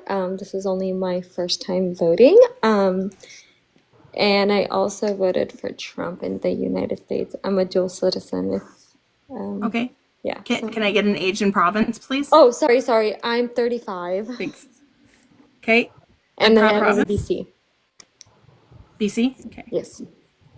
Thank you. So why conservative? Just curious. And his Why name is conservative? Pierre Poilievre, sorry, Well, not Paul. in general, I'm a little bit more conservative, but to be honest, the main thing is kind of Trudeau. And I know Trudeau is like leaving and stuff, but I think his party is kind of responsible for like a lot of things that has been happening, especially economically. And I don't know. Such as? Such as? Drug problem here in BC. Pharmaceuticals. You can say pharmaceuticals. You can't say the D-rug. Oh, sorry. I was trying to say how like it's The just, spicy like, candy problem. Yeah. I say spicy medicine or pharmaceuticals. Okay. I call it candy sometimes. There you go. That's the word that I was looking for. You forget when you are not on a live for a while. I got off for like probably a couple of weeks, so you forget the TikTok language. Yeah, so Paige, I think Paige is correct on that because it is health, like that would be considered like a pharmaceutical thing would be considered a healthcare issue, would it not? Yeah. Or maybe it would be like falls under addiction, which is like a mental health problem, which should be dealt with mental health. Are you talking about street drugs or are you talking about pharmaceuticals. prescription? You can't say the D word. You can't say Oh, the D sorry. word. A little bit of dogs, both, right? Because they're like right now. Do any of you guys live in BC? Our BC Yep, right next panelists, to you. Yeah. Oh, okay. So Right next to you lives in you BC. must know, right? Like because like they kind of legalized it. It kind of like backfired a little bit, right? Like we started seeing a lot. They decriminalized it. There's a difference. It's still illegal. Yeah. It's still illegal. Yeah. Okay. Sorry. So when they decriminalized it, what they did is made it not illegal for people to have it on them. And the reason why they did that is because what was happening during COVID was that people were taking drugs and they were Pharmaceuticals. Sorry. They were ODing, and the people who were with them were not calling an ambulance because they were afraid that they would get charged for having pharmaceuticals on them.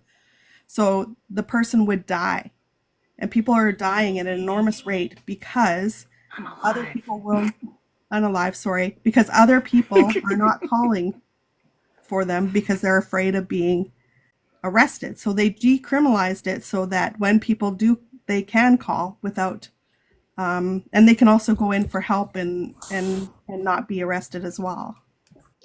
Well, I guess in my opinion, help would be like rehab or something like that in those lines. I mean, I get it, like the safe injection sites or. Don't. I mean, I get there. Have you ever been addicted to anything? Yes, I have. You don't have to answer. I won't. I won't. They said yes, they have. Okay, so yeah. So that's what I'm saying. Like I get like rehab, and I get like the safety injection sites. But I'm saying like what I'm trying to say, it backfired is because we saw only an increase of unaliving due to medicine. Sorry, I haven't been on TikTok for a while. I know, so I'm gonna having a be hard like- time with it too. So there, yeah, it's only increased since COVID. And not only it increased, but also we have young people starting to do it, like adolescents.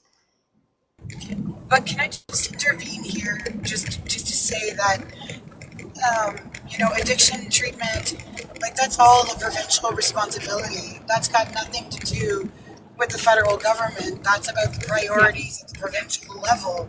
And so to zero in on Trudeau as this being something that he's done. Well, first, a lot of these drugs are coming from the States. That's one Pharmaceuticals. thing. So oh, sorry. Wait, what? Pharmaceuticals are coming from the States. It's I mean, not exclusively. wait, what? Of course. That's not But true.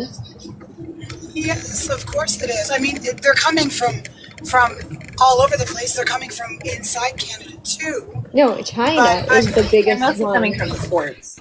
It's China. Coming is from the, the ports, for sure. Yeah. China is the biggest But one that's importing it to sure. Canada. Okay, can we let them finish? Yeah. I think just the thing here is just to remember that this is a provincial jurisdictional issue. Church has nothing to do with that, and so I'm just curious as to how Poilievre is going to solve that particular issue for BC when he's against harm reduction. I'm not really understanding that piece of your argument. So I'm just curious. That's all. Thanks. Well, that's why I said it's not necessarily Trudeau's fault. It's the party, the entire party, and unfortunately, we're But in it's that not, party, though. right? So You have an NDP government. You've had an NDP government for a long time. May I ask You're still missing the whole thing that it's not a federal issue; it's a provincial issue. no, I absolutely understand that, but like I said, like that's why I'm gonna probably vote conservative all around, right? Like Right. So your point still isn't making sense, though, is what we're saying, though, because you're blaming this thing that's a provincial issue on somebody that it doesn't have had anything to do with. That's what we're saying. And then you're just saying, well, yeah, that's why I'm voting conservative. But okay, it has nothing to so do with the what Liberal do you Party. guys think the main how should I state this? What is the government's job? Like why am I paying the government through taxes, obviously, to do what for me? But which level of government are you talking about? Yeah. Do you understand the difference between federal and provincial government? Yes. And I'm not saying that to be a Yes, jerk. yes. I'm talking about federal, obviously. I'm talking about federal, obviously. I don't know, like, who's gonna get that. But, so what is the point of me paying money into a federal government? What do you guys think is the main thing Well, if you're or voting main job that they need to be conservative, doing? if you're voting conservative, then I'm assuming that the main thing that you want is that we have less services, we have less public safety net, and that companies become really rich because we gave them tax cuts. No. So I think because that's what happens when you vote in the Conservatives, because that's what Pierre's platform is all about. And he plans on also increasing the amount of people going to jails. And I don't know how he plans on paying for that, because he plans on cutting taxes. And it would cost more to house people in jails, because it's really, really expensive to jail people. And we would have to build more of them if you were going to do that. And I don't know where he's going to get the money, because he plans on cutting the taxes. So I'm going to ask a really simple question to you, Don't Talk, is why are you voting for Poilievre? Give me one policy or one part of his platform that is the reason why you're voting for him, and without mentioning Trudeau. Okay, I just want the streets to be cleaned out, to be honest. Like, I just want less homelessness. I want people to be accountable for the things that they do, and I want the candy problem to go away. So you And realize that the government is actually responsible for the majority of houselessness, right? Yes, I understand that, but if I could finish my sentence, I think that the government is responsible to be able to take care of us if the provincial are not doing it.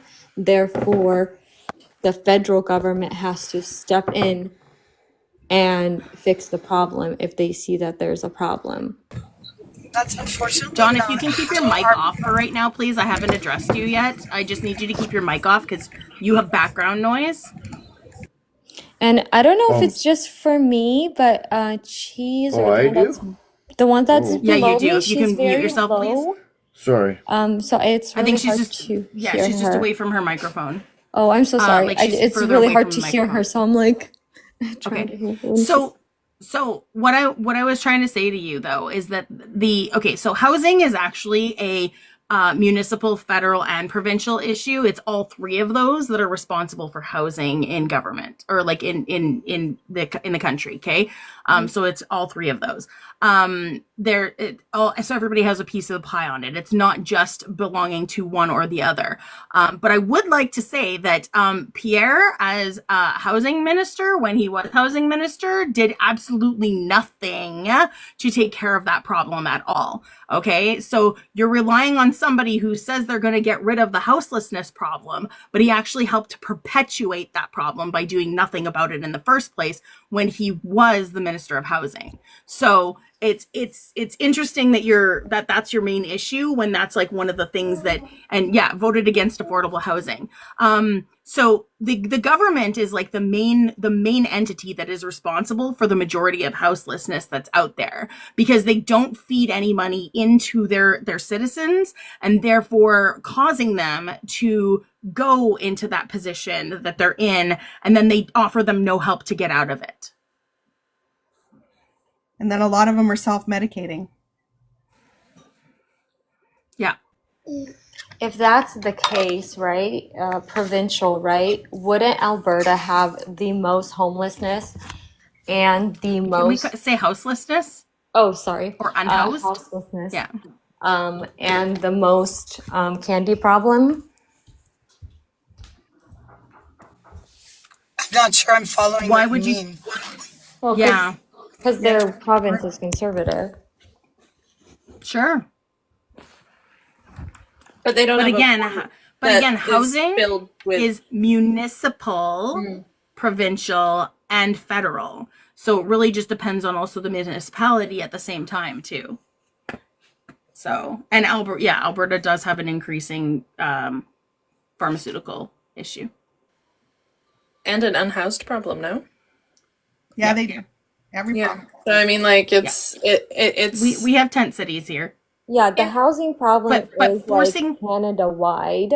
So that's why like that part Right. I would say because it's Canada-wide, So I would what would you blame what would you Liberal propose Party as a for that one. solution? What would you propose as a solution to dealing with the unhoused people? First of all, build more houses. Second of all, have people actually able to buy housing.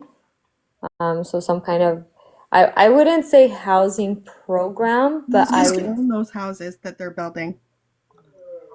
Yeah. The people that live in Canada? so you said housing program, so you're thinking like a program where there's like a subsidy where people can afford to pay for their houses, right? No. I think there should be like less red tape around the housing so people could actually build those houses. Maybe somehow fast track them. Like, for example, like I work in this industry. For example, like if you're doing like siding or something like that, there's so much red tape where it's like they first have to check the house around you, and then in the middle of the siding project, they have to come out and check again. and all the like. 1 second. Is somebody are you laughing at me? Yeah, they're laughing at you because what you're saying is basically deregulation. And do you know why regulations are put in place in the first place? No, so what I am saying that like to get No, that was my question. So that's what you're talking about. Is you're talking about deregulation. No, that's not what I'm talking about. If like I said, like if you wouldn't like start laughing, you would hear what I'm trying to say. So there's 3 times that a person has to come out here and check, right? Which I'm totally fine. Come out and check, but it could take like here where I live, it could take up to 2 weeks for somebody just to come out here and check, even though they know ahead of time. So they need to either hire more people so they have enough people coming out and checking these houses, or like something to make sure that things get fast. Like they know that just like approximately like we send them a letter saying that a siding is going to be put on a house. Okay, I am going to cut you off here. I am going to cut you off because I think I know where you're going with this. You know what I mean? You're talking about inspections, right? You're talking about inspections that happen. Yes. Okay, so what would happen if they did an inspection and they did the whole house and then they did an inspection and they found something that could have been fixed had they done an inspection prior to that? But and then now they have to like go back and it would affect other things that had already been built and put into place. I am not saying that we should not have inspections on a house. I didn't say that. I am saying that. But we're talking about housing though, and then you're talking about red tape around house building. It takes so long for just like for example, like for a house to get built, it could get built in 3 months. Because of all the waiting, and like I said, I don't know why it takes so long for people to get out here just to look at a house, make sure everything is done that the city has to come and look at it, and the city has to approve what they're doing. I'm going to pause for 1 second, guys. I have to address something in the comments. Brian, no ableism in here. You've been muted for a minute. I don't do ableism. So you're not calling anybody slow or anything like that. We don't do that here. So, okay. Before we move on, I have 1 second. Before we move on, I have 2 other people that I haven't introduced on here and I want them to be able to speak when they can. And also John has been sitting very patiently on here for at least half an hour and hasn't had a single word said yet. So, the John that's up top here. So give me 1 second, John. I have to introduce the other John, and then I don't know how to say your name, so you're gonna have to tell me how to say your name. So John down at the bottom here. Can I get your age, your province, and your political party you're planning on voting? Well, I think I'm 45. Okay. I'm from Ontario, unfortunately. That's unterrible at this time. Yeah. It's been very, very cold in Canada, like in Ontario, actually. It's been very cold. I just need your political party, John. I just need your political party because I have to talk to somebody else. I have to talk to somebody else first. I have to talk to somebody else and get their information from you. So this is what I need from you right now, and I will get back to you afterwards so you can say something. But other people have been waiting very patiently as well. I don't really actually have a political party. Do you know who approximately you're going to vote for, or are you undecided right now? I'm legit right in the center. Quite frankly, I dislike all of them because they're career politicians, and we need to go back to where it was. And it was maybe it's just a good guy from the city, good guy from the society. These are career politicians that we have now. Okay. And John, it's been so cold. John, I'm going to interrupt you. John, I'm going to interrupt you, okay? Because I really need to get on to introducing somebody else, and I will get back to you afterwards. Go ahead. But the other John up top here has been sitting here for way longer than you've been up here, and I really need to give him a chance to talk, okay? You go ahead. Okay, thank you. All right. I don't know how to say your name, so if you can tell me how to say your name, age, province, and political party, please. Hi. My name, you can just call me Raven. Raven, Kate. That name that is there is Gui. It's just Raven in my language. But Okay. I am not voting for PP. I am currently doing my research right now. I am unsure. I'm leaning towards the Orange Party, but at the same time, I want to see who ends up in the Red Party. So that's where I stand. Yeah. Okay. And age? 31.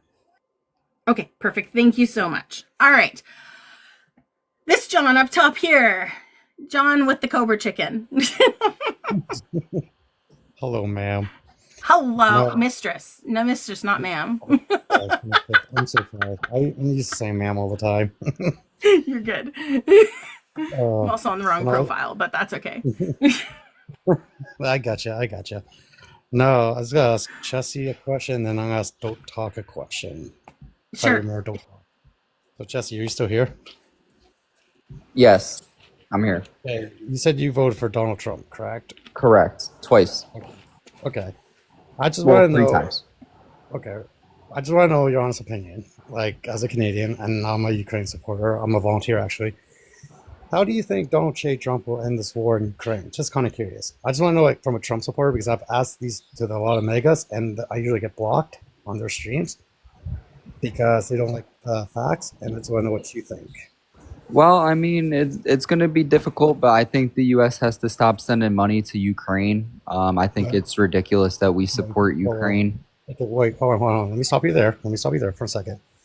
You're not really sending money to Ukraine. You're actually sending what's called Russian frozen assets, and you're also sending oil weaponry. So that's false.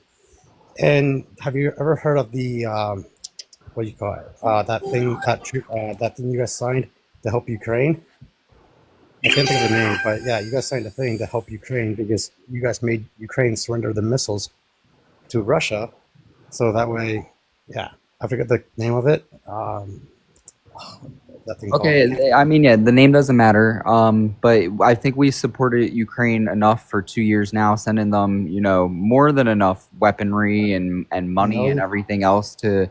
I mean, if we weren't supporting them, they would have lost by now, a long time ago, probably within weeks or days. So I think we honored that treaty. You're not the only country supporting them, right? Like, there are other countries out there supporting them.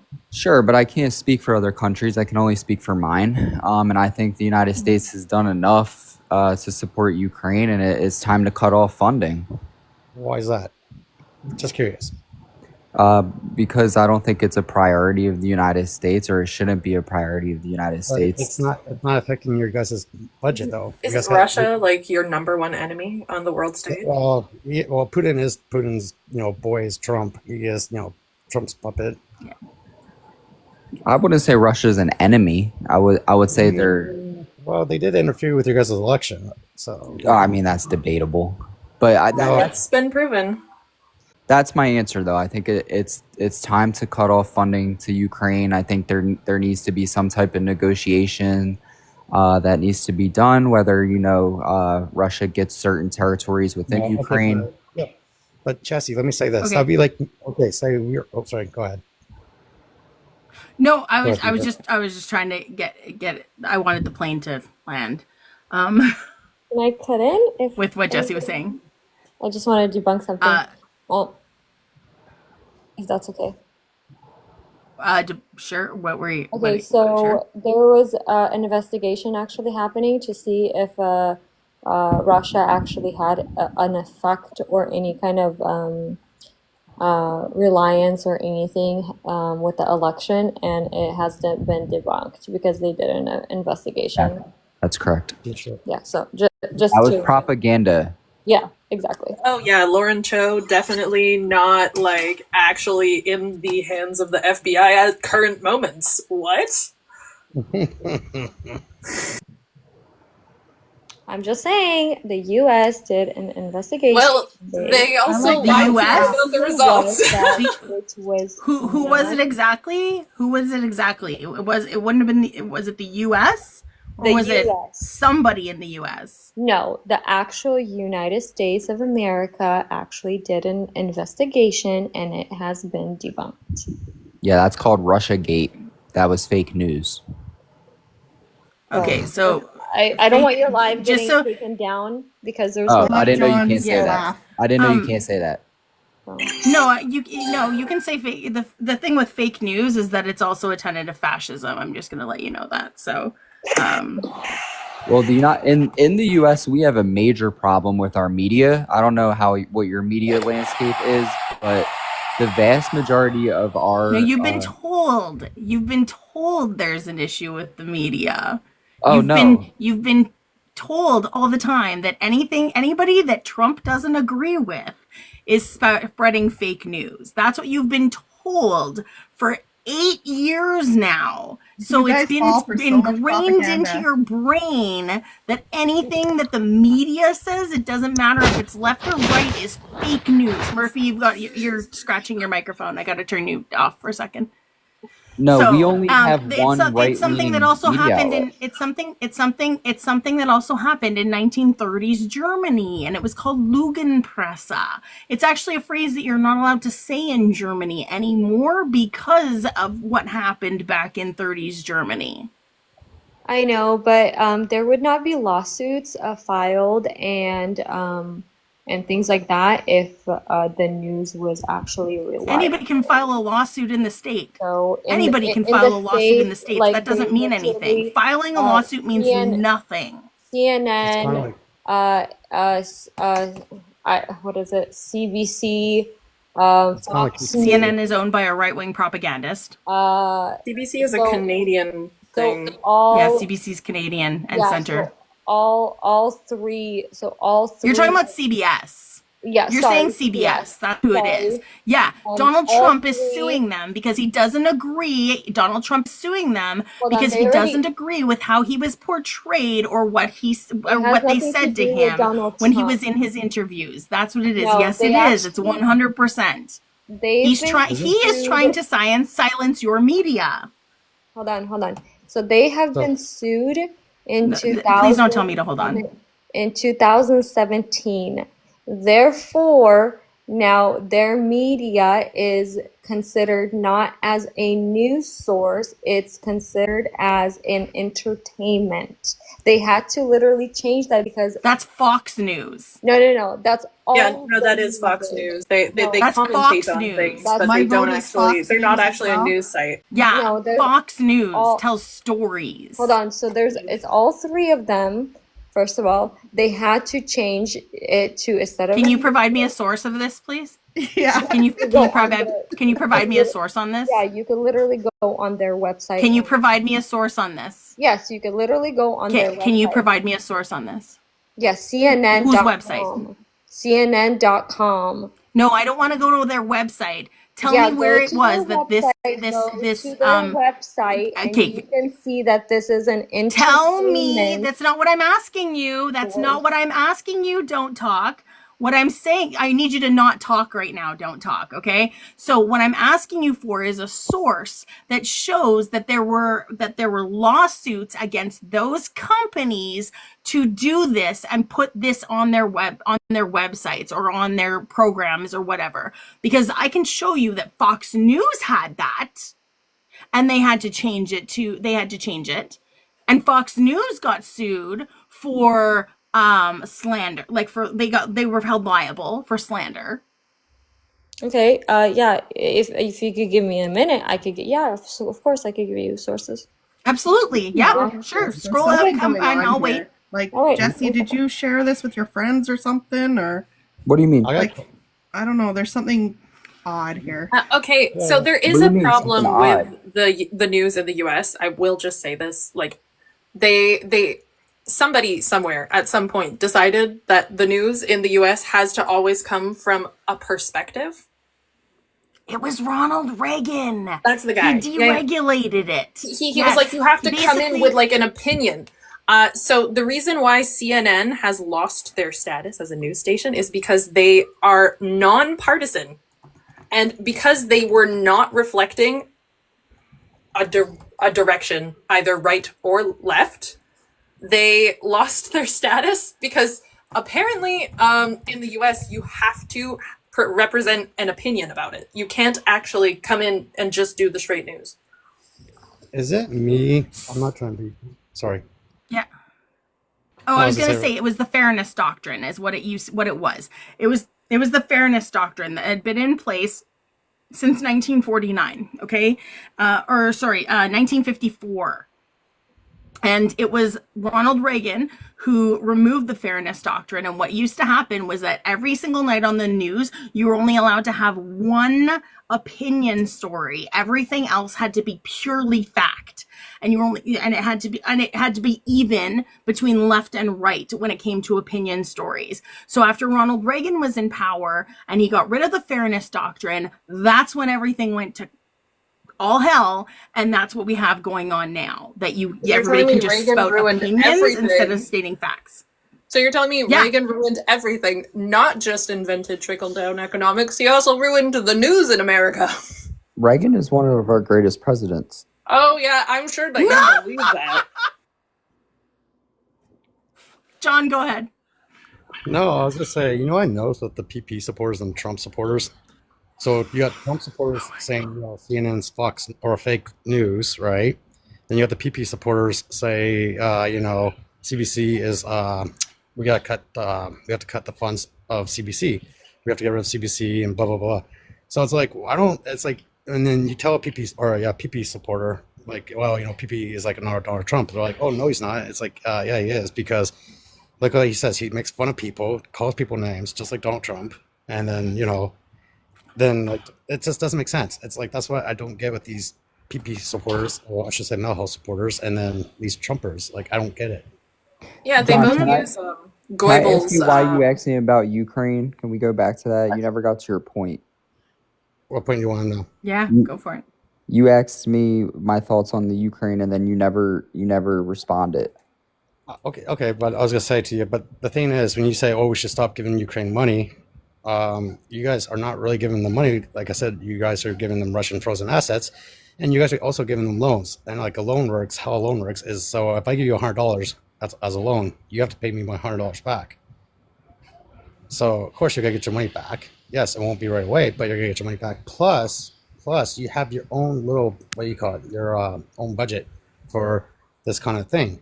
So you're not really going into your funds of what you guys say down there in the States is, oh, well, there's homeless people here because, those are not homeless people. Sorry, my bad. People that have to, unhoused, my bad. And you guys say this stuff, but really it's not affecting, we have the same problem up here and people are saying the same thing. Oh, it's because we're helping Ukraine. No, it's not that. It's not that at all. Are you Ukrainian? I see. Is that a Ukrainian flag and a Ukrainian picture? I am actually a volunteer. I've been helping Ukraine for the last 3 years. I've helped Ukraine get vehicles. Okay. So you're probably extremely biased I'm Ukrainian. on this topic. Yeah, no. Okay, so the source is, sorry, did I interrupt? Yes. Okay, sorry. I thought he was done. Go ahead. No, sorry. White coat. So no, I'm not biased. Why would you say I'm biased? Just curious. Just because he supports something doesn't mean he's like. So Jesse, that'd be like me saying, "Oh, you drank the Kool-Aid from a cult leader." How would you feel about that? What? What do you mean cult leader? Yeah, you're biased because you're a Trumper. So 80 million people are in a cult? Is that what you're telling me? No. 77. It wasn't 80 million. Well, I'm just rounding. I'm rounding up. You can round numbers. Didn't say you were a cult leader. Don't call yourself out here. No, I'm saying. And actually, the majority of Americans total did not vote for Trump. Just so you know. But the majority of voters voted for Trump. He won the popular vote. No, not even the electoral. majority of voters. No, because if you take into consideration all of the independents and all the people who scrapped their votes, and then all the people who voted for Kamala, that actually is more than the amount that Trump got. And how do we know that election wasn't stolen? Because the last one was. So what makes this one so legitimate? Oh, there were definitely there were irregularities. Trump definitely won by a larger margin. He definitely won by a larger margin, but That's it was why just Fox News got sued right out their butts. It was just Yeah, so for the last overwhelming one. this time that he still won, but he should have won by a larger margin. I'm hoping we can hear from Raven, actually. No. Can I say my source really quick? Yeah. Before I forget it? Okay, 1 second. Well, she gets that really quick. I want to ask Jesse one more thing really quick. So Jesse, one more thing before don't talk says show us her resource or source. Sorry. So would you rather have? Let me ask you this: would you rather have boots in Ukraine, like soldiers from America being in Ukraine, like have a World War III conflict with Russia? Just curious. I don't view it as one or the other. I think. What is it? Would you rather have boots I don't view it together? as one or the other. I think there's territories within Ukraine that can be given to Russia as a negotiation Okay, to but end this conflict. Jesse, okay, hold on, stop for a second. So say Jesse, just say this for 1 second. Say So it's us. NPR.org. So Jesse, say Canada's Russia. Just say we're Russia, right? And you guys are Ukraine. So say we come down to you guys' country. Say we take California, we take all these states. How would you feel? Would you want to fight for your country to get your states back? That's not the situation. These territories in Ukraine were previously a part of Russia. Was California ever a part of Canada? They were not. They were not. No, they were not. They have Soviet Russian. Union is not Russia. They have Russian-speaking people. That's colonization, friend. That's called colonization. Jesse, okay, so what? As Canadians have French, what's that mean? We're part of France? No. Well, there you go. So Ukraine's Ukraine. No, there's territories within Ukraine that were previously a part of Russia. Jesse, just seriously, man, do some research. Look into Ukraine. Ukraine's been Ukraine since before even became independent. The problem is that liberals have now turned into warmongers. That's why in this previous previous election. Oh my God. Okay, we're done with you, Jesse. Hi, Jesse. Okay. All right. Bye, Jesse. All right. Don't talk to me. I need your full source because NPR, I don't know what you mean from NPR. And don't forget, if I can't see you, I can't hear you. If you can't see us, I can't hear you. Yes. So npr.org, and actually I was mistaken. I'm gonna say it right. So it was a lawsuit, but it did not go to court because they settled, and the settlement was that they just had to put in their media that they are an entertainment source, not a news source site. Okay. But that's all. That's all it was. It's not a big deal or anything like that. But since we're talking about Ukraine, And it was because they were too nonpartisan. That was the reason why. Because they weren't giving. They were being too unbiased. Jesse, honestly, because you were going with way too much propaganda, and I can't with the misinformation and propaganda. I can't. I have other people who want to say stuff, and that's gonna it was too much. Okay. So John said that he wanted to ask me something before he started. Yes, John had a question, and then I want to get to Raven because Raven hasn't spoken yet, and then Murphy, I'll introduce you afterwards. Oh no, I forgot I was gonna ask now. Go back. Okay, go to Raven, go to Murphy, and if I remember, I'll type it out and then I'll put my hand up again. Okay. Write it down. I have a notebook right by me. I have a notebook by me the whole time. Okay. Sorry. All right, Raven, what would you like to add to the conversation, friend? Okay, hopefully my dog's not too loud. My pug is 14 years old and he has this cough and he's loud, so hopefully he's not too loud. But what I did want to say was comment on Don't Talk to Me. I think that's what the username is. I wanted to comment on Just call me Don't. Okay, Don't. I wanted to comment on what she said about the unhoused people and getting people cleaning the streets, basically. Yeah. So to clean the streets of the unhoused that just irks you apparently, first we need to provide proper resources and housing. We continue. I come from Vancouver, so I'm very familiar with the downtown east side. I volunteer down there. My brother was down there.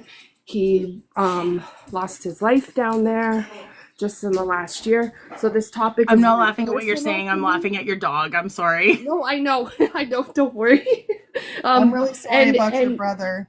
No worries. You know, Yeah. this is just the cycle of where we are at in Canada right now. That we are in a place where we are losing people at the highest rate we have ever lost people. And a lot of those people were everyday working people. Like me and you, who are sitting here right now in a warm house, who are working very hard to pay our bills, who are working very hard to stay above water. So before we clean the streets, we need to provide resources. And resources in means of treatment, in detox, in mental health care being one of them. And the top priority is mental health care. PP is not going to provide that for Canadians. And on another note, on top of that, if you're going to vote for PP, you're voting for a racist. You're voting for somebody who is against the rainbow community. You are voting for somebody whose hero is John A. MacDonald. Wait, how is he? Sorry, how is he? Like, how is he against the rainbow community? His dad, I believe it's his dad. His dad is part of the rainbow community. That doesn't mean anything. You can have family and you could still be against the community. It does, like, being affiliated with them has nothing to do with it. So I've never heard anything because I'm actually part of the rainbow community. So then I I've never encourage you heard to him do your say research. or do anything to somehow offend us or anything, or any policies that he proposed or anything that would affect us at all. Need to look into his policies, proposals around trans ideology, in quotation marks, ideology. He's against trans people 100%. Yeah, and he said that he's for parents' rights, which is a what you call it whistle for anti-trans. Dog whistle. Well, I don't know. I do think that, like, I'm also a mother, and I do think in how do I put this? Not like offend anybody. I do think, I mean, parents should have some kind of right to their children. I mean, of course, to an extent where there's no abuse going on in the home or anything like that. Of course, like, people need to take over. There's abuse going on in the home. Except for when they say that it's for parents' rights. When they say parents' rights, they're actually taking away parents' rights, because parents are the ones who are making the choices for trans children. Parents are informed. Parents take their children to the doctor. They're the ones who are helping their children decide whether to the word I'm looking for, whether to transition. Yes. Right? But have you guys heard by the government stepping in and saying that parents can't decide that for their own children? How is that parents' rights? If you, I'm gonna say something because Bryn actually drew my attention to it. Don't Talk's PFP is going into transphobia. It's very turfy. That my thing says women and that I'm a female. Adult human female, yeah, it's a very turfy thing to have, because Yeah, that's what a lot of transphobic people use to try and discount trans women. I just don't like to come into a panel and say I'm a he, she, like all that stuff. So I have it as my profile so people don't even. Yeah, she's transphobic then. Misgender me or anything like that. So that's why I have that. Why do you have a problem with just saying what your pronouns are? Like, people are doing that as a sign of respect so that they don't misgender you. I don't know. I just, like, the reason why I don't like it. Do you have a problem with the word cis as well? No. Yeah. So you're a cisgender woman? Yes, I'm a cisgender woman. You. Why would I have a problem with that? Lot without saying a whole lot. A lot of people do. A lot of people have a problem being called cisgender because it puts them in too close proximity to the word trans. That's why. Is this like because a TikTok? It's usually rooted in transphobia. Is it like a TikTok thing? I've never heard that in It's my all whole over life. TikTok. I've spent Okay. the last 2 years in 2S LGBTQIA plus spaces on Debate Talk, essentially mostly in trans TikTok, and there are so many people who are against the word cisgender. It's the same kind of people who were against using the word heterosexual way back in the day, and now they're like, I'm straight, and they're proud to say that they're straight, but they won't say that they're cisgender because it's rooted in their transphobia. And it's Okay. a word that's been used in the community for a very, very, very long time. So if you're in the community, you would know cis. No, that's what I Yeah. said. I am a cis woman. Yeah, they just say, I don't- I'm I just don't a think woman. it- I'm not a cis woman. So, Yeah. Like I don't like the reason why I don't like the pronouns is just like it comes down to like, okay, where do you live? And then like what's your pronouns? And then what's your name? And then it's like you go down the list. It's You like understand that this is coming into this generation because people are finally comfortable with being who they are and being accepted and being vocal about it. The younger generation that is all in school right now, they're living in a time where they can be accepted.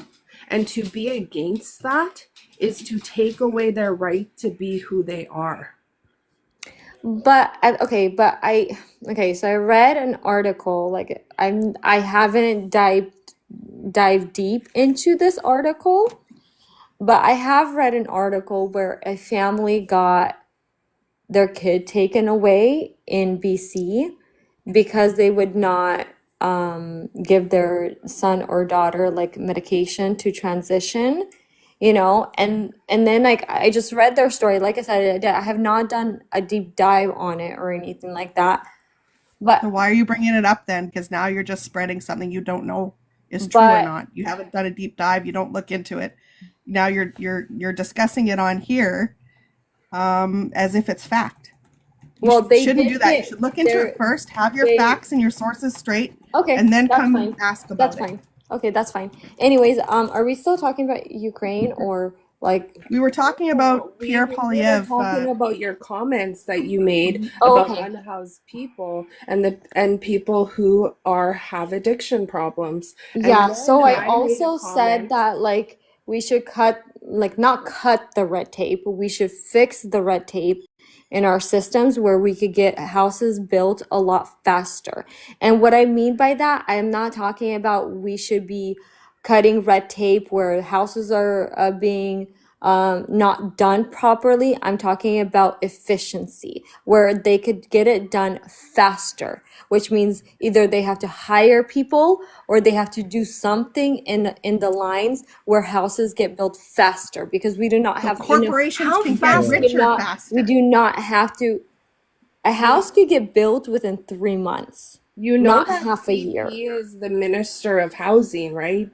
Don't you think if he wanted That's what to I said change before, all yeah. of this, it would be done already? Do you not understand that? There's something that's telling me here, well, not something, everything really, that you haven't done your research and you're basing your facts off ignorance.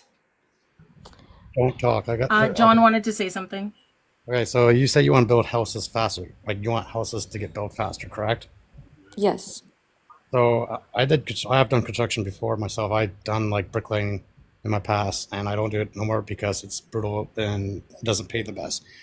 And I have another job. So if you want to build a house faster, let's say this: you build a house faster, you're gonna have a lot more problems with that house in the time to come. Trust me, I've seen a house get built from the, foundation up to the, everything up. And honestly, these people who build these houses faster, they're only about one thing. They're all about what money. And that's it. And the sad part is when that house gets done faster, there's so many problems. Like I've seen people's houses, like the plumbing failed on them like the first month. The electricity was failing them on the first month. The roof was failing. Like I remember this person got their roof done. And then after that, their house roof basically like blew off because it was not intact because they got rushed way too fast. If you take your time building a house, you're not gonna have no problems. Okay, I understand that, but you do agree with like the inspections. Like it takes so long for the inspection people to No. get there to No. get the The inspection- inspections all done. No, an inspection doesn't take that long. Literally, it doesn't take that long. There's always inspection. There's always house inspections. Like, Not for me either. It didn't take long at all. It took me like a week, maybe tops. And I don't know. Alex, I haven't introduced you yet. Oh shit! Sorry, I thought because you knew me. Okay. No, I introduced it so everybody on the panel can know you as well. But also Murphy hasn't been introduced yet. And I guys, I want to hit Murphy really quickly because Murphy probably only has one question to ask. Because I know Murphy. So Murphy, and Murphy's from the States. So she probably just has a question about Canadian politics or something like that. But Murphy, age and state, and who did you vote for? 35. No, 34. No, 34. 34. I'm 34. California. Kamala. Yeah. Okay. All right. What's your question, Murphy? Because I know it's going to be a quick one, right? Yeah. Yeah. So this might be not quick. It's a question on, do you guys have, so you're prime ministers, and if someone's going to answer one at a time. Is it like a prime minister? Is it like our president in charge of like all the states, or not in charge, but you know what I mean? Or is it like, yeah. Or is it like they run the country? Like you're in Alberta. Do you have a different prime minister than say John? Or no, we have premiers. Premiers are like our governors for you. Okay, so premiers are like governors. Prime ministers are like presidents. And that's all. That was my question. So yeah, and now I'm gonna put it down. So yeah, there you go. I'm sorry you had to wait that long for it. You could have asked me that in Discord, and I could have told you. Okay, Alex, age, province, and who you plan on voting for? So I'm Alex. I currently live in Alberta, but I'm from Prince Edward Island. I'm 34. And I am going to be voting for PPC. No, I'm just fucking with you, NDP. NDP. Girl, don't do that to us. I think I might drop a PPCer if they come up here. I'm just kidding. I can make that joke too far right. Because Nerdy has literally been with me at NDP rallies. So that's true. I have been at an NDP rally with you. Yes. And a pride rally, an anti-protest. Yeah. Oh my God, where we got almost attacked by. Yeah. We don't want to bring that up. We've had times. Yeah. All right, housing. Let's get back to housing. So I just want to say, because I built my house, my townhouse, and it's not as simple. It's not just the inspectors that's the problem. Even if you did limit the inspectors, there is absolutely no way that a house is going to be built in 3 months, because it's not just like the construction company that's involved. There's contractors that come in, such as, pipe fitting, plumbing, gas installation, painters, whatnot, and they have to run schedules because they're just not linked with one company. It's a various amount of companies. And even if you did want to get it in 3 months, like, another thing that you're going to have to cut is safety talks. And safety talks, if you cut them, that's going to have more work injuries on the place, and companies don't run off of broken people. So there is absolutely no way that it would be 3 months.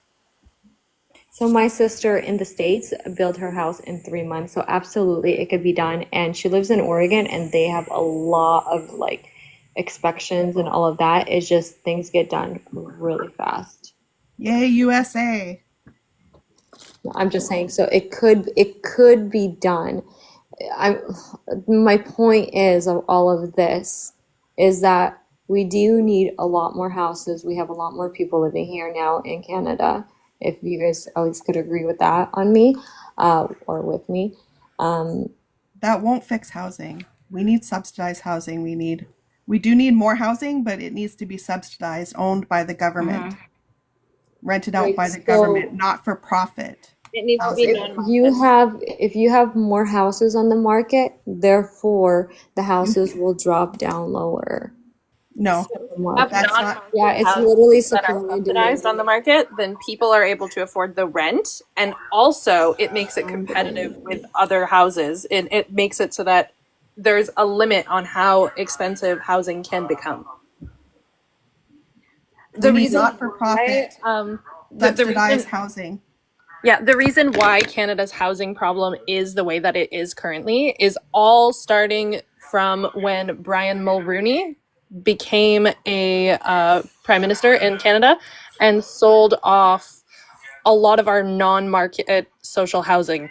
We had over 200,000 units at the time, and he started selling them off. And then Paul Martin came in and he sold some off. And then Jean Chrétien also came in and he sold some off. And then we had no more non-market social housing left, and all of a sudden everything started stagnating in the market, and housing just has not stopped raising and raising and raising and raising in price, and ever since the 80s. And back then, people could live in the social housing. They paid 30% rent, which is what I did when I was younger and a single mom. I paid 30% of my income was rent. So if I made $1,000 in a month, I paid $300. That left room to save money to buy a house. And I'm listening to what you're saying, and I think the issue that you're speaking to has more to do with regulations and regulatory issues within the provinces and within the municipalities than it does with federal level politics. So I think that's another thing that we just have to address here, is that there's a misalignment with we're here talking about who you're going to vote for federally, but the issues that you're raising here are actually dealt with at a completely different level of government. Mm-hmm. Yeah, so that's why I said I'm probably gonna vote conservative for both, right? Sorry, why are you gonna vote conservative? Why? But that still doesn't make any sense. That's still you're going not- back to the It won't help. non-logic. The problem I have with Don't They're gonna Talk cut is in that housing. when Don't Talk came in here, she couldn't even say the conservative leader's name, and it gives me are you being serious? Well, let's be kind about that. It's a French name. It's not easy. Sorry, Yeah. You just say Pierre. my first language is not English, so if I Okay, I'm sorry. I mispronounce his apologize. name- You called him Paul. Wait, you're American and Canadian, and your language is not first language English. That's actually really impressive. So you're trilingual or something? I'm actually Ukrainian. Oh. Okay, so yeah, my mom is Ukrainian, my dad is Canadian. So I apologize. I I'm was sorry. born in United States. Okay. I just need to address somebody. Victor, you keep on requesting, and I bring you up, and then you drop. So I need you to tell me why you keep on dropping in the comments before I bring you back up again, because you keep on taking a space and dropping and taking a space and dropping, and I don't play this game. So yeah. Sorry, Don't Talk. Paul, and that's why. I'm sorry. But I apologize. What? No, you're good. You're good. No, I don't know what he keeps doing this all the time. You keep on dropping. Okay. Well, okay, I'll let you up one more time, but if you drop again, yeah. So I'm gonna cut it off in 38 minutes, just so we all know. I was only gonna go for 4 hours, but we're having really good conversations, so I kept it going. But just so everybody knows, we're doing this every Friday night. Every Friday night, starting at 6 p.m. Mountain Time, 8 p.m. Pacific. We're gonna be doing this kind of conversation every single Friday, and I'm gonna be hosting that. And on our Beaver Politics is Monday through Friday now. Monday we have Indigenous Matters with Treaty 6 Birder. Tuesday we have News Hour with Frontline Feminist. Wednesday we have Generation Next with Radical. It's going to be focused a little bit more on the young votes. So the new first time voters or the second time voters, like that kind of thing. Getting the youth out there voting and educating them on it. And then on Thursdays, we're still going to have our open discussion and talking about social issues and stuff. And then this one is just going to be an open Politi-Talk debate style discussion and respectful. And thank you for everybody. The majority of people, with the exception of maybe 2 or 3 people, have been extremely respectful. So thank you for that. I appreciate it a lot. And just so everybody knows too, I did open up the Discord for everyone. So if you go to our bio, there is a link tree in there, and we have the we have the link in there to join the Discord. We're not doing it by subscription anymore, but if you do want to subscribe and support us, that's amazing. We would love that. And I think that was pretty much it. Yes. Okay. So let's continue on. I do want to clarify something. Somebody said something about the youth vote being radical. Radical is the name of the person who is going to be running it. So, all right. John had something to say. No, you can go with student nurse. She had her hand up first. I'll let her go first, and I'll go after. Alex. Okay, Alex, go ahead. I changed my name on here, so you probably don't remember me. But so I'm still super confused on Talk's rationale behind voting for Pierre Poilievre when they just keep mentioning provincial policies. And just because you vote for a certain party provincially doesn't necessarily mean that you're going to vote for them federally. You see it all the time, especially in Atlantic provinces. PEI is a great example how a province can vote conservative provincially, but then federally do a liberal government. So I'm just wondering what federal policies you agree with Pierre Poilievre. Federal. Well, like I said, by cleaning up the streets, I also mean like less crime and all of that, because like we also have a lot, like where I live specifically, we have like a lot of crime here. And it's not a federal thing, though. That's municipal. I would like This whole to thing know telling you exactly it was how he's not. going to lower the crime. How exactly is he going to do that? Jail time, people. So he's going to hold people without bail, but like the whole process of the bail thing is that we have freedom of movement, and like it's like a right? It's like a human right. So he's going to introduce not be charged with something that we're presumed innocent until we're proven guilty, right? So you can't just jail somebody indefinitely. And that also increases taxes. And that would increase taxes. So I don't know how he plans to fiscally afford that if he's going to cut everywhere, which he plans to do. He said so himself. It's in his I'm platform. okay with it to increase taxes as long as my car does not get broken into every single week. So one of the things when there's a connection. Ben, sorry to help. 1 second one second, Ben. Age, province, and who are you planning on voting for? And then I'm going to ask Victor too. Me, age, province, So who I'm voting for? Yeah. I am 33. I'm in Ontario, and I'm kind of undecided on who I'm going to vote for. Just like ABC, though, right? Yeah. Okay. Yeah. I just wanted to.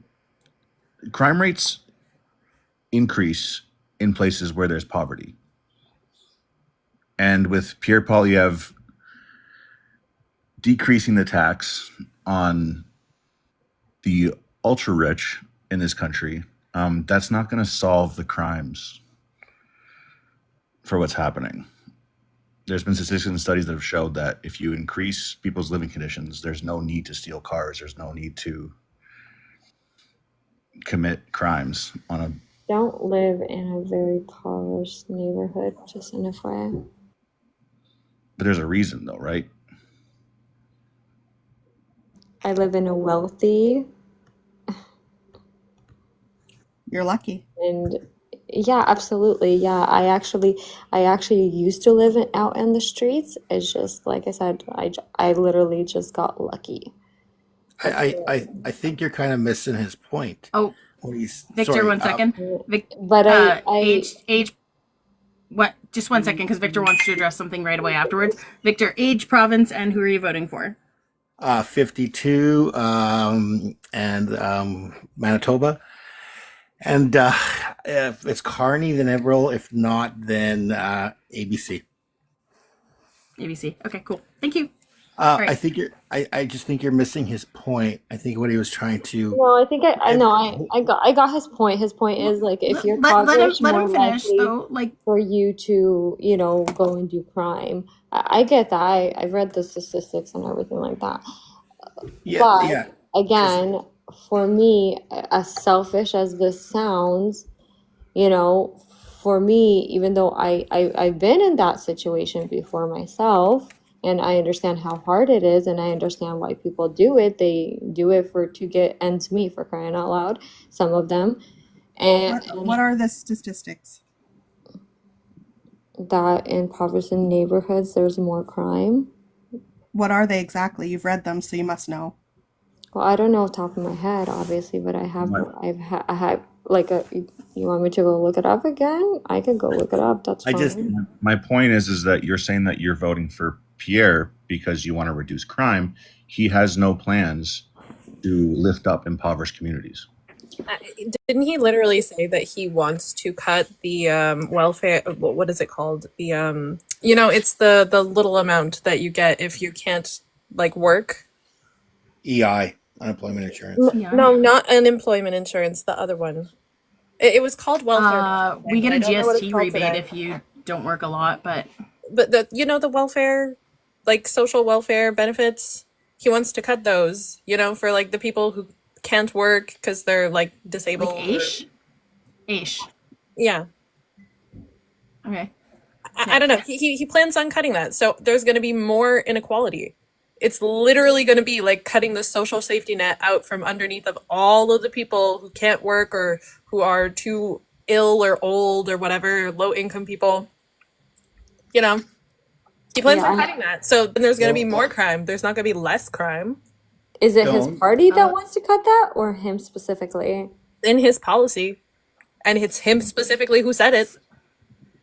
It's really funny because you guys equate everything that the Liberal Party does with only, I'm saying people who vote for conservatives. Oh, okay. Because that's what you're conservative, okay? So conservatives and Maple MAGA, this is what happens, is that they go and they blame everything that the Liberal Party does only on Trudeau. But then when you're asked about Pierre's thing, you say, is it the Conservatives or is it Pierre? And you have a distinction when it comes to that, but you don't have a distinction when it comes to the Liberal Party and Justin Trudeau.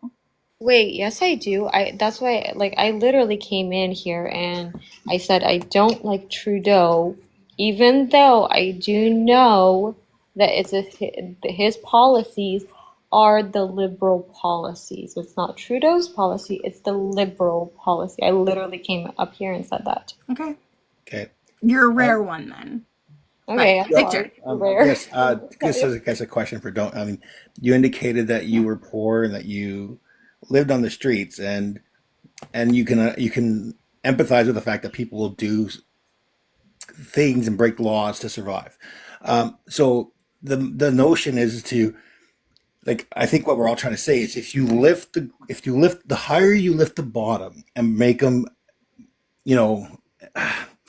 I guess, part of society where they're not feeling desperate, then the crime just automatically goes down. By adding more crime, making it more legal and putting them more impoverished, you're not helping them. You're just creating more of a problem. And I think that's what the general consensus from what I've heard in this talk is, and I don't think you're grasping that.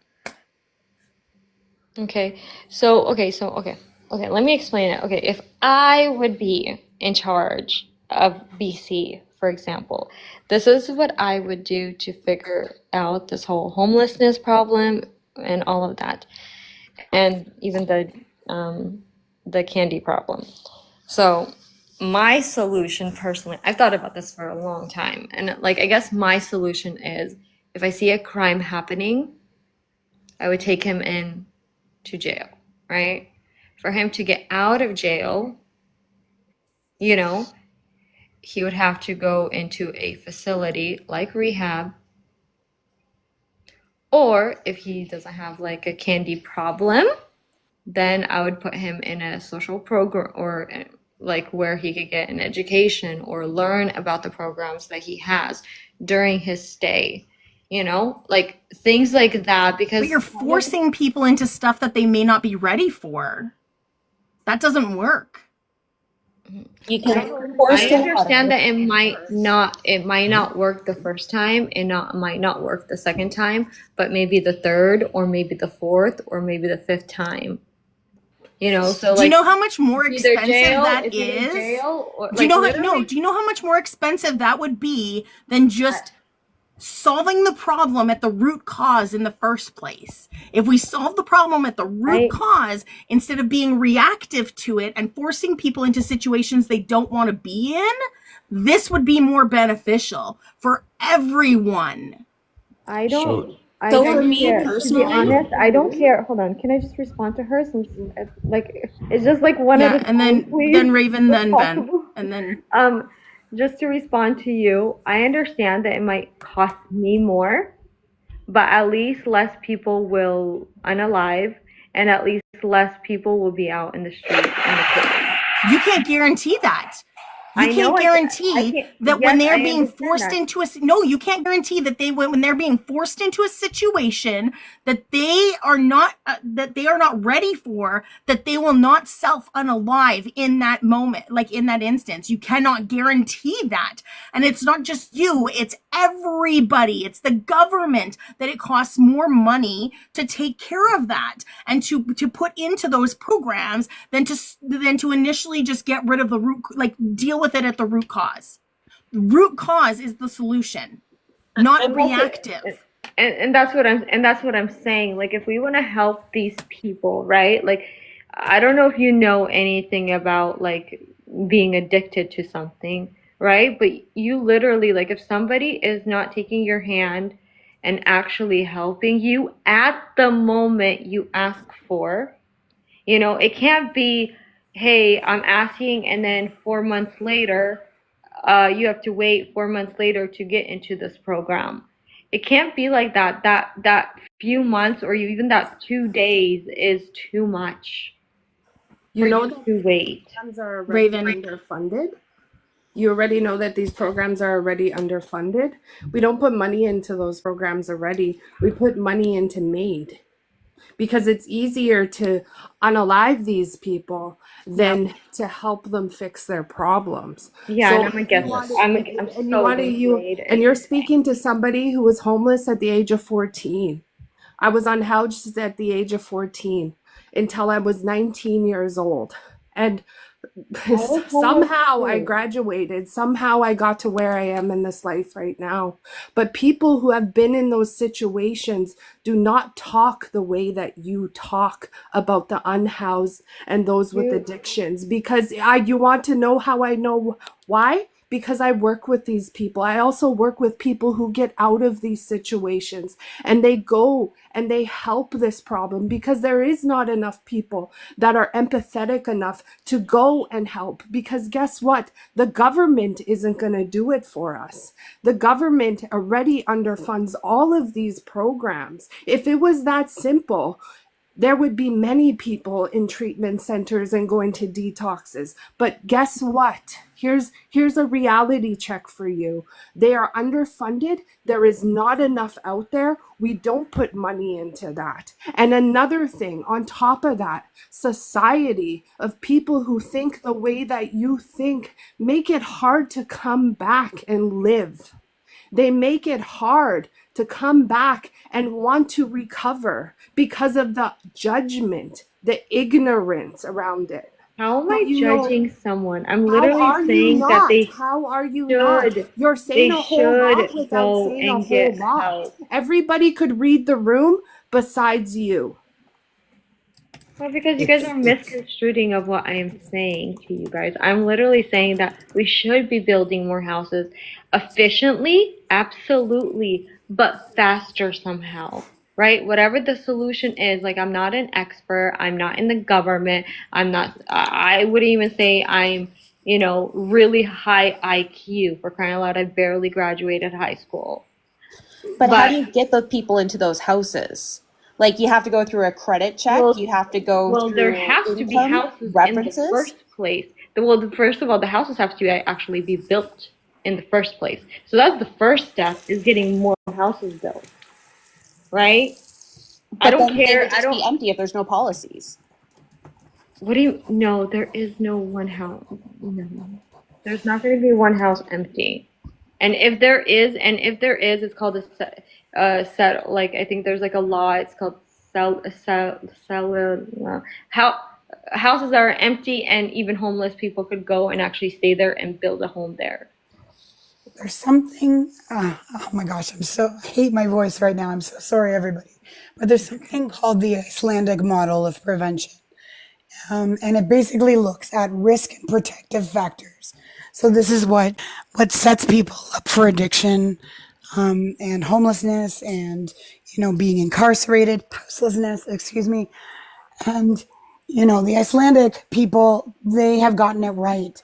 And granted, it's a much smaller country, but basically what they're doing is they're looking upstream. So they're looking at what the root causes of the issues are, that children and youth need to have safety. They need to have people they can depend on.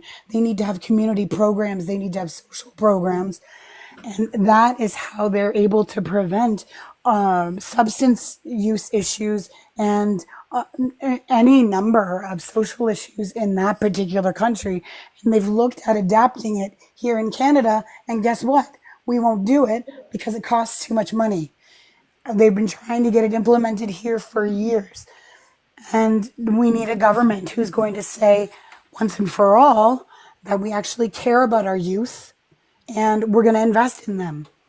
And the Conservatives aren't going to do that. I have never once heard the Conservative say that we're going to invest in anybody but themselves and what their aims are. You're 100% correct. Nordic countries are doing a really good job of taking care of their people. They have a saying, from cradle to grave, you're cared for. And You they're guys said this before. probably. I did. I said this earlier in the live. And as far as any political party at the federal level that would take that kind of ambition, it would have to be the NDP, in my opinion. I am an NDP supporter and I'm proud of it. But federally, I know that they have an uphill battle, especially for seats in Manitoba. Things have changed provincially for us here. Yay, thank God for WAB. But yeah, and like WAB just put out a huge housing program policy forward to get unhoused people into their own places. So it can be done. The will has to be there.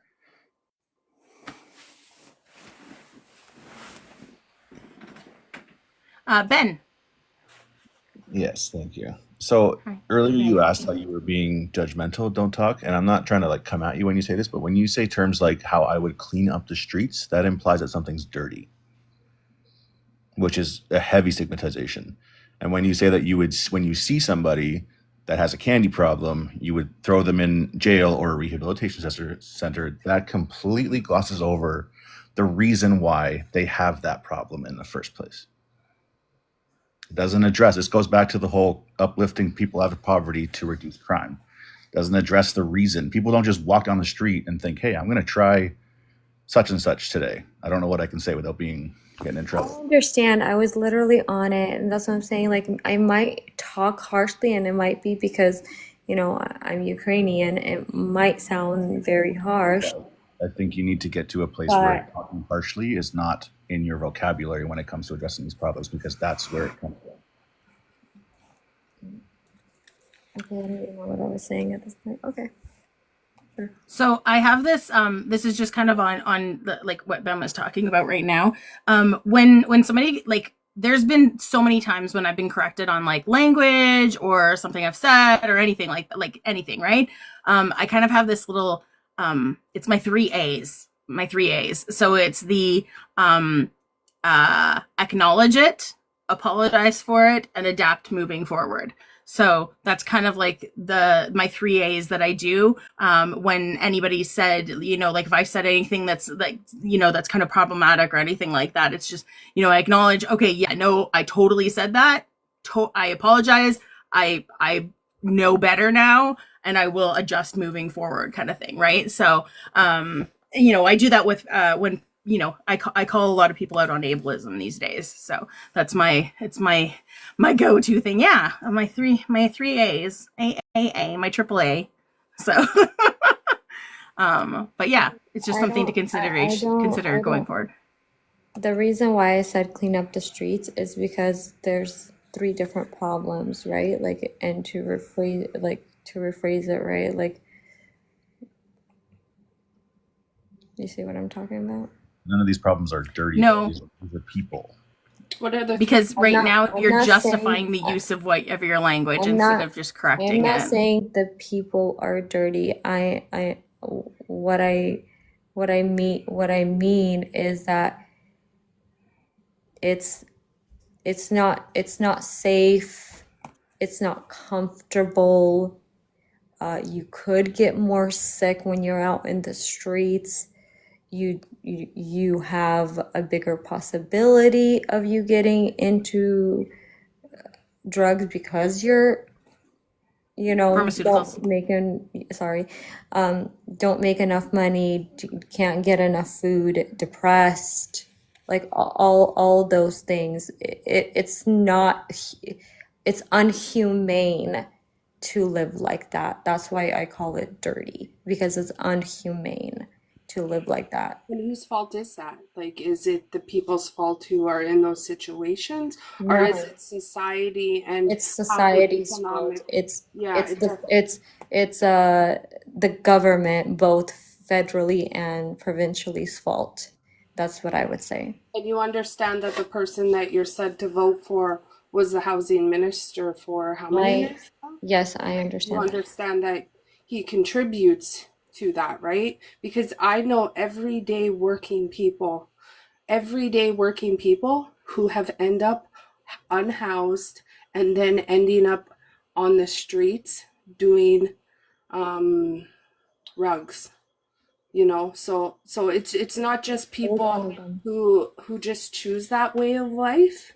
It's a fact of the circumstances that end them up there, and the biggest one being mental health and the housing market.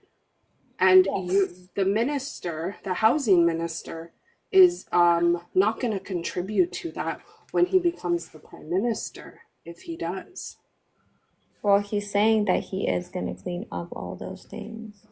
How can he do that though without removing the I could only take someone for their word, right? Like, yeah, I can't. I like. But we all know But politicians. you know that he just so just the other night he was here in Vancouver hosting a fundraiser at a multi-million-dollar mansion, right? The very next day he woke up and did a press conference, and he let everybody know that the everyday working class people will be the ones who tax, and the multi-rich are going to be under tax. You know that, right? Like, he's not thinking about everyday working people. But do you know why he said that? Do I know why he said that? Because he ain't here for people like me. So who gives us our jobs if you're, of course, not self-employed? well, okay, are you saying that we should give extra privileges to people because they're wealthy or they have corporations or businesses, that they get extra privileges? No, what I am saying, there should be an But incentive. but that's exactly what you're saying. If Hold you're on, agreeing you that ask me a question, I can't answer it without being sorry, you're right. interrupted. Go ahead. Apologize. Sorry, go I'm ahead. sorry. It's just like if I'm getting interrupted left, right, and here, and the host is not really saying much. But that really? Well, you're not. Like, you're telling me not to You stop interrupt people while they're still I talking. have told a lot of people to stop interrupting. Not when it comes to I me. have. Sorry, not when it comes to me. I apologize. I know this There's is been a lot of bad. times where you have interrupted people. Yeah, and There's I been a lot of apologize. times where you have I interrupted literally people. So apologize for it, and it is I lagging. have tried to be as fair as possible on here, and you're the only person who seems to have had an issue so far in this entire live. So I think maybe it's because I'm like I guess the op here. Like, nope, and I had an op earlier that said I was doing a good job. I literally I said cut 3 you off. words. So Yeah, and people cut me off. I cut you off, and I've known Nerdy now for what, 3 years? And she told me to be quiet for you. So don't even. I just so again, I asked you a question. I'll wait. I'll let you answer. Okay, I don't remember your question. Can you repeat it? The question was that, Pierre Poilievre made the announcement that, it was going to be the working class, lower class is going to have to pay, and that he wouldn't be taxing the wealthier. And you're saying that was right. And I asked you if you feel that because they have wealth and or companies and privileges that they are deserved extra privileges. No, I think okay, so for us to be able to have more jobs for people to get off the streets, X, Y, and Z, we need to have, we need to have rich, unfortunately, in this kind of society that we live in this world that we live in, we need rich people to be able to help us build more companies and help us build more businesses so the middle class could also grow, right? So- And then the lower class will also grow. So if you see what if I'm explaining it correctly. I don't think I got what you're trying to say, because what I heard you say was that because they have the jobs and all that, it's okay that they don't have to pay more taxes, and that because they've got the jobs and that the middle class is going to get the jobs, that they should pay the taxes, because that's what I heard. And I also want to stress here with my nursing background that you realize quite a bit of addictions, I would say the majority of addictions are started because of abuse of pain management systems, because people can't work. Yes, I do know Well, that. how can they go back to work if they can't work? Okay, so like I explained, if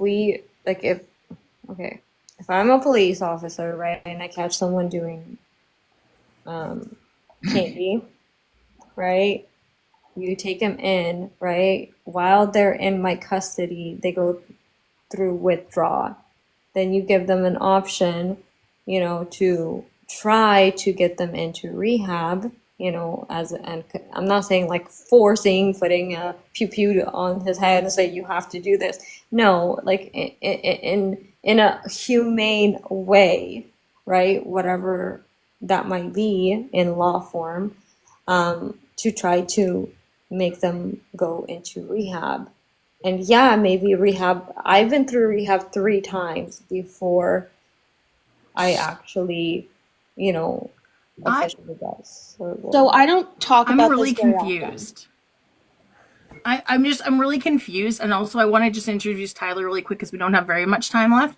But I'll let you talk right away, Alex. But I'm really confused because you said that if you were a police officer and somebody had pharmaceutical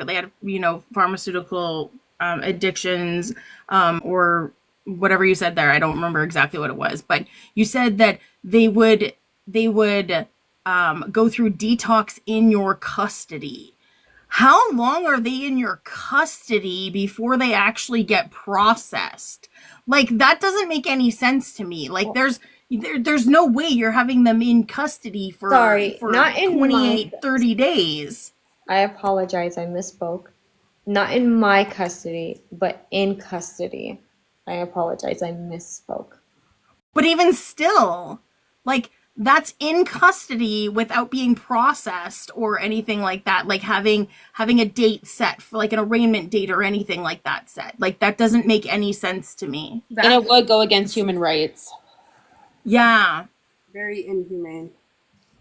You're essentially talking about So you guys think it's inhumane to absolutely, yeah.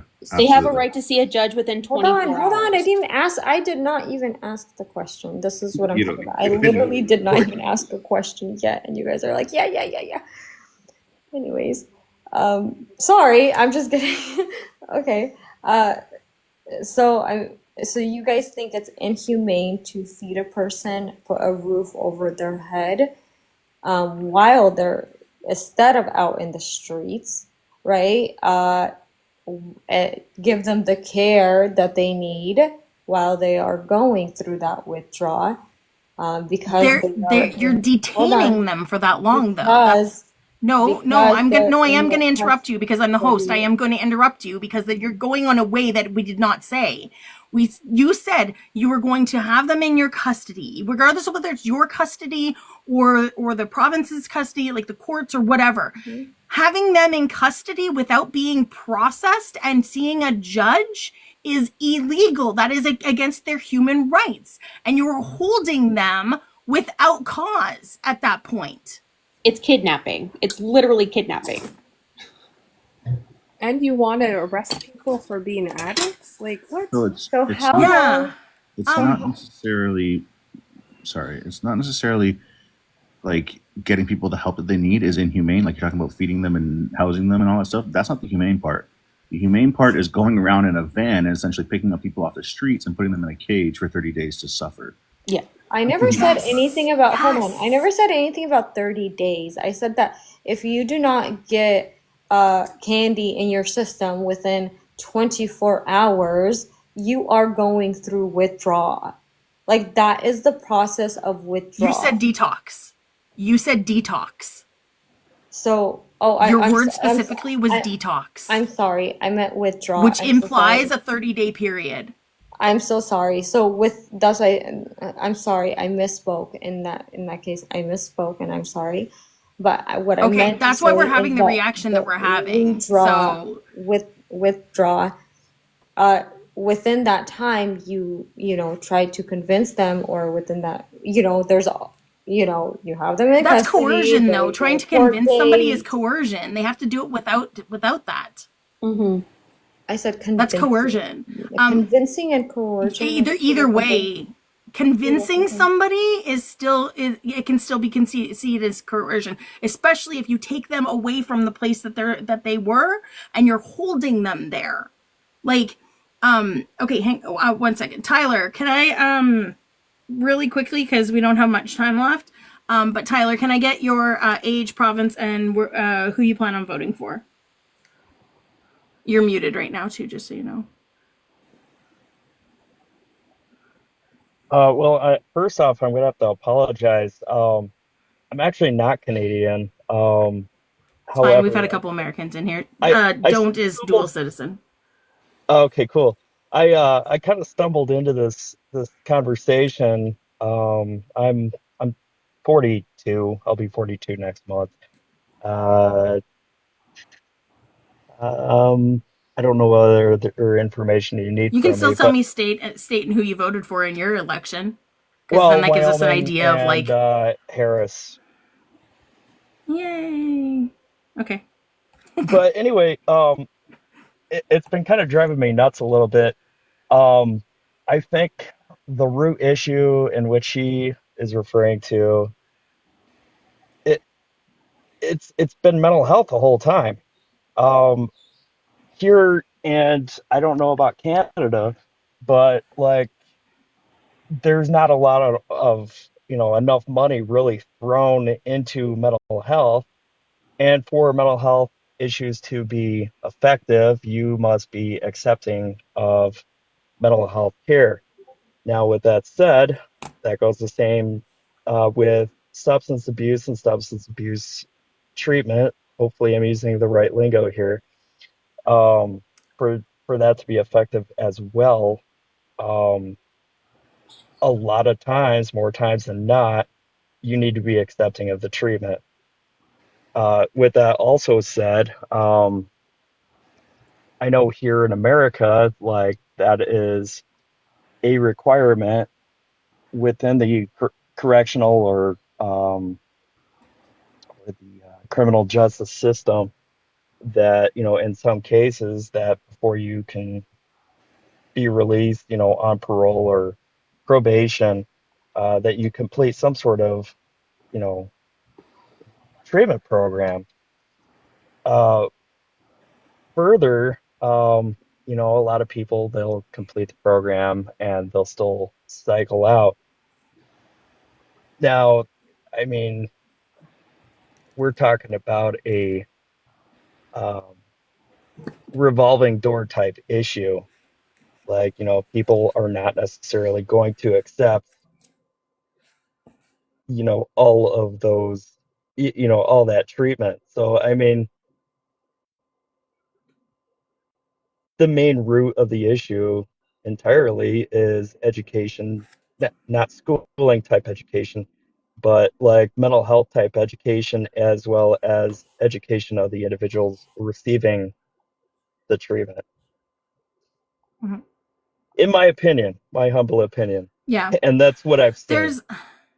Yeah, I mean, mental health is part of it. I think a lot of it has to do with like, obviously just government funding of like the government put these people, like a lot of these people in the place, right? Or like a lot of people that are houseless right now anyway, unhoused. They were put into that position a lot of times because of things that the government has done, lack of funding, lack of support, anything like that, right? So you look at people like, I'm going to use the disabled community as an example, right? Anybody in the disabled community has more expenses that they have to pay compared to like people who are not disabled, because of like the the extra devices, aids, maybe a nurse has to come in, maybe they have to have and it just even people who are celiac, they have specific dietary restrictions that they have to have, right? So that's going to end up costing a little bit more and different and stuff. So thanks, Johnny. So it's those kind of things. There's no subsidy for those, like for any of that. And that having to pay all that excess money ends up putting them into a position where they can't afford it sometimes. So, and in the States, it's different because medical debt could easily put somebody in like on the streets. And I mean that like, yeah, that's a whole other ball game there. So, yeah. Yeah, it is a whole other ball game, but there is a lot of social programs for especially kids with disabilities. There's a lot of the times what happens is time management. Like for example, my son has been diagnosed with autism, and it took me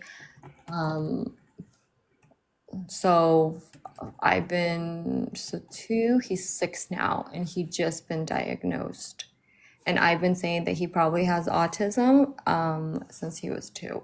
So the problem is to get a referral to get him to actually get diagnosed. That's a problem. It takes a lot of time to actually get that done. And then once you get a referral, it takes 2 to 3 years just to see that doctor that is going to actually diagnose him with that. But that has nothing to do with the government. It has to do with the brain development of a child.